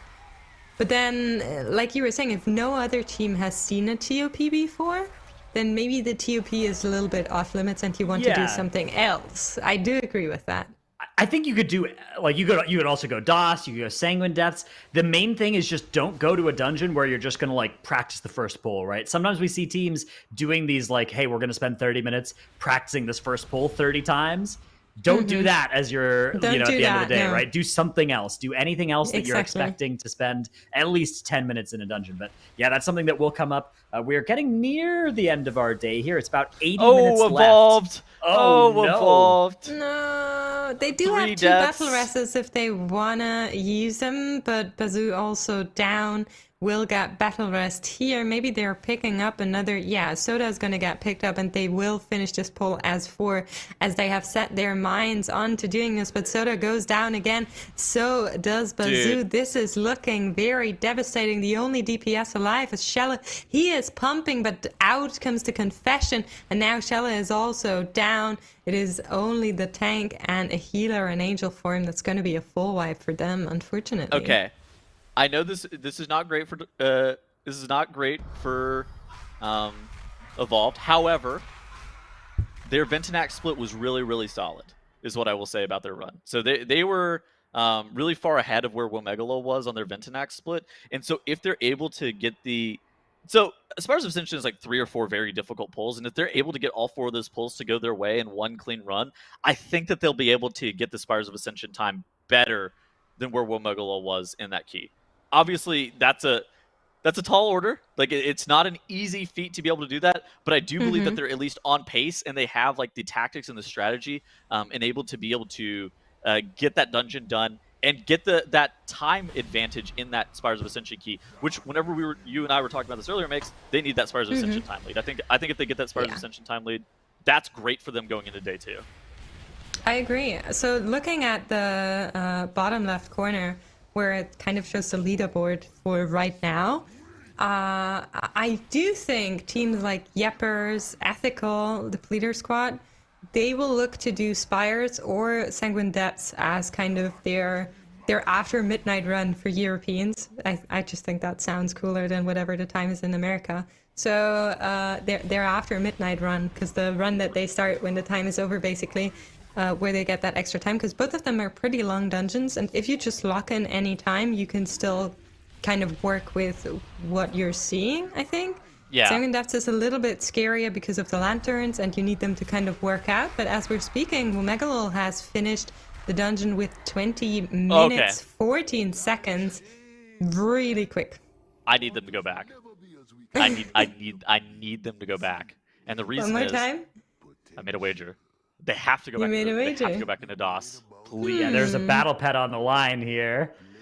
They have to do it in under 20 minutes. I believe in the 1950s. I think they're good. I think 2013. You know, that was a good year. That's a I good need a time. Sense. I need a 1959. I really, really bad. I need a 1959. Oh my lord, it's 0 deaths too. I mean, pretty good run from Yeah. them. I'm not sure if they can get under 20. They're- No, I think they can, but They definitely can. Their Zyxa split they was really want to. fast, but they lost a little bit of time between the Zyxa and Moizala in that run. So definitely something where they could make some time up if they wanted to, but hopefully they don't want to. Meanwhile, we've got Yepers up in the very top right. Looks like they're actually in Tazavesh again, so looking to start up another Gambit. We'll see them Yeah. going back there, hoping to improve their time. Yepers, of course, currently sitting on the slowest Gambit of our tournament, so would love to see them shave a minute off of their 13:54 and get something competitive with those top couple of times. Oh man, this is tough. I do believe that they could easily get like you said, almost a full minute off of this Gambit, but at the same point, they have a lot of time to be able to save in DOS. But if you feel like you're in DOS prison because you've been running it for 3 hours consecutively, maybe you do need a little bit of a break. I know that, Yeah. like, for me, if I run like 2 or 3 keys back to back, especially if you're like pushing high levels, at some point you're like, I do not want to be in here anymore. I will take literally any other key. I do not want to reroll Really? this King's Rest one more time. Homework King's Rest I were think the bane there's of my arguments existence. to be made for both of them. So Yeah, on 'cause- one hand, I get the kind of okay, I'm getting sick of this. I have enough. I want to see something else and need a change. But then on the other hand, it's like, okay, let's do it exactly like we did before, and then we do this better because you just did it. It's like fresher. Yeah. So for me, that's always like, I have something I can improve on from what I just did, ideally. How much does freshness versus like mental fatigue really wear on you, right? Like Yeah. these are the two things that you're having to battle, and like it's not going to be an exact science. It's going to probably come down to like player by player and team by team thing. I think in general though, if you can absolutely get over the mental block of being stuck in DOS for 3 hours and be like, all right, we have to rerun it back. That's all obviously I think preferred. Yeah, I agree. I do think in general, I mean, I said this before, I think you want to do as many dungeons as possible without leaking any secret strats today. So if you can get just like, even if it's just for the 4 dungeons we've seen today, I would like every team that's on the leaderboard right now to do a Gambit, a Spires, a DOS, and a Sanguine Depths, and just lock in a time that they feel kind of confident with, right? That would be the goal. And then ideally also a TOP, depending on if anybody dares to go in there. And then You what were you do tomorrow far more is ambitious than you, me. you shave the runs. You make them more efficient, you make them smarter, you allocate CD timings a little bit better, and you go again and make them cleaner. That feeling like would be my approach, but also I'm not an Sure. MDI player, so maybe that approach doesn't work for teams for some reason, because they like running the same dungeons again and again or something. I don't know. Would you do it differently? Would I do it differently? I think that like I'm really looking for these teams to be at like 3. I think like 3 dungeons need to be done like with the time that you're absolutely happy with, and I think that that's something that you really need. Wait, what does absolutely happy mean for you? Like a time that you won't touch until day 3? Okay, so if you only have 2 dungeons that you're happy with time wise, not Yeah. that you won't touch, but like if the tournament or if the Last Stand tournament ended today, like it's a time that it could be competitive if you also have bests in other dungeons. That's what absolutely happy means with me. Like it could be your final time. Okay. It doesn't have to A necessarily time be a that final is time. competitive, yeah. It needs to be a competitive time. I think you need 3 dungeons with competitive times that if the tournament ended today, these are times that could be on the final bout and be a time to be like, all right, that makes sense. That's what I think that I'm looking to see out of the teams today. And if you're missing those kind of things, then I will start to get kind of concerned with just where you're going to be. So right now, that's why I think Womegalol is just in an insanely fast lead. Evolved is in a really good position, and then like Ethical, Yepers, and Depleter Squad in my mind are kind of in the same spot. They really need to be able to get through at least one more dungeon with a time that's more competitive than what they have right now, at least in DOS specifically. Yeah, I actually would agree. I would still like them to do 4 dungeons, but I do think 3 dungeons is possible. And Yepers is actually back and have pulled a lot of trash onto Hillbrand.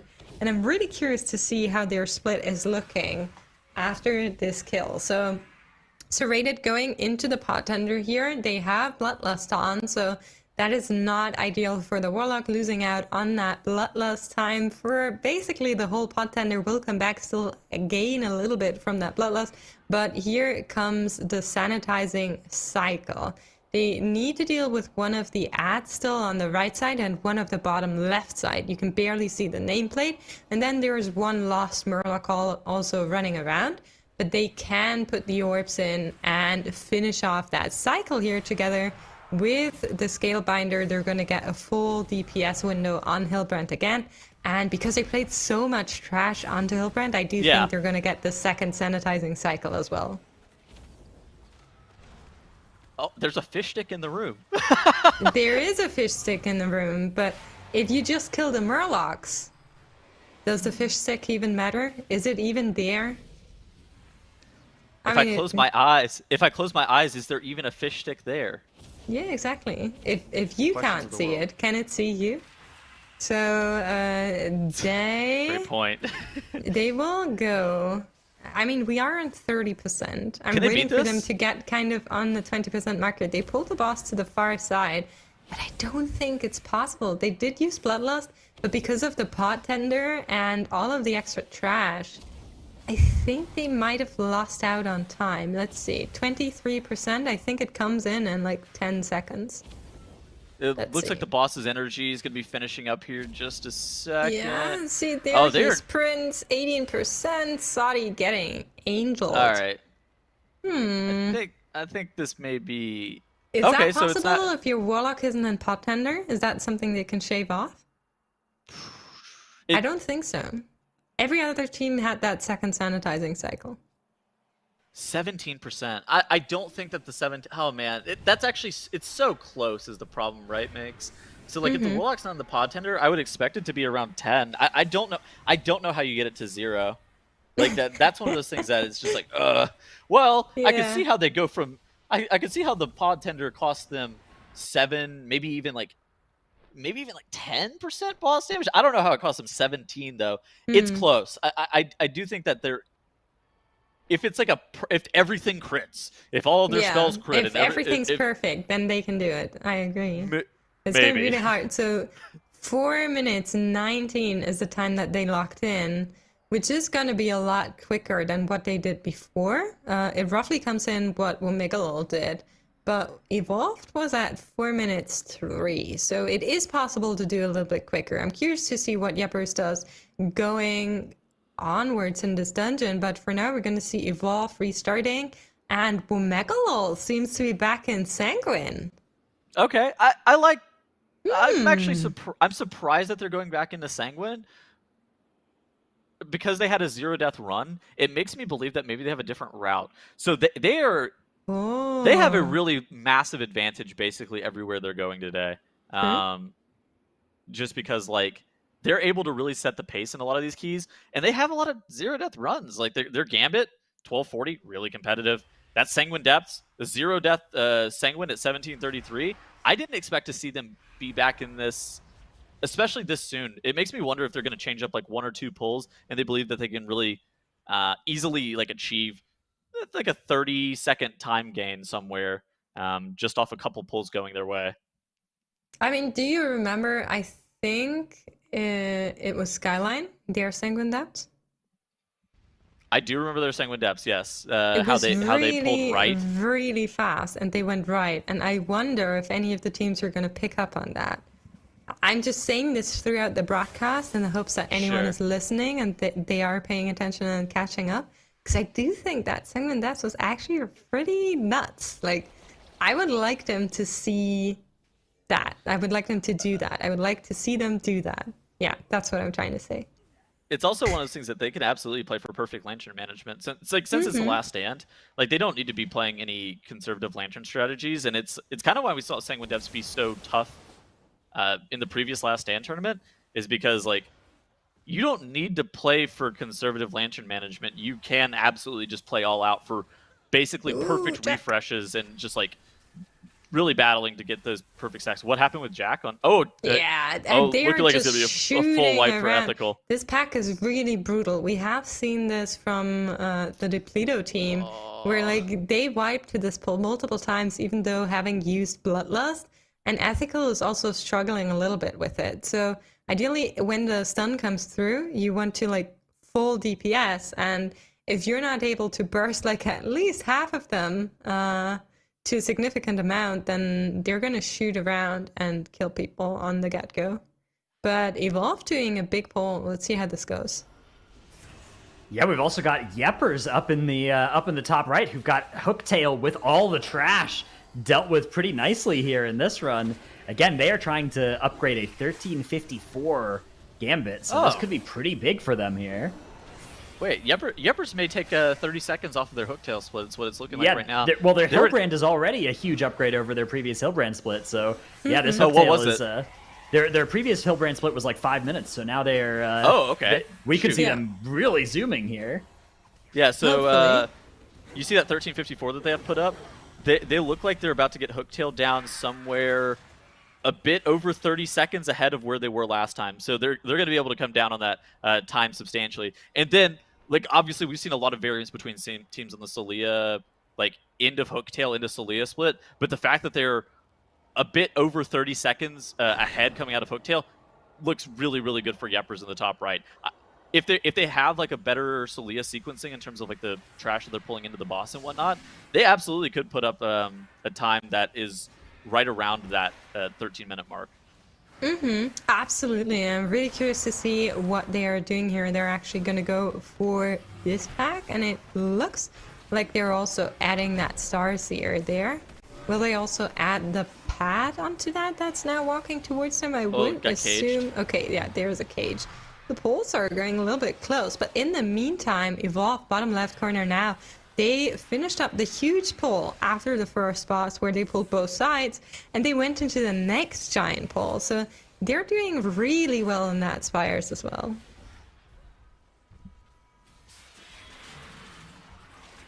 Yeah. Depleter Squad in the bottom right as well. Also in that Spires of Ascension, they've been having like really good first boss splits. Is what I've been seeing from them. It's one of those things that they need to be. I think that their like first boss into Ventinac splits are the times that we need to see from them kind of improve. They're the 5th seed coming into this weekend. They're also the team that we did not see do any of the MDI Cups. Would you agree that those are the reasons that we kind of believe that they're like the massive underdogs coming into this Last Stand tournament? Definitely. It's just a team that you've never seen before. And that also maybe doesn't have the experience in a competition. They might have experience in high keys, but not in a competition like this. And I do think it's a little bit different from pushing high keys on live. So they, no, Evolved. Ooh, yeah, that. Another wipe. But unfortunate. Well, it was looking good up till this point, yeah. at least. Yeah, good start of the dungeon for them, but that pull 303 is so scary. Yeah, So- that is 303 Kintara is fast. What I Very true. Yeppers is also having trouble. What this is going not going to on? be a is not going to be a time No. upgrade for them. Yeah, they Ooh, what? tragic here for They look Yeppers. so good up until here. Both of the teams getting full wipes here will gonna go again. Unfortunate. But yeah, I was saying, I do think it's an underdog, just because we don't know anything about them, because they don't have any past tournament experience, which doesn't mean they're bad. It just means that they're a wild card, and we don't know what to expect. So usually people are a little bit conservative with what they expect from wild cards, right? You kind of expect them to do well, knowing that they have high key experience, but you don't expect them to come in and be Echo, basically. So for me, that's where it's I one would of those park things them. that the last stand is like a great. It's great for them to dip their toes in. It's great for them to get experience on this format. If they're looking to do something like TGP in seasons that follow, they're getting really good experience with at least like the format of these kind of keys and like how to prepare for them and how to get ready. If they're looking to do an MDI in further seasons, they're getting great experience in regards to like time management, how to prepare like general blueprints for dungeons, and like where to really start with your practice. And so I think that like for Depleter Squad, they're pretty far behind in a couple of these keys, is what I will say. However, they're getting invaluable experience, and I expect to see these teams moving into the future. It's like with Sloth. So with Sloth, we saw them. They needed like 2 seasons worth of experience before they were finally able to break into that echelon of these top teams and really be able to take down like a cup weekend. And it took them time. It took them like a lot of practice and battling through multiple seasons. They were able to get it though, and that's kind of how I feel about Depleter Squad, where it's like, oh, this is just like the beginning of their journey, right? And they're pretty far behind right now, is what I will say, especially with like that 27-minute DOS. That's why I'm kind of wording it the way I am. However, they are not out yet.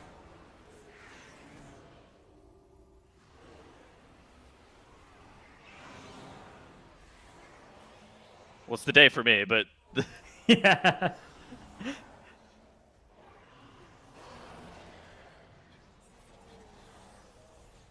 Oh, sounds like we may have lost Makes there. Yeah, I saw her picture freeze. So I'm glad that Makes is frozen and not able to. I'm glad that the people didn't hear her flame. For those who, she was flaming the great United States of America, and of course these servers are hosted in America, and therefore we instantly were able to get her kicked from the call. So our producer was like, "I will not have any of this slander." Welcome back. I think I'm back. At least my camera isn't frozen anymore. I don't know what happened. It's just I was talking about American time zones being fake, and next thing I knew, I was silenced. So. Oh, kind of weird how Mix just disconnected again. Her camera's frozen once more. So again. All right. Fair. So yeah, I mean, we are back in the segment depths, is what I was saying for Womegalol. Knocked in Crixus at 2 minutes 10. Wow. That was a nice time. 3 seconds faster than the right. previous split. Yeah. There we go. Shaving really off a couple of seconds at a time. Look, I mean, when you're playing as well as Womegalol, you pretty quickly run out of the bigger amounts of time to shave off of these runs. I mean, it's not going to be a question of minutes anymore. It's going to be a question of seconds. And so this big pull that they're setting up into this lantern, look at Dr. J's health there. Has to use Cloak and somehow is able to survive without using Cheat there. Nicely done. Lots of damage coming out. That mini boss is in this pull too. Danger. Oh my goodness. I don't know if we have Zyro's mic on, but we saw Shelly playing the Venthyr He's a Warlock BRB. in here. Okay, never mind. So yeah. Zyro's not here. You'll have to ask him whenever he comes back, Dretnus, about how he felt about Shelly playing the Venthyr Lock in here as Jay playing that Venthyr Rogue for Womegalol. That being like the difference in choice between the two Something teams. Killed Ricky through his pod there. That is unlucky. And lot actually, of- Womegalol are going back. This is a Hearthstone for sure. That's a town portal scroll if I've ever seen one. yeah. It's not good that Ricky died, but it is good that Warlocks and Pod Tender are being punished correctly. Yeah, seek them out and destroy them. Get that. You gotta have that weak aura that's like kill the pod when you're PvPing. Look at Yeppers. So the last time they were here, Serrated procced the Pot Tender. Now the Pot Tender has been procced here, but Lacelle is also down. So they needed to commit that battle rest, but it took them a little bit of time. So they definitely won't be able to one-face the boss here. But it also looks like this pull is developing into tragedy for them. So, this is a pull that you do whenever you fiercely respect melee players. So whenever you believe that melee players deserve respect, you pull all 4 of these Stormforged Guardians into the boss. Yeah, that's yeah. Melees love this trick. It's one it's true. special hack that will make your melee players really love you. 4 Stormforged Guardians at Hillebrand, yes. Yeah. So, I don't necessarily like this fall. I won't comment on it anymore. But the Fleer squad also back in their Spider's Key, and they are going on to Kintara, and I'm curious to see if they can get a better split. Yeah, that's going to be the next thing for Defleeter Squad to do, is just try and upgrade their Spire's time a little bit. We've also got Ethical up in the top right, starting off another DOS attempt, and we have Evolved. Looks like they're looking at the Spires as well, although they're not going to start with this one. It's going to be a different one. I think for Ethical, like there's only 1 hour left in the day. They absolutely need to get a DOS done. They would ideally like to go to Sanguine Depths, I think, post DOS, because it's a little bit faster than the Spires of Ascension, a little bit less progression on it. Get a decent time done in Spires. Those are the 2 things I'm kind of looking for them by the end of the day. At this point, I kind of have to temper my expectations. If they have like a 20-30 DOS, I think that's more than acceptable for their end of the day. They're going to have to come in tomorrow at some point and really be able to like shore up some of their weaknesses that we've seen from them, though. Yeah, that is very true, as we now have less than 1 hour left, 58 minutes, 49 seconds to start the last run. So again, the way our tournament works is you can start the key before this timer is up, but once the timer's up, you can't start any new keys. You can finish any that you're currently in. As we are now at the top of the hour, it does mean we have another caster swap going on as well. So farewell until tomorrow, or perhaps the end of the day, to Tettles and Makes, and hello again to Zyronic and OK Mage. Welcome back to this most intense last bit of the day here. Hello, hello, hello. Happy to be back. It's getting very tense now as we are entering the last hour. Yeah, I agree. I'm actually surprised that Megalo was able to put together such a clean Spire so quickly. I thought they were going to spend a lot more time in that dungeon having to like iron out the details, but seems like they kind of got it down. Yeah, you know what was really impressive? The triple angel at the end. I saw, 23 fortified. I thought, it's a bit ambitious to expect a triple angel. We won't talk about it. Maybe a double and a single. And they just went for the 3, and they killed it so quickly as well. I really wasn't expecting it. I remember watching it when they were doing it, thinking, this is crazy. Yeah, no, I agree. I mean, it definitely would make sense to go for a safer strat, to put up your first time just to be safe and give yourself that feeling of comfort, but no, they're just going for it. I mean, they are probably the most veteran team, so it makes sense for them to go for something like that, but still impressive to see it done pretty much on the first try. Yeah, and how quickly they killed them as well. They made it look so unbelievably easy, and it's really not. Yeah. It does seem like Yeppers are trying to... I think this is a new pull for them. They are pulling a lot more, trying to shave off some time here, maybe? But it's been proving to be quite difficult. The 2 melee with the Demon Hunter and the Survival Hunter, as you guys were saying, with the charges, can be quite tense in melee, as you can see with the lightning around the room. This does not look like a very fun pull at all. Yeah, they could have moaned about something, and the tank was like, right, that's it. I'm putting 4 of these mobs in here.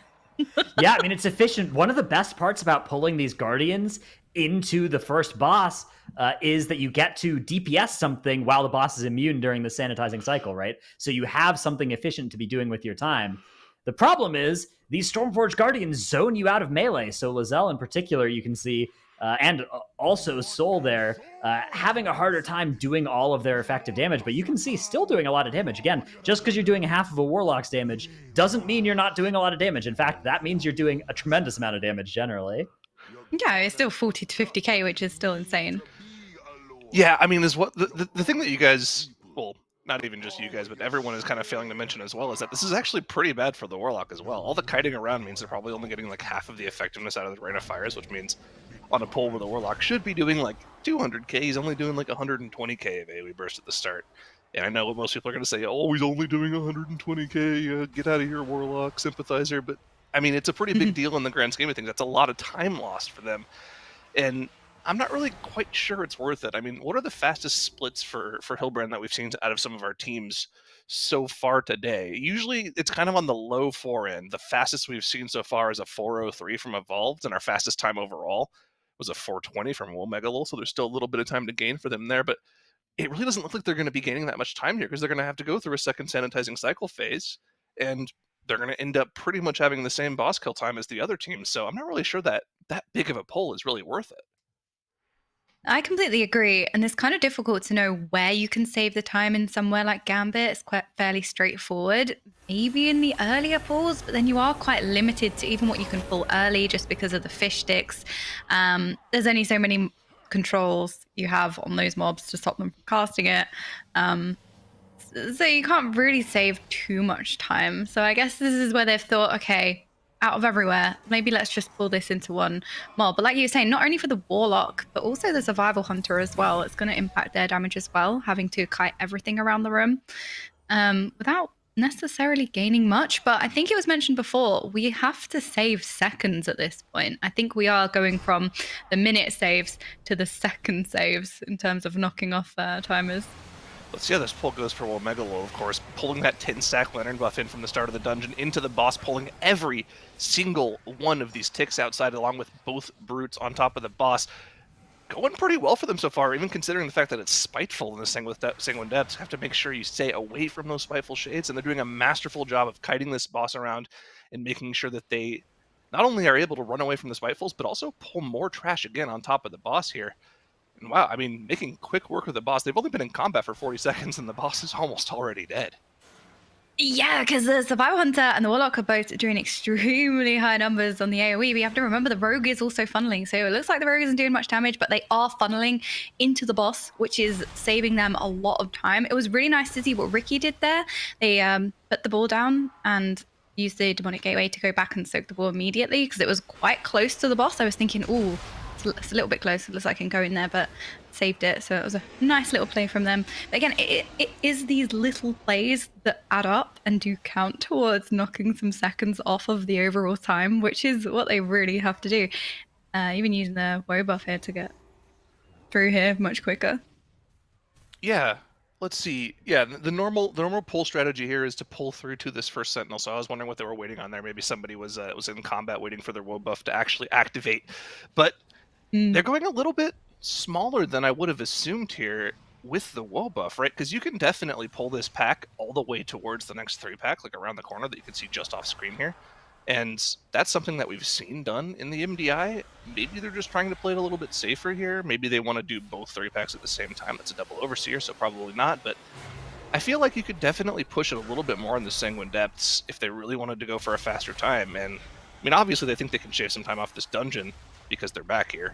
They could have gone to pretty much any other dungeon. They could have even gone to do some work on Theater of Pain or Neltharian's Lair, but they chose to come back here. So I'm curious to see what the plan is here. That's a pretty big pull in and of its own right. Wait, are they going to do the Lantern through the wall strategy? Yes. We haven't seen this done in a long time.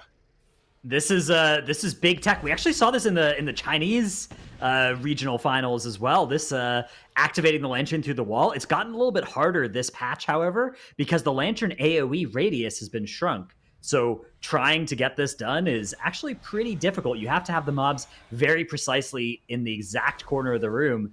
But that's exactly what Womegalol have done here. As you can see those Lantern stacks applying to them. They're going to refresh that woe buff as well, so they can get on out of here once they're done with this pull. Interesting. Yeah, because this is something seen in season 1. Hasn't been seen for a long time, so it has made a resurgence just because, as you said, they changed it so that the Lantern was in a different place, but also the radius of the Lantern was much smaller. So it's interesting to see it come back. Did they also get the I forget what the name of the mobs are, the small mobs that you mass pull into the Lantern right after the first boss? Did they get those in there as well, or did they just not pull them at all? Like the little imps, the fiends? Yeah, the little fiends.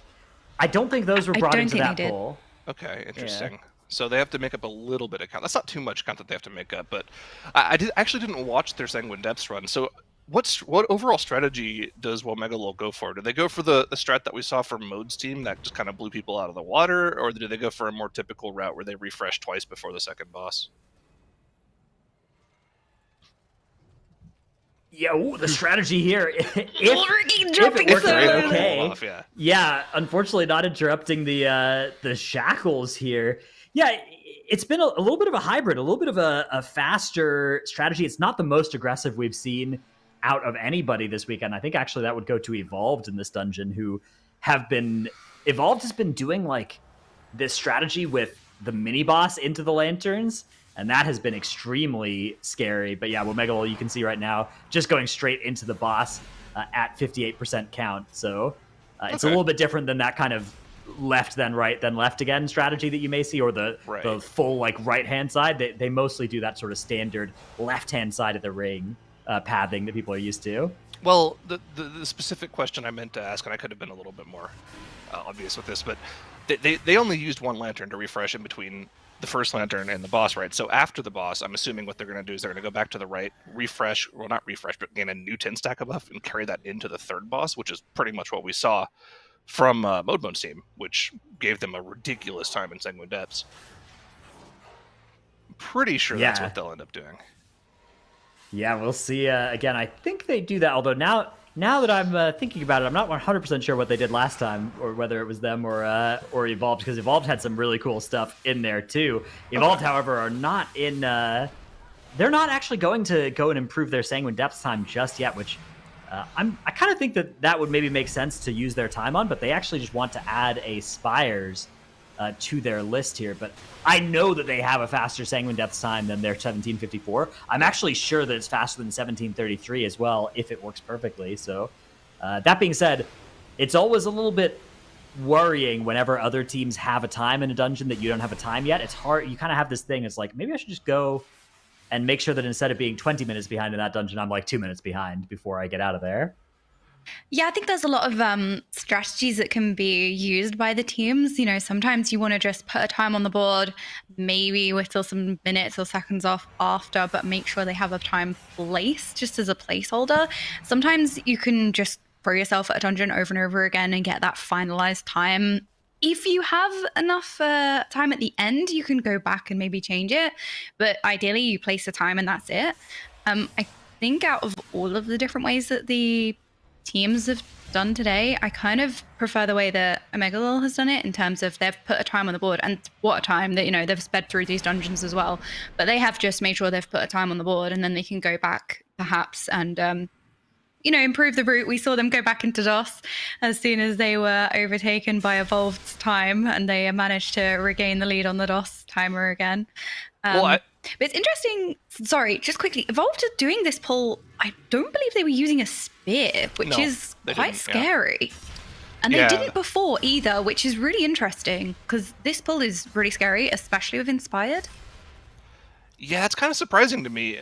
That pull doesn't seem like it's something that's doable on Inspired, especially on Fortified. Maybe on Tyrannical you could burst it down quickly enough to where you can maybe live through, like, 15 seconds of cast going off, but not on Fortified. I think you have to commit a spear there, and maybe that's something that they just haven't figured out yet, because they haven't really got that many runs of Spires in yet. They haven't put a time on the board. But going back to what you were talking about with the times that Omegalol's put on the board, yeah, they've gone to every dungeon and they've put a time up in each dungeon, but I think we're kind of understating that a little bit. So far, they've put up the best time in every single dungeon they've completed so far. So the actual advantage they're holding going into the end of day one here is, like, way bigger than we're making it out to be, because, yeah, Evolved could go in, put a time in Spires, and then they have 4 dungeons with decent times in them, but all of them are slower than Womegalol, and you've got to make up that time somewhere, so you're going to probably have to go back into 1 or 2 of those dungeons and make a pretty significant time increase in order to have a chance of beating Womegalol.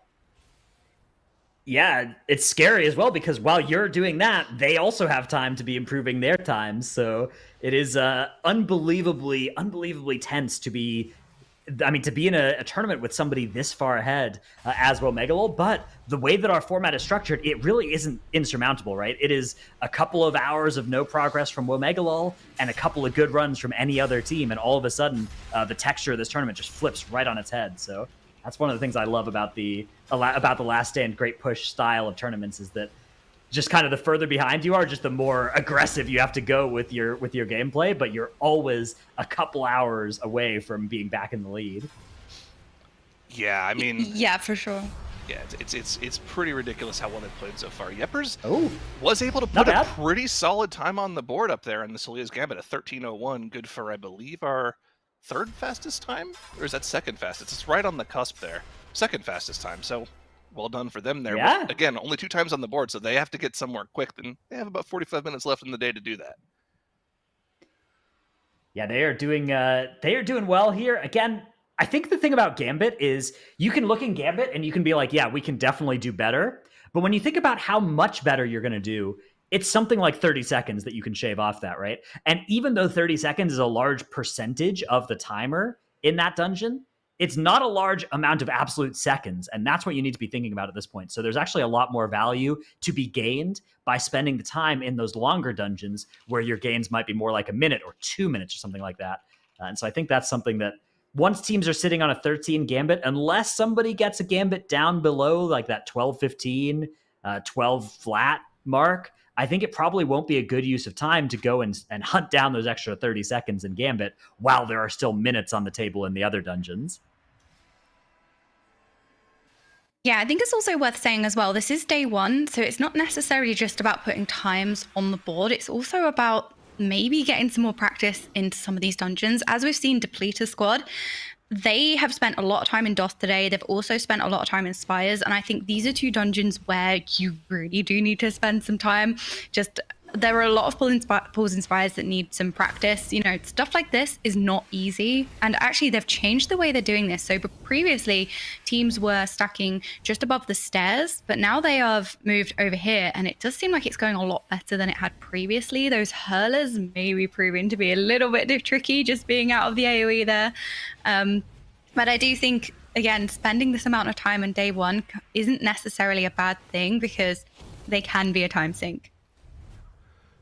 Yeah, I mean, you would like to see a little bit of faster times, but remember they are a lowest seeded team coming in, so I think they'd really have to play out of their minds in order to compete with some of the more veteran teams we have today. But they've been playing pretty well considering their experience that they have on the board.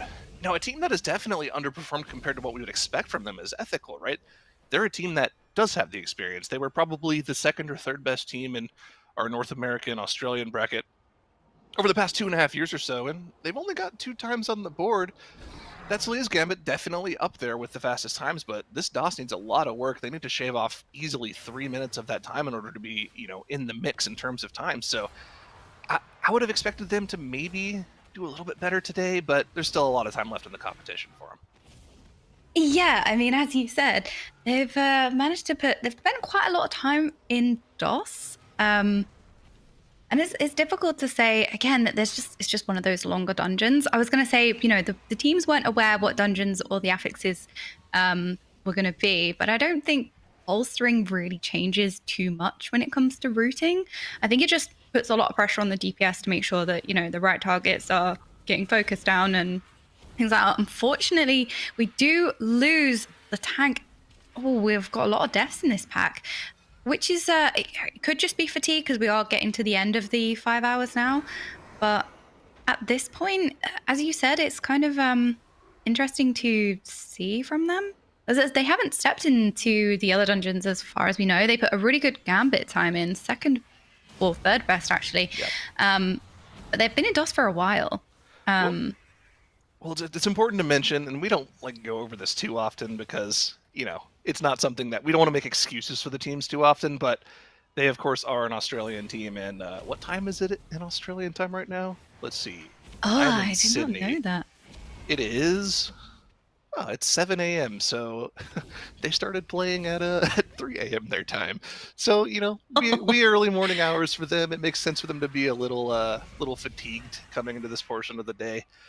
But maybe that has something to do with it. Maybe not. But we'll see how they play going further into the competition. Sounds like a usual gamer schedule to me. True. Yeah, that is definitely a good point. Especially after playing for this amount of time too. Sometimes throwing yourself into a queue over and over again can be very exhausting. So Depleter Squad are using a spear on this pull, as to be expected. They have to make sure that the inspired mob is dead before they come out of this spear and they start casting, because that can go wrong very, very quickly. It does seem like they're absolutely fine. Only just Mon got dropping that super fist low. kick. Oh, that was so close. I mean, this pull, it's so hard to get it done completely properly because you can't use any like manipulation to get the mob stacked together. You just have to use line of sight to do it because, like you said, that inspired mob kind of prevents you from stacking things up, be it from grip or ring of peace. Of course, grip sigil, I mean, because they have the demon hunter in the group, not a blood decay. But, you know, all things considered, that went pretty well for them. I mean, no deaths. They got pretty much everything down aside from like one Dark Praetor that wasn't inside the spear. And they're able to finish this pull off. What is a good Ventanax split that we saw from one of our completed key times here? Let's see. In between like 9 and 10.5 minutes would be a pretty solid Ventanax time. If they are skipping straight to the boss here, that's definitely in the cards for them. Yeah, it's nice to see some of the practice paying off, let's say, because they have, again, been in Spires and DOS quite a lot today. But that's kind of, when you break it down, you've got 6 keys, so that's around 2.5 hours per key. So them sort of tackling 2 today is on pace, to be honest. Even though we have seen Omega LOL, you know, completely game it in 4 keys, there's definitely not, I would say, to be have expected of all the teams. I think just tackling the dungeons kind of one at a time is definitely another strat. As something I said earlier when I first came on, it was really interesting to see how the teams are all tackling doing the dungeons themselves. So ethical as well, trying to whittle down their DOS, because you would have had the practice all through today. So while you've got the dungeon fresh in your head, while you're used to the pulls, you might as well keep going to try and whittle off those minutes, whittle off those seconds as well. But also fatigue can set in when doing the same dungeon over and over again. So there's lots of different ways that these can be done. Yeah, it's very similar to like a world first progression experience, right? Where you kind of start going through the motions since you've done it so many times. And since you're going through the motions, when something goes wrong or something weird happens, you're not like adequately prepared for it to happen in order to react to it. And that can cause random deaths here and there. So it's definitely, I could definitely see a fatigue problem coming in since they've been in this DOS for probably like 3 hours at this point. That's a long time. Well, Megalol back into another Sanguine Depths, but it's not going well for them. This first pull, I mean, it's a tough pull, even with that 50% damage and healing buff. If too many of the cast from the ticks goes off, and they start gaining those stacks, once you start killing them, they start exploding on your group, it can be pretty dangerous, even on Tyrannical. So, gotta play that pull cleanly. I mean, fortunately, it's only 2 minutes into the dungeon, so it's a pretty easy set, reset and go again, but speaking of reset and go again at the start of the dungeon, Evolved at Spires of Ascension, we've seen that one a few times today. Yeah, for sure. It's kind of luckily that they are wiping so early on, as you said, because we've seen it in DOS where something goes wrong at the very end and then you're faced with 20 minutes of the same key, whereas if it goes wrong quite early on, it's not lost so much time, 2 minutes in Sanguine Depths, so we go again. It'd be interesting to see what they've changed in Sanguine Depths, because it does seem like they're struggling with that first pull, and I don't think they were struggling earlier, or at least when they first did it. So I don't know if they're trying to save some time. Oh, Ethical, unfortunately, dying to Hakar, having a wipe there. Yeah, talking of, we've actually seen a lot of teams go to Hakar. I know on live, usually depending on Tyrannical and Fortified, I'm sure maybe the viewers know this as well, you can go different ways, obviously depending on what week it is. Usually you get the woe buff and you go to Hakar because you want to get Bloodlust off of cooldown as fast as possible, so you use it on the boss. And then usually when it's Fortified, you take the woe into Ardenweald and you can hero Bloodlust. I'm showing my inner alliance, I realise. I keep slipping in the hero every now and then. Yeah, I'm not sure what that is. You say hero. Well, what is hero? Yeah, I'm sure a majority of people don't know what that is either. It's the superior Bloodlust. Whoa. Okay, well, actually, the superior Bloodlust is it's Time Warp, but yeah, true. We'll let it slide. I mean, you're the mage play. Well, I am too, but it's in it your does name. Seems like most of the teams here are Ancient Hysteria enjoyers, not using any of the heroism, Bloodlust, or Time Warps that you both are so high on. It's funny. I'm pretty sure I don't actually even have an Ancient Hysteria aura to let me know when Lust is active. When it's Ancient Hysteria, I have a Time Warp one, I have a Heroism one, I have a Bloodlust one. I don't have an Ancient Hysteria one. Probably should go on. Yeah, that would be pretty good. It is the same thing. Although it does, it's nice as well because the survival hunters. We talk about hunter being a sort of fragile spec, but they also actually do a tremendous amount of self healing this season because that pet they summon gives them a bunch of leech as well. And unlike beast mastery hunters, they actually do their own damage rather than their pets doing the damage, and so they get to get the benefit of all that leech and keep themselves kind of alive on these pools in surprising ways. In the big AoE pools, they're actually leeching for huge amounts of HPS themselves. So, still a little bit of a squishy class compared to the rogues, the warlocks, the demon hunters, but it is a little bit more durable than you'd think. Yeah, because usually when you see hunters in the past, especially with, say, marksman, when marksman was more meta season 1, or earlier on in the patch, they would get sneezed on and would just die. Whereas survival hunters have a lot of live in comparison. Well, notably, I think this is okay. Coming from me, this is going to sound weird, but I actually think hunters are a pretty solid defensive spec, or just class in general for Mythic Plus. I wouldn't have said that early on in the expansion, but with the scaling of their conduits, their defensive conduits actually help them out a lot in terms of how tanky they are, right? The Feigned Death damage reduction, the Hunter's Mark damage reduction, they can actually live through a lot of mechanics, and they are probably just about as tanky as Warlocks are in Mythic Plus, surprisingly enough. They don't actually die that much in Mythic Plus, if they're played properly.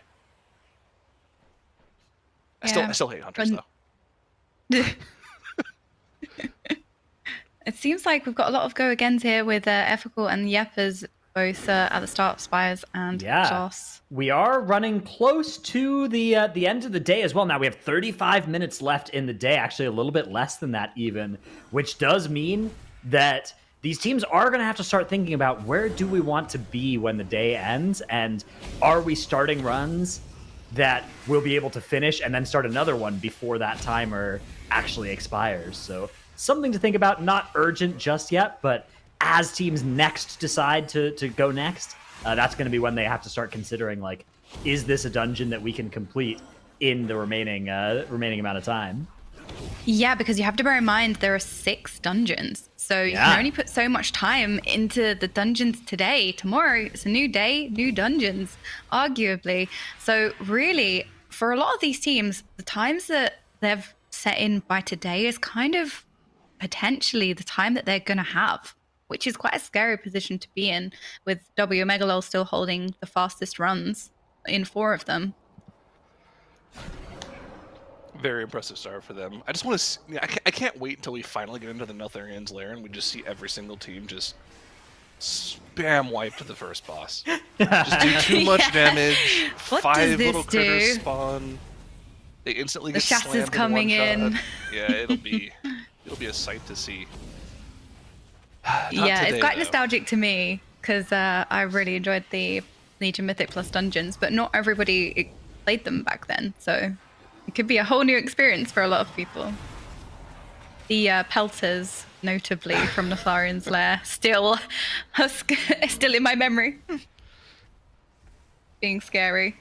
So we'll have all of that fun when we finally get into there. The bosses are no joke in there either. Quite challenging.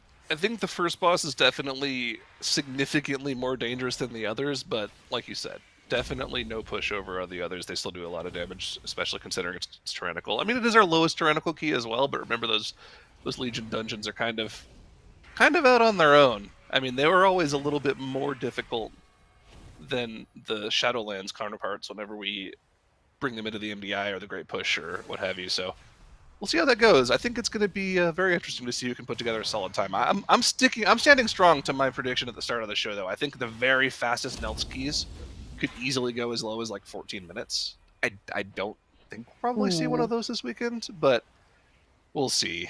Oh man, Evolved. Another Go Next poll there in the bottom right.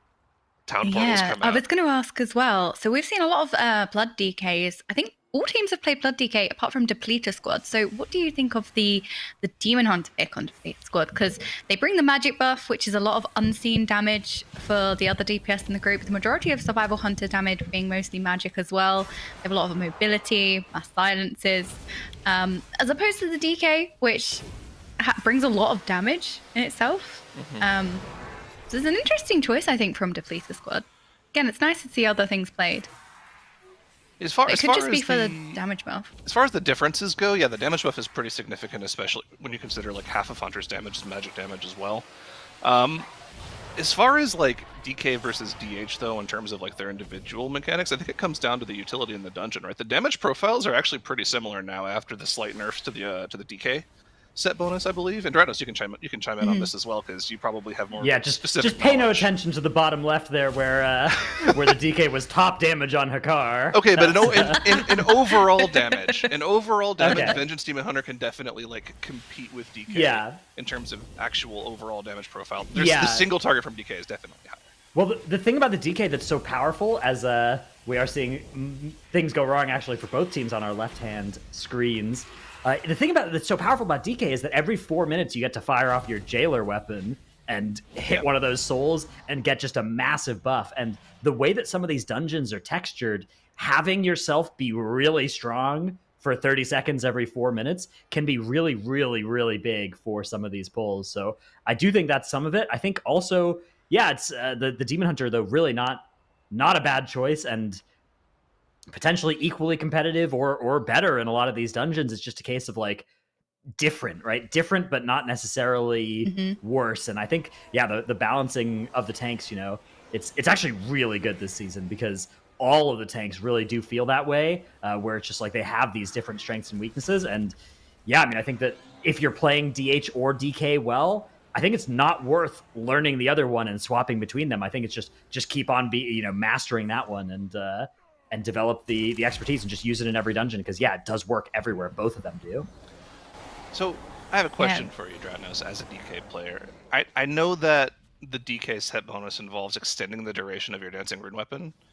Yes. Does DK in dungeons often run into the problem that Frostmage used to have back in previous seasons, where you're nearing the end of the pull, your dancing rune weapon's about to run off. It's off cooldown again, so you could refresh it if you wanted to, but you just don't want to hit it because you want to save it for the next pack. But that means you have to wait until next pack to hit it again, instead of hitting it again this pull, like hitting it off cooldown. Does it run into that problem a lot, or?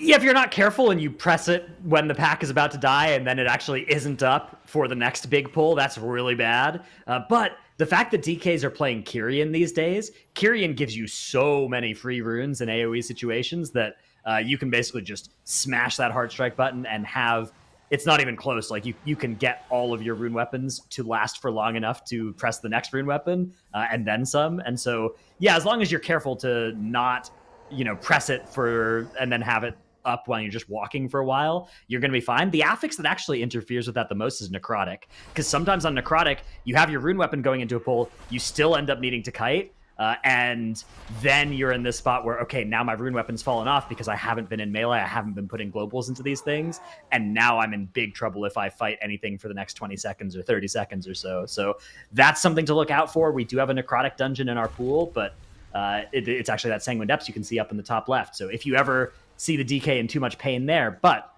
they probably just stay in and hit that Dwarf Racial or that Kyrian file anyways, and they're just fine. Yeah, because DK's main defensiveness really is their healing, so Necrotic particularly hurts DKs, but luckily they play Kyrian, so they can drop Necrotic with the files. Yeah, and with the parry of the rune weapon, as long as the rune weapon's up, it's like, you're really not going to get too many stacks unless you're pulling like 40 mobs, which, okay, these teams actually do that, but most people won't run into that problem too often in keys, as long as they do have that 4-set all catalyzed up. Yeah, I think another thing, the DK is particularly in Sanguine because it's spiteful with the death and decay slowing them, because I think when you play spiteful without any kind of slow, it's really scary. They run you down so quickly, the spitefuls, the shades. So it's kind of good they can bring the slow as well, just because I think sometimes when I play with guildies, they really feel it when I'm not in the key in a spiteful week on my frost mage, just because like we have death. So yeah, I think especially in Sanguine, it can really come in handy with the death of decay slowing them. Well, you have a pretty solid amount of tools in these groups to deal with them as well, right? Notably, Massacre from DK, Binding Shot, all of those Infernal Stuns coming out of the Warlock. There's a lot of tools. I mean, we did see Tobo go down earlier to a spiteful whack to his face when they did that corner lantern pull, unfortunately, but They had a battle res to use there, but that means they don't have a battle res here, and they're going to be going into what is probably the toughest pull in the dungeon here. They've already lost their 10 stack of the lantern, and the second Executor Tarvold goes down for them, they're going to make their way to that right side lantern, and they do a massive pull. They pull, I believe, 3 trash packs together on top of that lantern.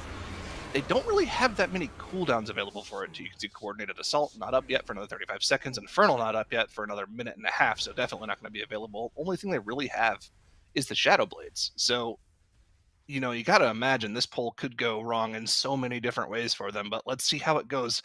Let's focus in on Womegalol in the top left corner here if we can, and see how they set up this lantern poll.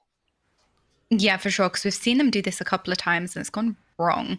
So hopefully, yeah, it's a really spicy poll, Even actually. pulling in Javelin, man, you gotta watch out for those sweeping slashes. Those Yasuo Qs could do a ton. They could just one-shot you on this key level.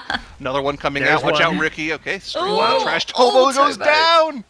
Oh Gets man, sniped. no battle res here. It's all gonna come out from the Warlock. Tobo does get to release right back where the mini boss was, but he gets hit by another sweeping slash coming in. Wow. Oh my gosh, Igloo Angels instantly cancels. This is going to be a wipe and a reset for them. This pull is so disgusting to try to pull off, and I mean, It's so dangerous. There are so many things going on in this pool. You know, you have the throw research, you've got so many ground effects, so many swirlies, and not only that, as you said, the Yasuo Q, sweeping slash from the Javelin. Unfortunate. Oh, and because they killed the third boss, they now will respawn here, right on top of this trash pack, which is slowly taking them all down. Oh. this is Yeah, so not wait, ideal. how are they even gonna hearth? They're getting spawn camped. They This is They either have to kill the trash pack or they have to have one person. I mean, the easiest thing to do is just leave group, and you just get put yeah, out leave in group 60 get Go next. teleported out, but Yeah. but actually that's kind of annoying on the tournament realm because then you have to reinvite the observers and everything and get your Oh, raid wait. back together. Yeah, so you're right. yeah, It's actually so annoying. yeah. So definitely a little bit of a pain spot there. That's the kind of thing that, you know, just getting corpse camped.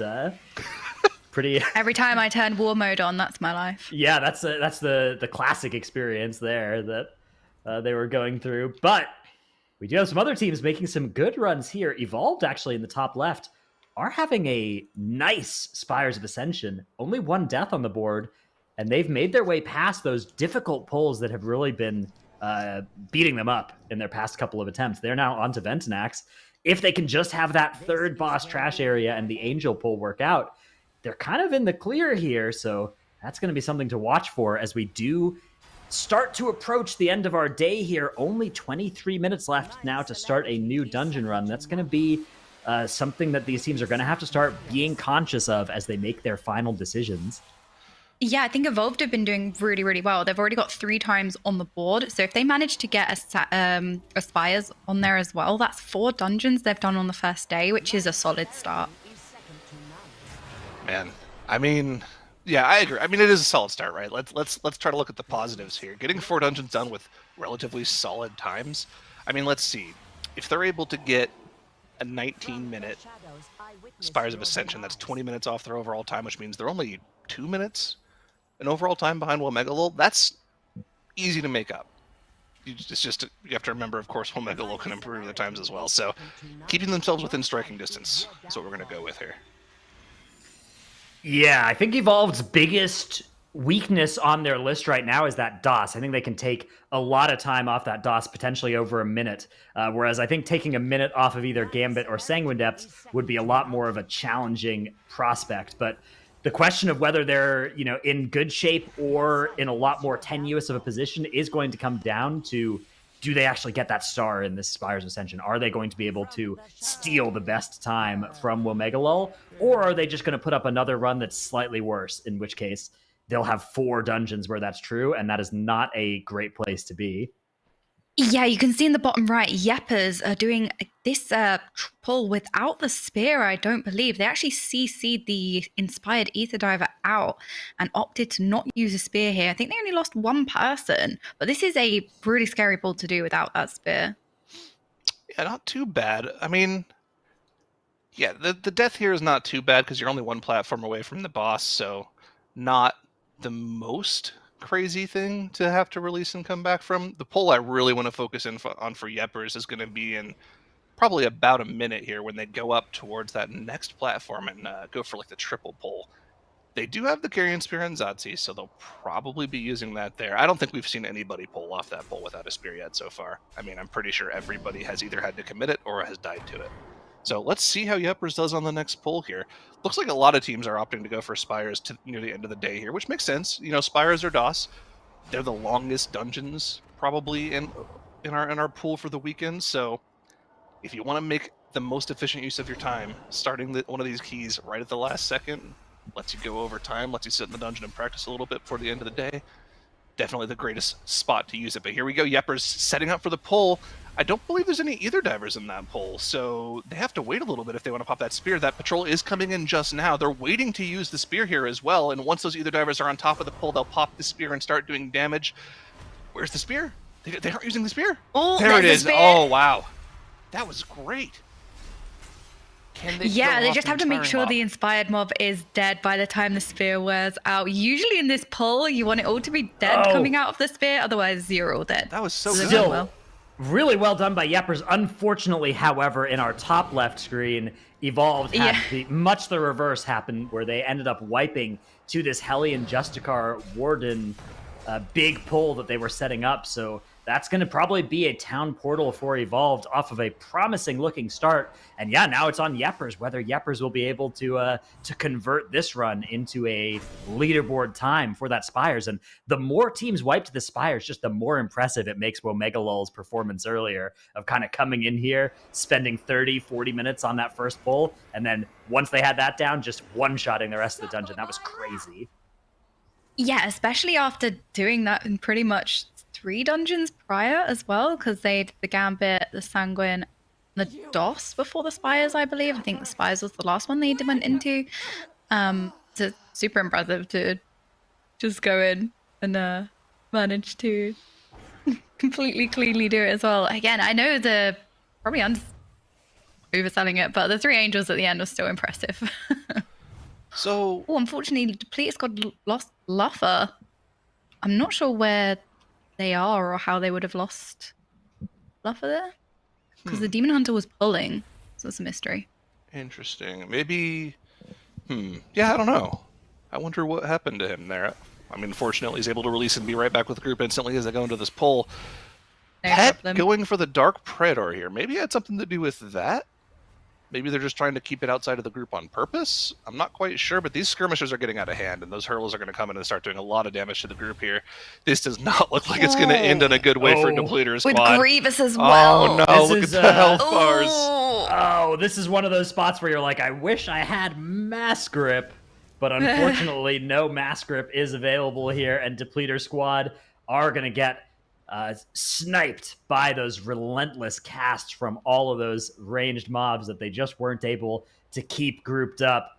That's going to be another reset for Depleter Squad, but the good news is it was only 5 minutes of their time in that dungeon, and they can afford to go out and go again. And they actually have a reasonably good Spires already on the board, although it is 5 minutes slower than Womegalol's blazing fast 1903 that's down there. Oh, unfortunately, Jay went down for a Megalol in this pull as well. It might have been a shade, but I'm not quite sure. I think this is a go again for them.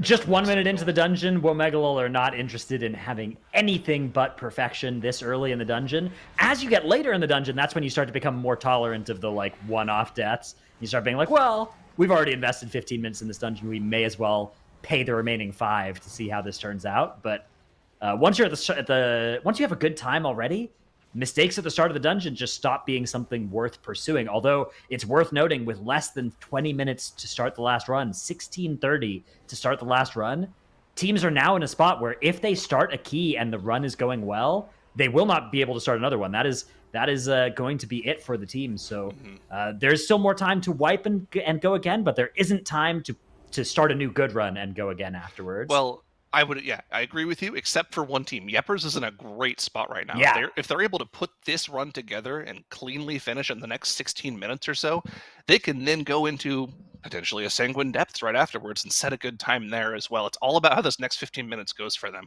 We have to keep a very close eye on them, but it's gone horribly wrong right away, as both Soul and Zotzi have died. Zotzi in that angel form, Soul dead on the ground in the pod instantly from Serrated 2. I did not mean to curse them like that. Oh boy. Oof. How could you? Brutal. Also evolved in the top left, having similarly catastrophic things go on for them, although again, just at the start of their dungeon rather than the end, they'll be able to hearth out and go again. And we also have Ethical in the top right, opting to go for an improvement in their DOS rather than another dungeon. Ethical are actually in a pretty rough position tournament-wise in that they only have 2 dungeons timed, and neither of them are great runs. You could imagine a good strategy being like, hey, let's do 2 dungeons really well, or let's do 4 dungeons medium well.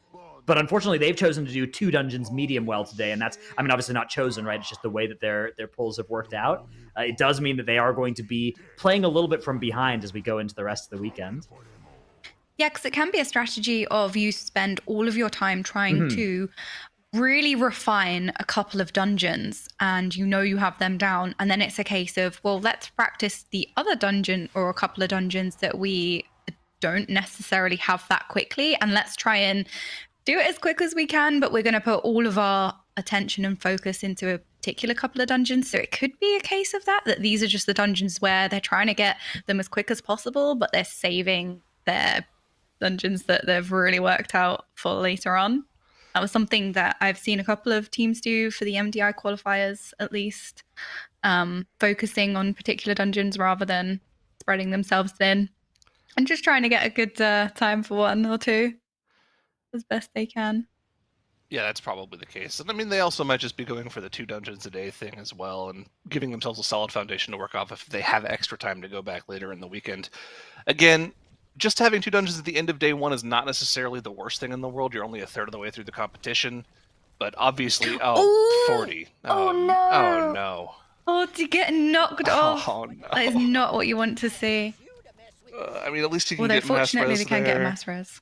Yeah, that just... that hurts to see. It's okay, though. They still have... Well, wait. If you're in combat with the oils, you can't mass res, though. Because mass res, even if just one person in your party is in combat, that's not going to work out. It looks like they may have decided, you know what? DOS is a silly place. Let's go back to Ouroboros instead.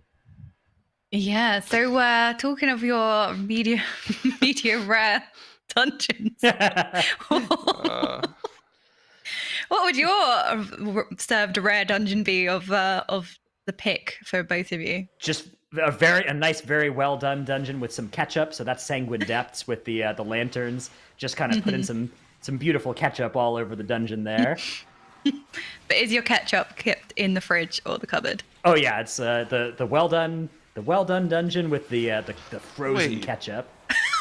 What's this thing I've heard about people not refrigerating their ketchup? It's been a few people that have been... It's been a hot topic recently.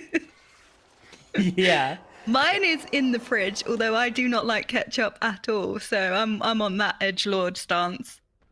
But Mine's if you're also gonna in the use fridge. if you're gonna use the ketchup for something, you don't just get it out of the fridge right before using it. You get it out 5 minutes before dinner and let it not be freezing cold before you use it.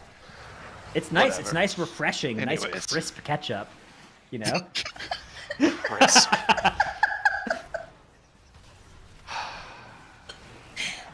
So, Megalol are actually managing to do this pull with the fast pass really well now. Not wiping as we have seen them do prior. Unfortunately, Vi just blasting away. Does like to dash out and cause some problems. Yeah, that particular combination there of the boss charge plus double crash, I forgot to call it. The cast is called it something crash from the brutes. Can be a pretty nasty overlap, and Igloo goes down. Man. And that definitely wasn't me casting it. I would never. Let's see. I mean, so you could theoretically still live through... No, they're just wiping it. Go again. 10 minutes left in the day. Let's get a clean run, boys. Get it together. Yeah, that looks like what Megalo's going to go for. And remember, they already have a pretty good time in this dungeon, so they're just playing for optimization at this point. They could go to Theater of Pain, technically, if they wanted to. They don't necessarily have to. I think this late in the day, I mean, even at the start of the day, Theater of Pain is quite a pain. But I think this late in, they've already got a really good time on the board, so at this point, as soon as something very small goes wrong, it is a go next angle. no matter what point, because as I said, they've already placed quite a relatively good time. So they're trying to shave off seconds, and something minor going wrong is a go next angle, unfortunately. That is just the position that they're in. And I'm having a wipe on the first boss for Yepers. Spires, we've said this a lot of times, but Spires is super difficult. Some of those pulls, the trash being fortified and a 23 and inspired, just adds a lot of spice onto a dungeon that's already got particularly spicy pulls. As we can see, it's going to take a bit of practice, I would say, just to make sure they have these pulls down. Although Depleter Squad are opting to CC the Inspired Mob out, which I personally quite like, because the Ether Divers don't necessarily have that much HP to begin with, so they're not losing too much time by taking it into the next pull. It is safe, but safe is slow, and slow is not going to win you this competition. So they either need to figure out how to do it with it in the poll like the other teams have done, or they're going to be, a couple minutes down in this dungeon. And I mean, a couple minutes you can make up elsewhere, but, with a 28-minute time in DOS, you've got a lot of work to do. Now, again, only a third of the way through the competition, but those times aren't going to cut it, unfortunately, to make the last spot towards Global. So we'll need to see a lot of improvement from them. Evolved are in the Theater of Pain, though. So we are going to see a little bit of this dungeon at the end of the day, potentially. They haven't started the key just yet. They're sitting there talking over their route. They do have about 10 minutes left in the day, I believe. We don't have our timer on screen right now, but it's probably a little under 10 minutes left in the day. So they can do a couple of start and goes here at the last second. You can see 9 minutes left. So we'll see just how far into this theater run they can do. If they can put a time up, that'd be a great way to cap off the end of the day for them. Yeah, we haven't seen theater yet, so I wonder if they will go for it, or if it's just a bait and they know what they're doing. They're standing there menacingly. They go somewhere else. Yeah, it's probably just spending some time talking about the strat, talking about the plan for the dungeon, because they probably aren't going to try and just do the first pull and reset over and over again. The thing about theater as well is it's rarely the first pull that gets you. It's usually something later in the dungeon anyways, something in that gore chop wing. Gosh. They're probably not going to be in a position to reset this anyways and get another run in before the end of the day. May as well use some of this free 8 minutes to talk about your strategies and to share your routes and plan all that stuff, and then start the keystone. So I imagine that's what's going on for Evolved up in the top left. Meanwhile, every other team is in a run that they can still go out and start a new one, but the longer these runs go on, they're going to have to make the decision to just commit to the existing runs, because there are only about 7 minutes left for them to start any new keys. Do either of you think there's any chance that we see a sloth route in theater this weekend? Now, it is a 24 key on Fortified, right? So it's a pretty difficult key in its own right. And some of those pulls that Sloth pulled off were pretty dangerous. But, I mean, if you're able to pull off Sloth round in this dungeon, I would imagine you're just going to have the fastest time of any of the teams in this dungeon, right? I expect that at least the technology of the woe skip on the last Cult the Rock platform can be yoinked without any bigger pulls done in the rest of the dungeon. But yeah, I wouldn't be surprised if some pretty crazy pulls are possible. I mean, the thing about this composition, this Windwalker, Warlock, Survival Hunter composition is, yeah, it's 24 fortified, but these packs can still die really quickly when all of those cooldowns are available. So I wouldn't be surprised even if there were some pulls that looked completely crazy. I mean, we've already seen Triple Angel on 23 fortified. That is quite impressive and similarly scary. Oh, live yeah, for completely live. Nullified as well. They died very fast. Oh no. Lufer had to use his Exil to live during that Feign Death skip there for Depleter Squad, so he doesn't have that coming into the boss, unfortunately, so we'll not have that to sit back on. Let's see, have we started the Theater of Pain yet? Don't quite see just not yet. yet. Unfortunate. Well, Megalol in the top left corner going for their very first Lantern Pull, so they're just entering the tough gauntlet section of the dungeon, which means they've gotten through Crixus, which is better than we've seen from them in the past half hour or so, so we're on a good run. Unfortunately, that split was not the best we've seen from them. They've done about 20 seconds faster than that before, but, at the end of the day, you'll take any run you can get just for consistency's sake. And they do always have the option of just wiping it and restarting it right before our timer is up so they can get maximum time value and practice in this dungeon. So we'll see what they plan on doing, how that run goes for them. Evolved, still just sitting at the keystone. Still debating. Maybe just talking strat, talking route. It would be pretty funny if they just harped out of here and went somewhere else as well and just. Well, that's what I thought was going to baited happen. us I pretty did think it was a good. bait. Yeah. Yeah. I mean, if Waiting they for us to get really excited. wanted to bait us, they would have gotten the Melt Slayer, though, right? That would have been the extreme. Oh, yeah, that bait. would be so good. Yeah, that'd be a good prank. We'll see what they decide to do. We have Ethical, though, getting towards this Sentient Oil snap potential. Oh, Shape! Oh, no! Oh, shape down. Oh, tragedy for Ethical. As somehow, that is not the first, or even I think the second person to perish in this manner today. That's going to need to be... especially recently as well. We've had quite a few deaths. And they of can't even... recent. They can't even do a summon. They can't do a mass res or a summon because they're in combat with the oils, I think. So Well, it's yeah, going enough. to... I believe. Okay, it was a mass res. Okay, so they weren't in combat with the oils. Or, yeah, okay. So that's good at least. At least it's not a complete disaster, but certainly still terrible, terrible Wait, news did for they? Ethical. Yeah, they did. Okay. Yeah, I was wondering if it was a meld res, but they're dwarf, not a Yeah. night elf. Yeah, actually, it looks only like the they have got hunters. the oil snap coming as well. So they just hadn't gotten in combat with them mercifully by the time that Shape got yeeted off the edge. Yeah, it's nice to see a successful snap because we've mentioned multiple times. But this is actually really difficult to do. They're quite fiddly. Yeah. All right, so they're able to pull that off, and I mean, they pretty much, now that they've pulled the boss, they're pretty much committed to finishing this dungeon run, which is a little unfortunate, but maybe they could still get an improvement out of it. I mean, remember, a really good Mana Storm split is around the 9-minute mark. I wonder if there's any chance that they'll look at their split after killing Mana Storms and maybe decide. I think to there is a restart. chance that they'll decide to restart. Yeah, they still have 4 minutes, so Yeah. 3 minutes before they have to hit that Tone Portal button, realistically, right? And I think, especially like one of them may look at it, or they might just be focused on their dungeon. But especially if they happen to have a sixth person in Discord with them that can let them know, like, hey, this is probably worth hearthing out right now. That'll be something that we'll see what they decide to do with it. On the other hand, they may just decide, you know what? Yeah, we've lost a minute here on this split, but we think there were 2 minutes to gain later in the dungeon, so let's just go and grab a minute in this dungeon and get on out of here, right? Because, again, a 24-minute DOS is definitely something that there are multiple ways they could improve on. Oh, Omega Lol. They are in Sanguine still. They went for a restart, so this is probably going to be the last restart for them unless they wipe on their first boss pull. Lamike already proccing the Purg on this first pull. Is he yeah. able to live, though? Looks like they have stabilized a little bit. Still so dangerous and scary to see that DK health bar just roller coaster slingshot around the entire time, but able to live through the pull. No Purg for the boss pull. Sounds like it's going to be pretty scary, though. Yeah, the roller coaster of health that all healers love on the beloved DK tanks, as I've heard. Yeah, they have been struggling a little bit with this pull prior to this, so going into it without Purg,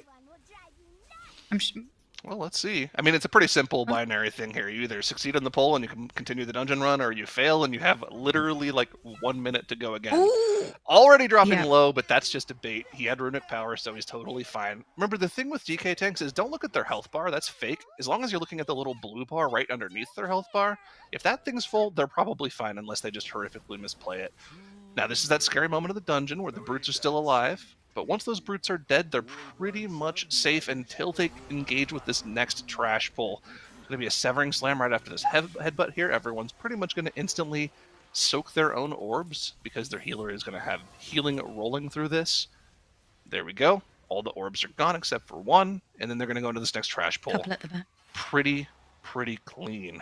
Have to make sure you get interrupts and stuns on these ticks here. Don't let those engorge casts go off. And, I mean, even though the Purg was expended on the first pull, looks like it's going pretty clean for him here. So this is going to be the last run for Womegalol. Across the board, Depleters on Arifrion. Yepers needs to start this key in the last minute here in order to get a last run off before the end of our time. Ethical looks like they're going to be finishing off this DOS. Do we have a theater start yet for Evolved? No, they're still at the Keystone Vendor. You only have a minute. It's okay, and there's 50 still a seconds. minute. Waiting. Maybe Yeah, they are waiting. maybe they've got the admins and they're like, hey, just let us know when there's 2 seconds left, and that's when we'll hit the button. Yeah, We're going to hold you all hostage in Theatre of Pain. let us know when we need to do a pull timer. Give us the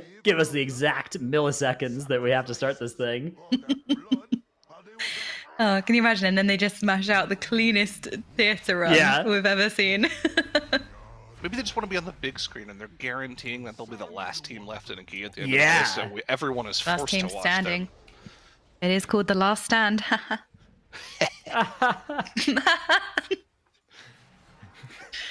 Anyway, moving on. Interesting. Oh, you remember that Sanguine Depths, where they wiped after the second boss and like had a three pack just spam camp killing them. Apparently the rogue pulled it to the side and let that. Yeah, then they hearthed and then the rogue vanished. And then it vanished. Crafty plays coming from rogue players. Ooh, that's good. Yeah, otherwise they would have been stuck there forever. I like that. That gateway is still going to be there when they come back in Ardenweald there, so they can run back towards Mozala more quickly.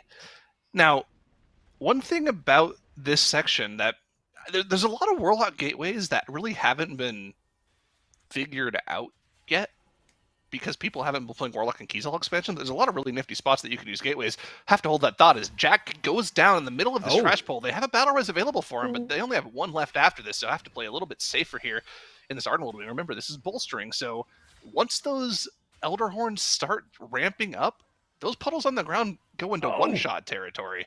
Well, Megalo on the top left, oh man, this is the worst possible spot for this to happen. We have just entered overtime as well, so there is no new keystone that can start today. Any of these wipes, if Womegalo decide that they are not going to be beating that 1733, they are just going to be done for the day, and I kind of suspect that that's what's going to happen here. I don't think they're going to beat that time. So already our first team is done for the day. That is Womegalol, who have put up the best score so far today. Impressive so far, but they are now done, not able to start any new keys. Well played by them. Yeah, they've had an incredible performance today. Yeah, I mean, technically their day doesn't have to be completely over. They could stay in that Sanguine for a little while longer and like practice pulls if they wanted to, but they're not going to make an improvement in their time, so no real reason to keep an eye on them anymore at the end of the day here. Evolved is in their Theater of Pain, so we finally get to jot down some boss splits for Theater of Pain, which is going to be exciting to do. Let's see how they end up planning out this route, but right away, first off the bat, not a Sloth route. Sloth skipped all the Shackled Souls right off the bat, so they are not exactly playing that. Maybe they're just trying to get a good feel of how the dungeon plays on this 24 fortified with these affixes. We'll see how it goes, but they do pick up that Woe Drifter buff, and they're heading instantly to the Gorechop wing. Maybe just going straight down to Gorechop. Yeah, it'd be interesting to see what they do. So they are skipping all this, probably going straight down into Gorechop then. But I think with Theatre of Pain, I think people mostly fear Tyrannical with Theatre, but it is worth saying a lot of the trash in Theatre is very scary as well. On Fortified, you've got Soulbinders that put a nasty dot out on the party. There's a lot of challenging moments even with the trash, so it's definitely not to be underestimated, especially on a 24 as well. I was quite surprised to see such a high Theatre key. I mean, it's pretty mean. I mean, it has 5 bosses, right? Most amount of bosses in a Shadowland dungeons. Even if it's fortified, the bosses will still take a long time just to the natural dungeon scaling that we have at high key levels. So going for pulls like this on Gorechop, where they pull 6 or 7 trash mobs on top of the boss, is very, very dangerous. Have to keep an eye on the tank at all times. Make sure that none of the just residual casts go off. If a Sludge Spear goes off, could be disastrous for the team.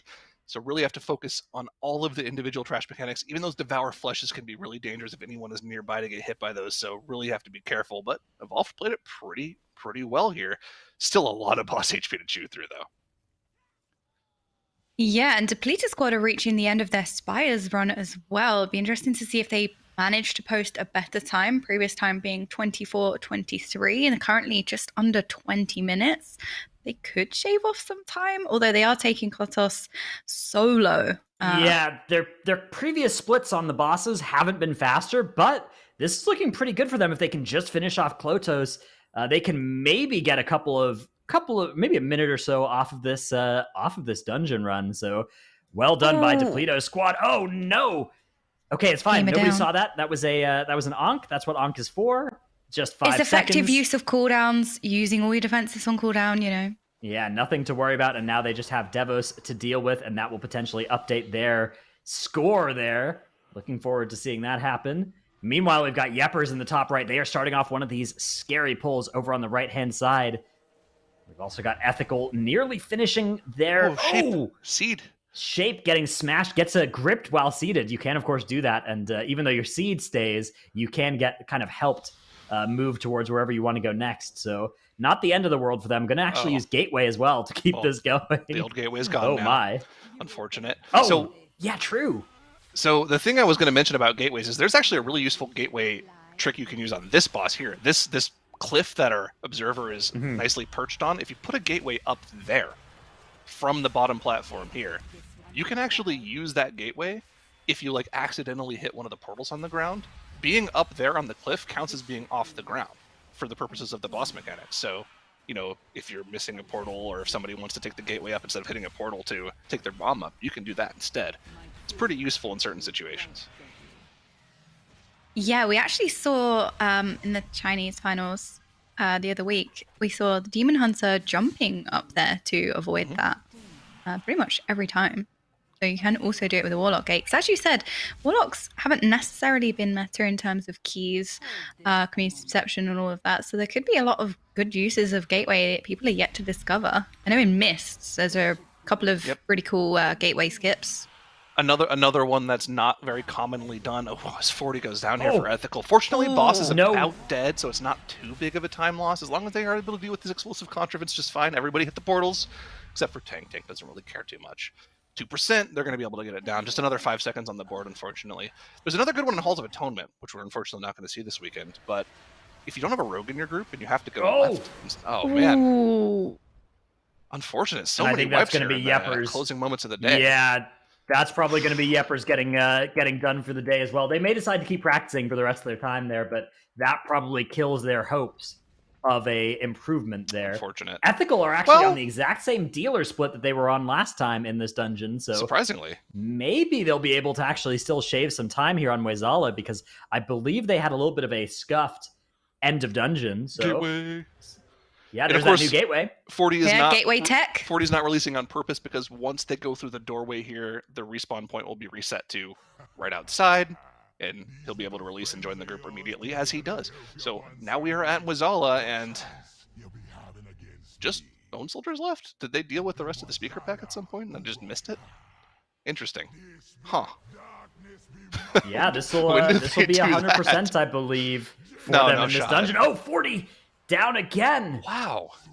Unlucky there for Ethical. No and they actually either. I don't think they have a battle res 2 minutes. No intermission hopes. This means there's no way they'll be able to do all 4 platforms in the intermission. And this is actually probably, if we're being honest here, I think the fastest way to complete this dungeon would be to jump off right now and go again and start again and actually beat the boss in 1 intermission phase. With a 2 phase, they could maybe still shave some time off their 23:58, but it won't be more than a few seconds. Yeah, and we just saw the Depleter squad finish their Spires. I believe it was their faster time.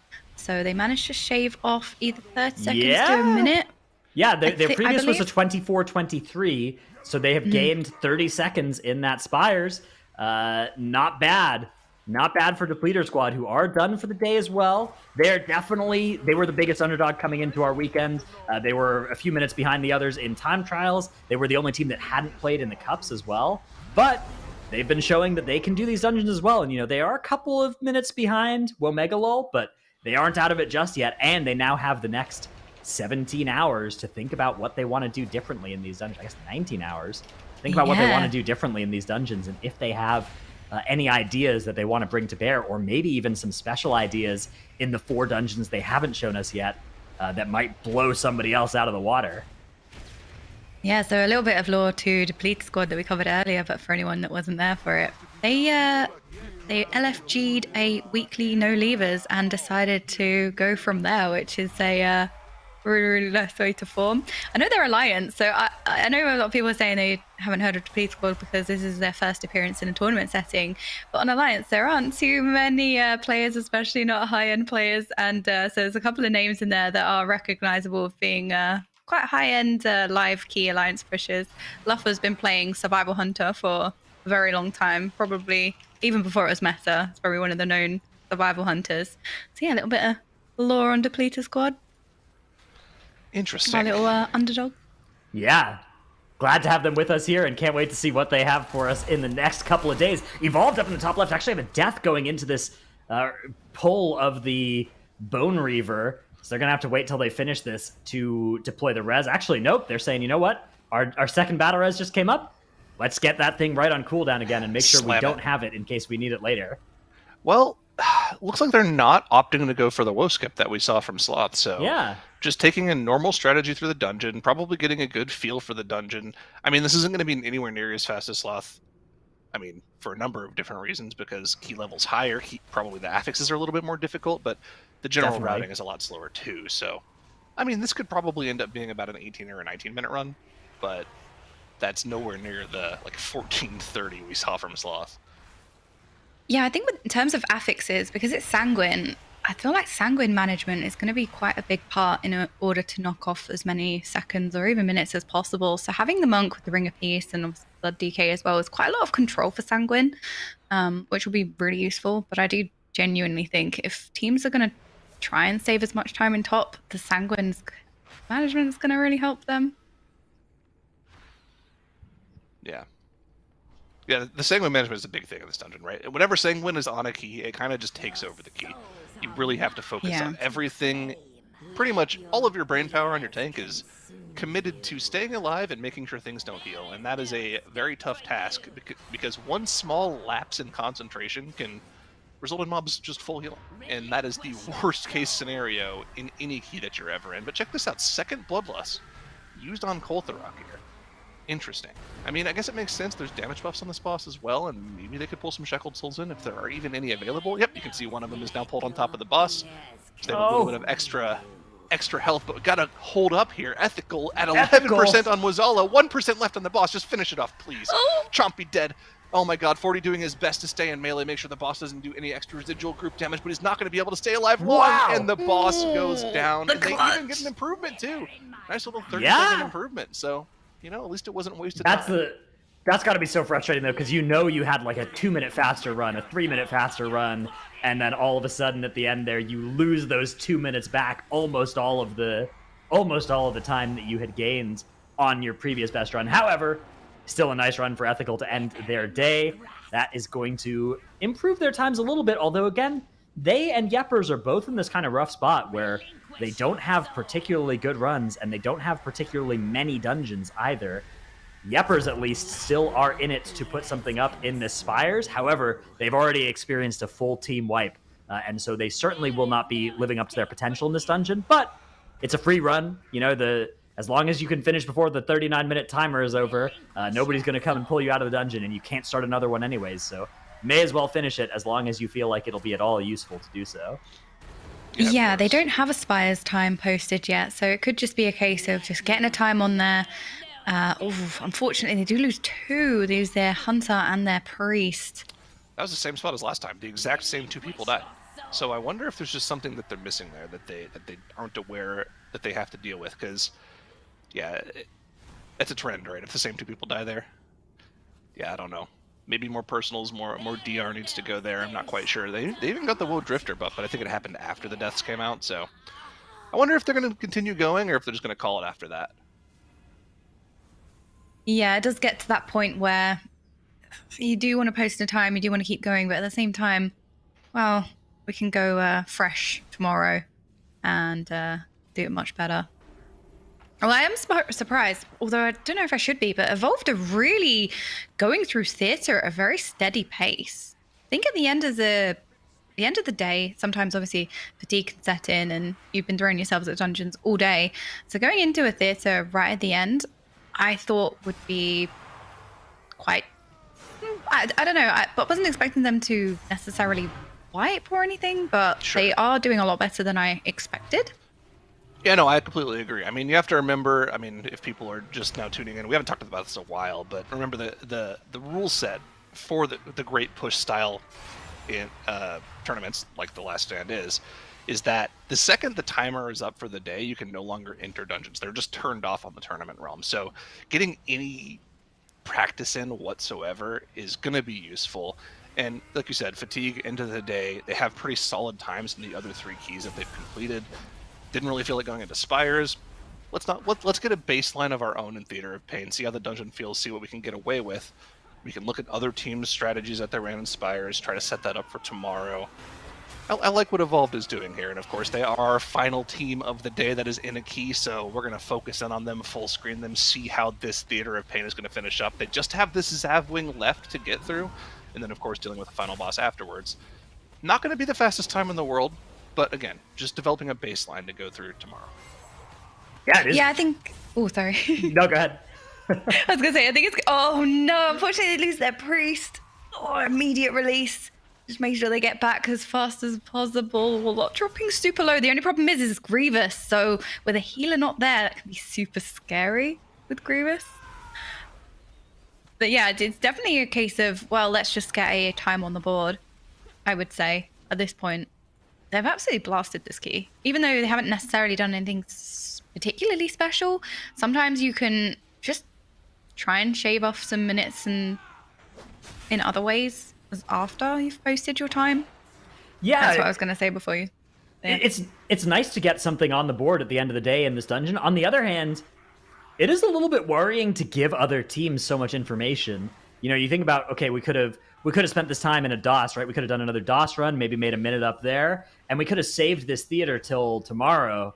But by doing it this way, the other teams do get to see what this theater looks like, and maybe get to get an idea of like, okay, at least what covenants are they playing in here? You know, do we like that? Do we want to try the Kyrian Warlock in there as well? Did that look good? You know, those sorts of questions are ones that are really easy to answer based off of during the next 19 hours where teams can't do any keys. That's going to be something that other teams will definitely be looking at. But, you know, maybe there's not too much you can learn in a dungeon like Theater, right? It's not like there's they've busted out anything too crazy in this run. I think even if they did have something crazy, they would maybe save it and not show it in a run like this and just kind of use this run as a real practice run, as a real, let's just kind of get a feel for some of the bread and butter boss fights and pulls in this dungeon, get some useful information for ourselves as well, so that we can use that going into that kind of patented, evolved planning session that they do with Shelly afterwards, you know, going back over the VODs and trying to figure out, hey, what actually is possible in these dungeons. I found something out that was very mean about this boss last week. It was tyrannical. We were attempting a 28 tyrannical Theater of Pain. In this little move, when Zav leaps to the center of the room, it does a lot of damage, right? On 28 tyrannical, it does 85,000 damage. Oh no. Oh, and did you forget to bring your plate armor to this dungeon? Potentially. Yeah, that's really good against that against that physical hit. That's 85,000 damage with 13% of wounds, by the way. Oh, Ooh. pain. It does a lot of damage. Maybe that's where That's the a lot of pain damage. of Theater Pain comes from. Yeah, we'll see that soon. Actually, I think the next leap to the middle, you could actually watch the health bars and see what it looks like on Bazook, for instance, here, who is It'll do about half his Clothy. HP or so. Yeah, nice non-warlock Clothy in this 24 fortified. Bang. Bang! Gotta get out of the center. Those flags are still alive. Oh, get out of the cleave. I know there's been tactics in the past to not kill the banner and to just deal with the slow. Just try and get as much damage onto the boss as possible. It's always very scary though. Yeah, no, it's the word, especially on a priest that's not playing Goblin. Like, you do not have a lot of tools to get out. Sometimes you just have Could to go get Void to the Elf. face. I'm telling you, Void Elf priest in this Rift. dungeon. You know, Spatial Rift over. It'd be the move. It'd be big tech. But yeah, it is very much a thing. At least they are cleaving down the banners. I suspect a lot of that has to do with the Kyrian Warlock choice, right? Nice to just have something to Scouring Tithe that will actually die. But it's still something that, yeah, there is almost always going to be a banner up during each combo. Yeah. Yeah, you just have to make sure you're positioning really well, because obviously you can deal with it. It's just about your positioning. You know, you don't want to be too far on the outer corners because it could cleave that half of the room, and you don't want to be too far that way so you don't have much time to run to the other side. You also don't, you know, perfectly shown by the, you can just sidestep, but also you don't want to be too close because then you don't have much time to run out of this circle. So positioning is really important if you're going to play with the banner up. Yeah, but it looks like they're going to be able to get through it clean. 0 deaths. They are going to have a battle res come up again for the final boss of the dungeon. and we'll be able to put a time on the board in this Theater of Pain. Of course, this is not going to be anywhere near our fastest time this weekend. If I had to hazard a guess, we'll probably see anywhere from 3 to 4 minutes faster than this once people have kind of figured out their route. But this gives you an idea of where the baseline in Theater of Pain is going to be. I mean, a 24 fortified key is not for the faint of heart. I mean, I remember at the end of our Group C weekend, we had Yips calling out Echo, saying, "I can't wait to fight you in the global finals because you guys didn't have to do 24 fort keys, so I don't think you're really that good." It's like, oh, okay, Yips, I'm with you, but that team hasn't really proved itself in all sorts of other places. So, yeah. But no, it's a pretty big step above the other keys that we have this weekend. So good to see them be able to get through it relatively clearly. Yeah, and I always like taking this pack at the end into this boss because there's a lot of RP. I don't know if it's 40 seconds of RP. I can't remember the exact timing, but before the boss spawns, there's a little bit of time that you're waiting. So doing this trash pack is really efficient. Yeah. While you're waiting for the boss to spawn. Do you have to be a little bit careful with Sanguine? And in fact, that's exactly what they should have done there. You can see Sanguine Icar healing for 1.75 mil on the boss. Oh, no. Bringing it all the way back up to 100%. That is not what you want. Absolutely. Yeah, so you not. just have to make sure you're managing that Sanguine. If you're going to be pulling trash onto the bosses, that's the one thing that you want to be looking out for. So certainly not a perfect run from Evolved by any stretch, but hey, they're still going to 3-chest. Not bad, and they're going to put at least a little bit of a baseline benchmark out for what Theater of Pain is like on the 24 fortified level. Again, it's not just fortified as well. The Grievous and the Sanguine affixes do cause some challenges in these dungeons. So definitely something to be aware of. Actually, isn't that the live keys as well this week? Maybe that is. Maybe we do have one of our... Yeah, it is. Okay, this is the live key affixes as well. So this is a dungeon that you could, I guess, in theory, practice on the live servers, because, of course, the tournament realm will shut down after this dungeon is finished here, but the live keys don't, so maybe even a good dungeon to do a little bit of practice in during the next 19 hours between tournament days. Getting a 24 Theater of Pain on live shouldn't be too big of a deal. I mean, I'm sure a lot of these guys could pop on their streams and probably get one from their chat if they wanted to practice it, so... Yeah, of course, it's hard to then get the right 5 people in, sure. but, and the same characters and everything like that, so there will be some differences, but, you know, if there is some specific poll that they want to like limit test, maybe they'll be able to get enough useful information to do that, or maybe it's better to just spend the time reviewing the VODs, and in fact, reviewing the other team's VODs is going to be a crucial thing. Are they going to 3-chest? No, they're not. It's a 2-chest. It's a 2-chest. Nope, it's 2-chest. All right. It's a 2-chest. Oh, no. Unlucky there for Evolved. Close. If it weren't for that Sanguine healing, would have been just fine. There it is. That's going to be it, though. Very close. That's our last dungeon of the day that has just wrapped up for Evolved at 22:56 on Mordretha. That brings them just 7 minutes behind Womegalol with the same number of dungeons. The fastest time in theater, but it's not a particularly unbeatable time. Womegalol looking so impressive in that rank 1 spot with not just the most dungeons or tied for the most dungeons done, but also the fastest time in every single dungeon that they've timed. That is completely crazy out of Womegalol. Yeah, they started off incredibly strong. They just went in, took no prisoners, placed a really, really solid time in multiple dungeons. Yeah, they are looking to be that one team that does make it out of this weekend into that global finals, of course, on a little bit of a revenge tour after they failed to claim that spot out of their group. But so are Evolved, Yeppers, and Ethical. All of those teams also want that spot, and I'm curious to see how much they'll be able to come in tomorrow with new plans in these dungeons based off of things that looked good from other teams versus how much time is going to need to go into. I think theater is likely to be something we see done by a lot of teams tomorrow. Nelthslayer might be a Sunday activity. I think yeah, you're right. It could be a case of maybe hiding some tech. You never know. Yeah, no, I agree. I mean, also, it's just, if you do have strats for Nelthslayer, why would you show them off on Saturday? Because there's probably a bunch of teams here that have little to no experience in that dungeon whatsoever. But I think the leaderboard doesn't quite tell the entire story of the day. I think both Evolved and Yeppers have claims to glory today. I mean, they both had pretty interesting ideas in some of the dungeons. Evolve specifically had really, really good boss splits in some of the dungeons that were at points 15, 20 seconds faster than what we saw from Womegalol. It's just that today Womegalol was a team that was able to put together complete runs. Now, that remains to be seen. We have 2 days of competition left, so a lot of these times are not going to be the same tomorrow. I can guarantee you that. There's going to be a lot of shifting around the leaderboard tomorrow. Womegalol is probably not going to have 4 stars tomorrow, so really looking forward to seeing what the teams bring to the table.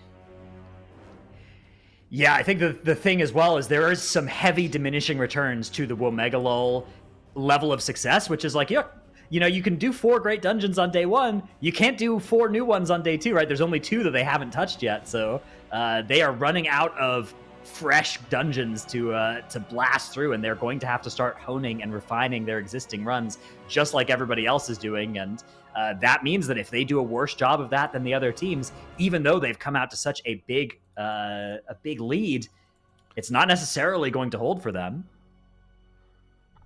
I know we have a long weekend ahead of us. Got 2 more days to go. It could be a lot of front-loaded learning for some of these teams as well. They could have spent the first day, you know, going through the dungeons, spending a lot of time in the ones that they were more unsure about, and ready to bring next day in the stronger dungeons. All right, so before we leave, how is everybody feeling about their predictions? Zyra, what team did you predict, and how are you feeling about it going into coming out of this day? Well, I think OK Mage and I are feeling pretty good about our pick. Yeah, doing I think you great guys right should now. be feeling pretty good. We're pretty comfy right now. Yeah, the Womegalol are they're kind of owning, so looking pretty impressive for the 2 of you, and now as well, who's going to be joining us tomorrow. Also, very intelligent prediction so far, but you know, sometimes the tortoise beats the hare, and that's what my pick is hoping for here with Evolved. Whew. Yeah. We'll see. I mean, it's hard to bet against Dr. J. That guy's been in pretty much every single Global Finals since we started the MDI Global Finals. So we'll see. 2 days left. All right. Well, the second day is going to begin tomorrow. That's going to be at 10 a.m. Pacific, 7 p.m. in Europe, and a different time if you're not in one of those 2 time zones. So you'll have to figure that one out for yourself. Feel free to DM me or any of the 3 of us if you have questions with your time zone. We'll be happy to do the conversion for you. But it was the same time as today, so you know you can kind of use that as a little bit of a baseline. And that'll be the same on Sunday as well. However, that means we are done for the day. Hope you all do join us tomorrow. Bye, everybody. Bye-bye.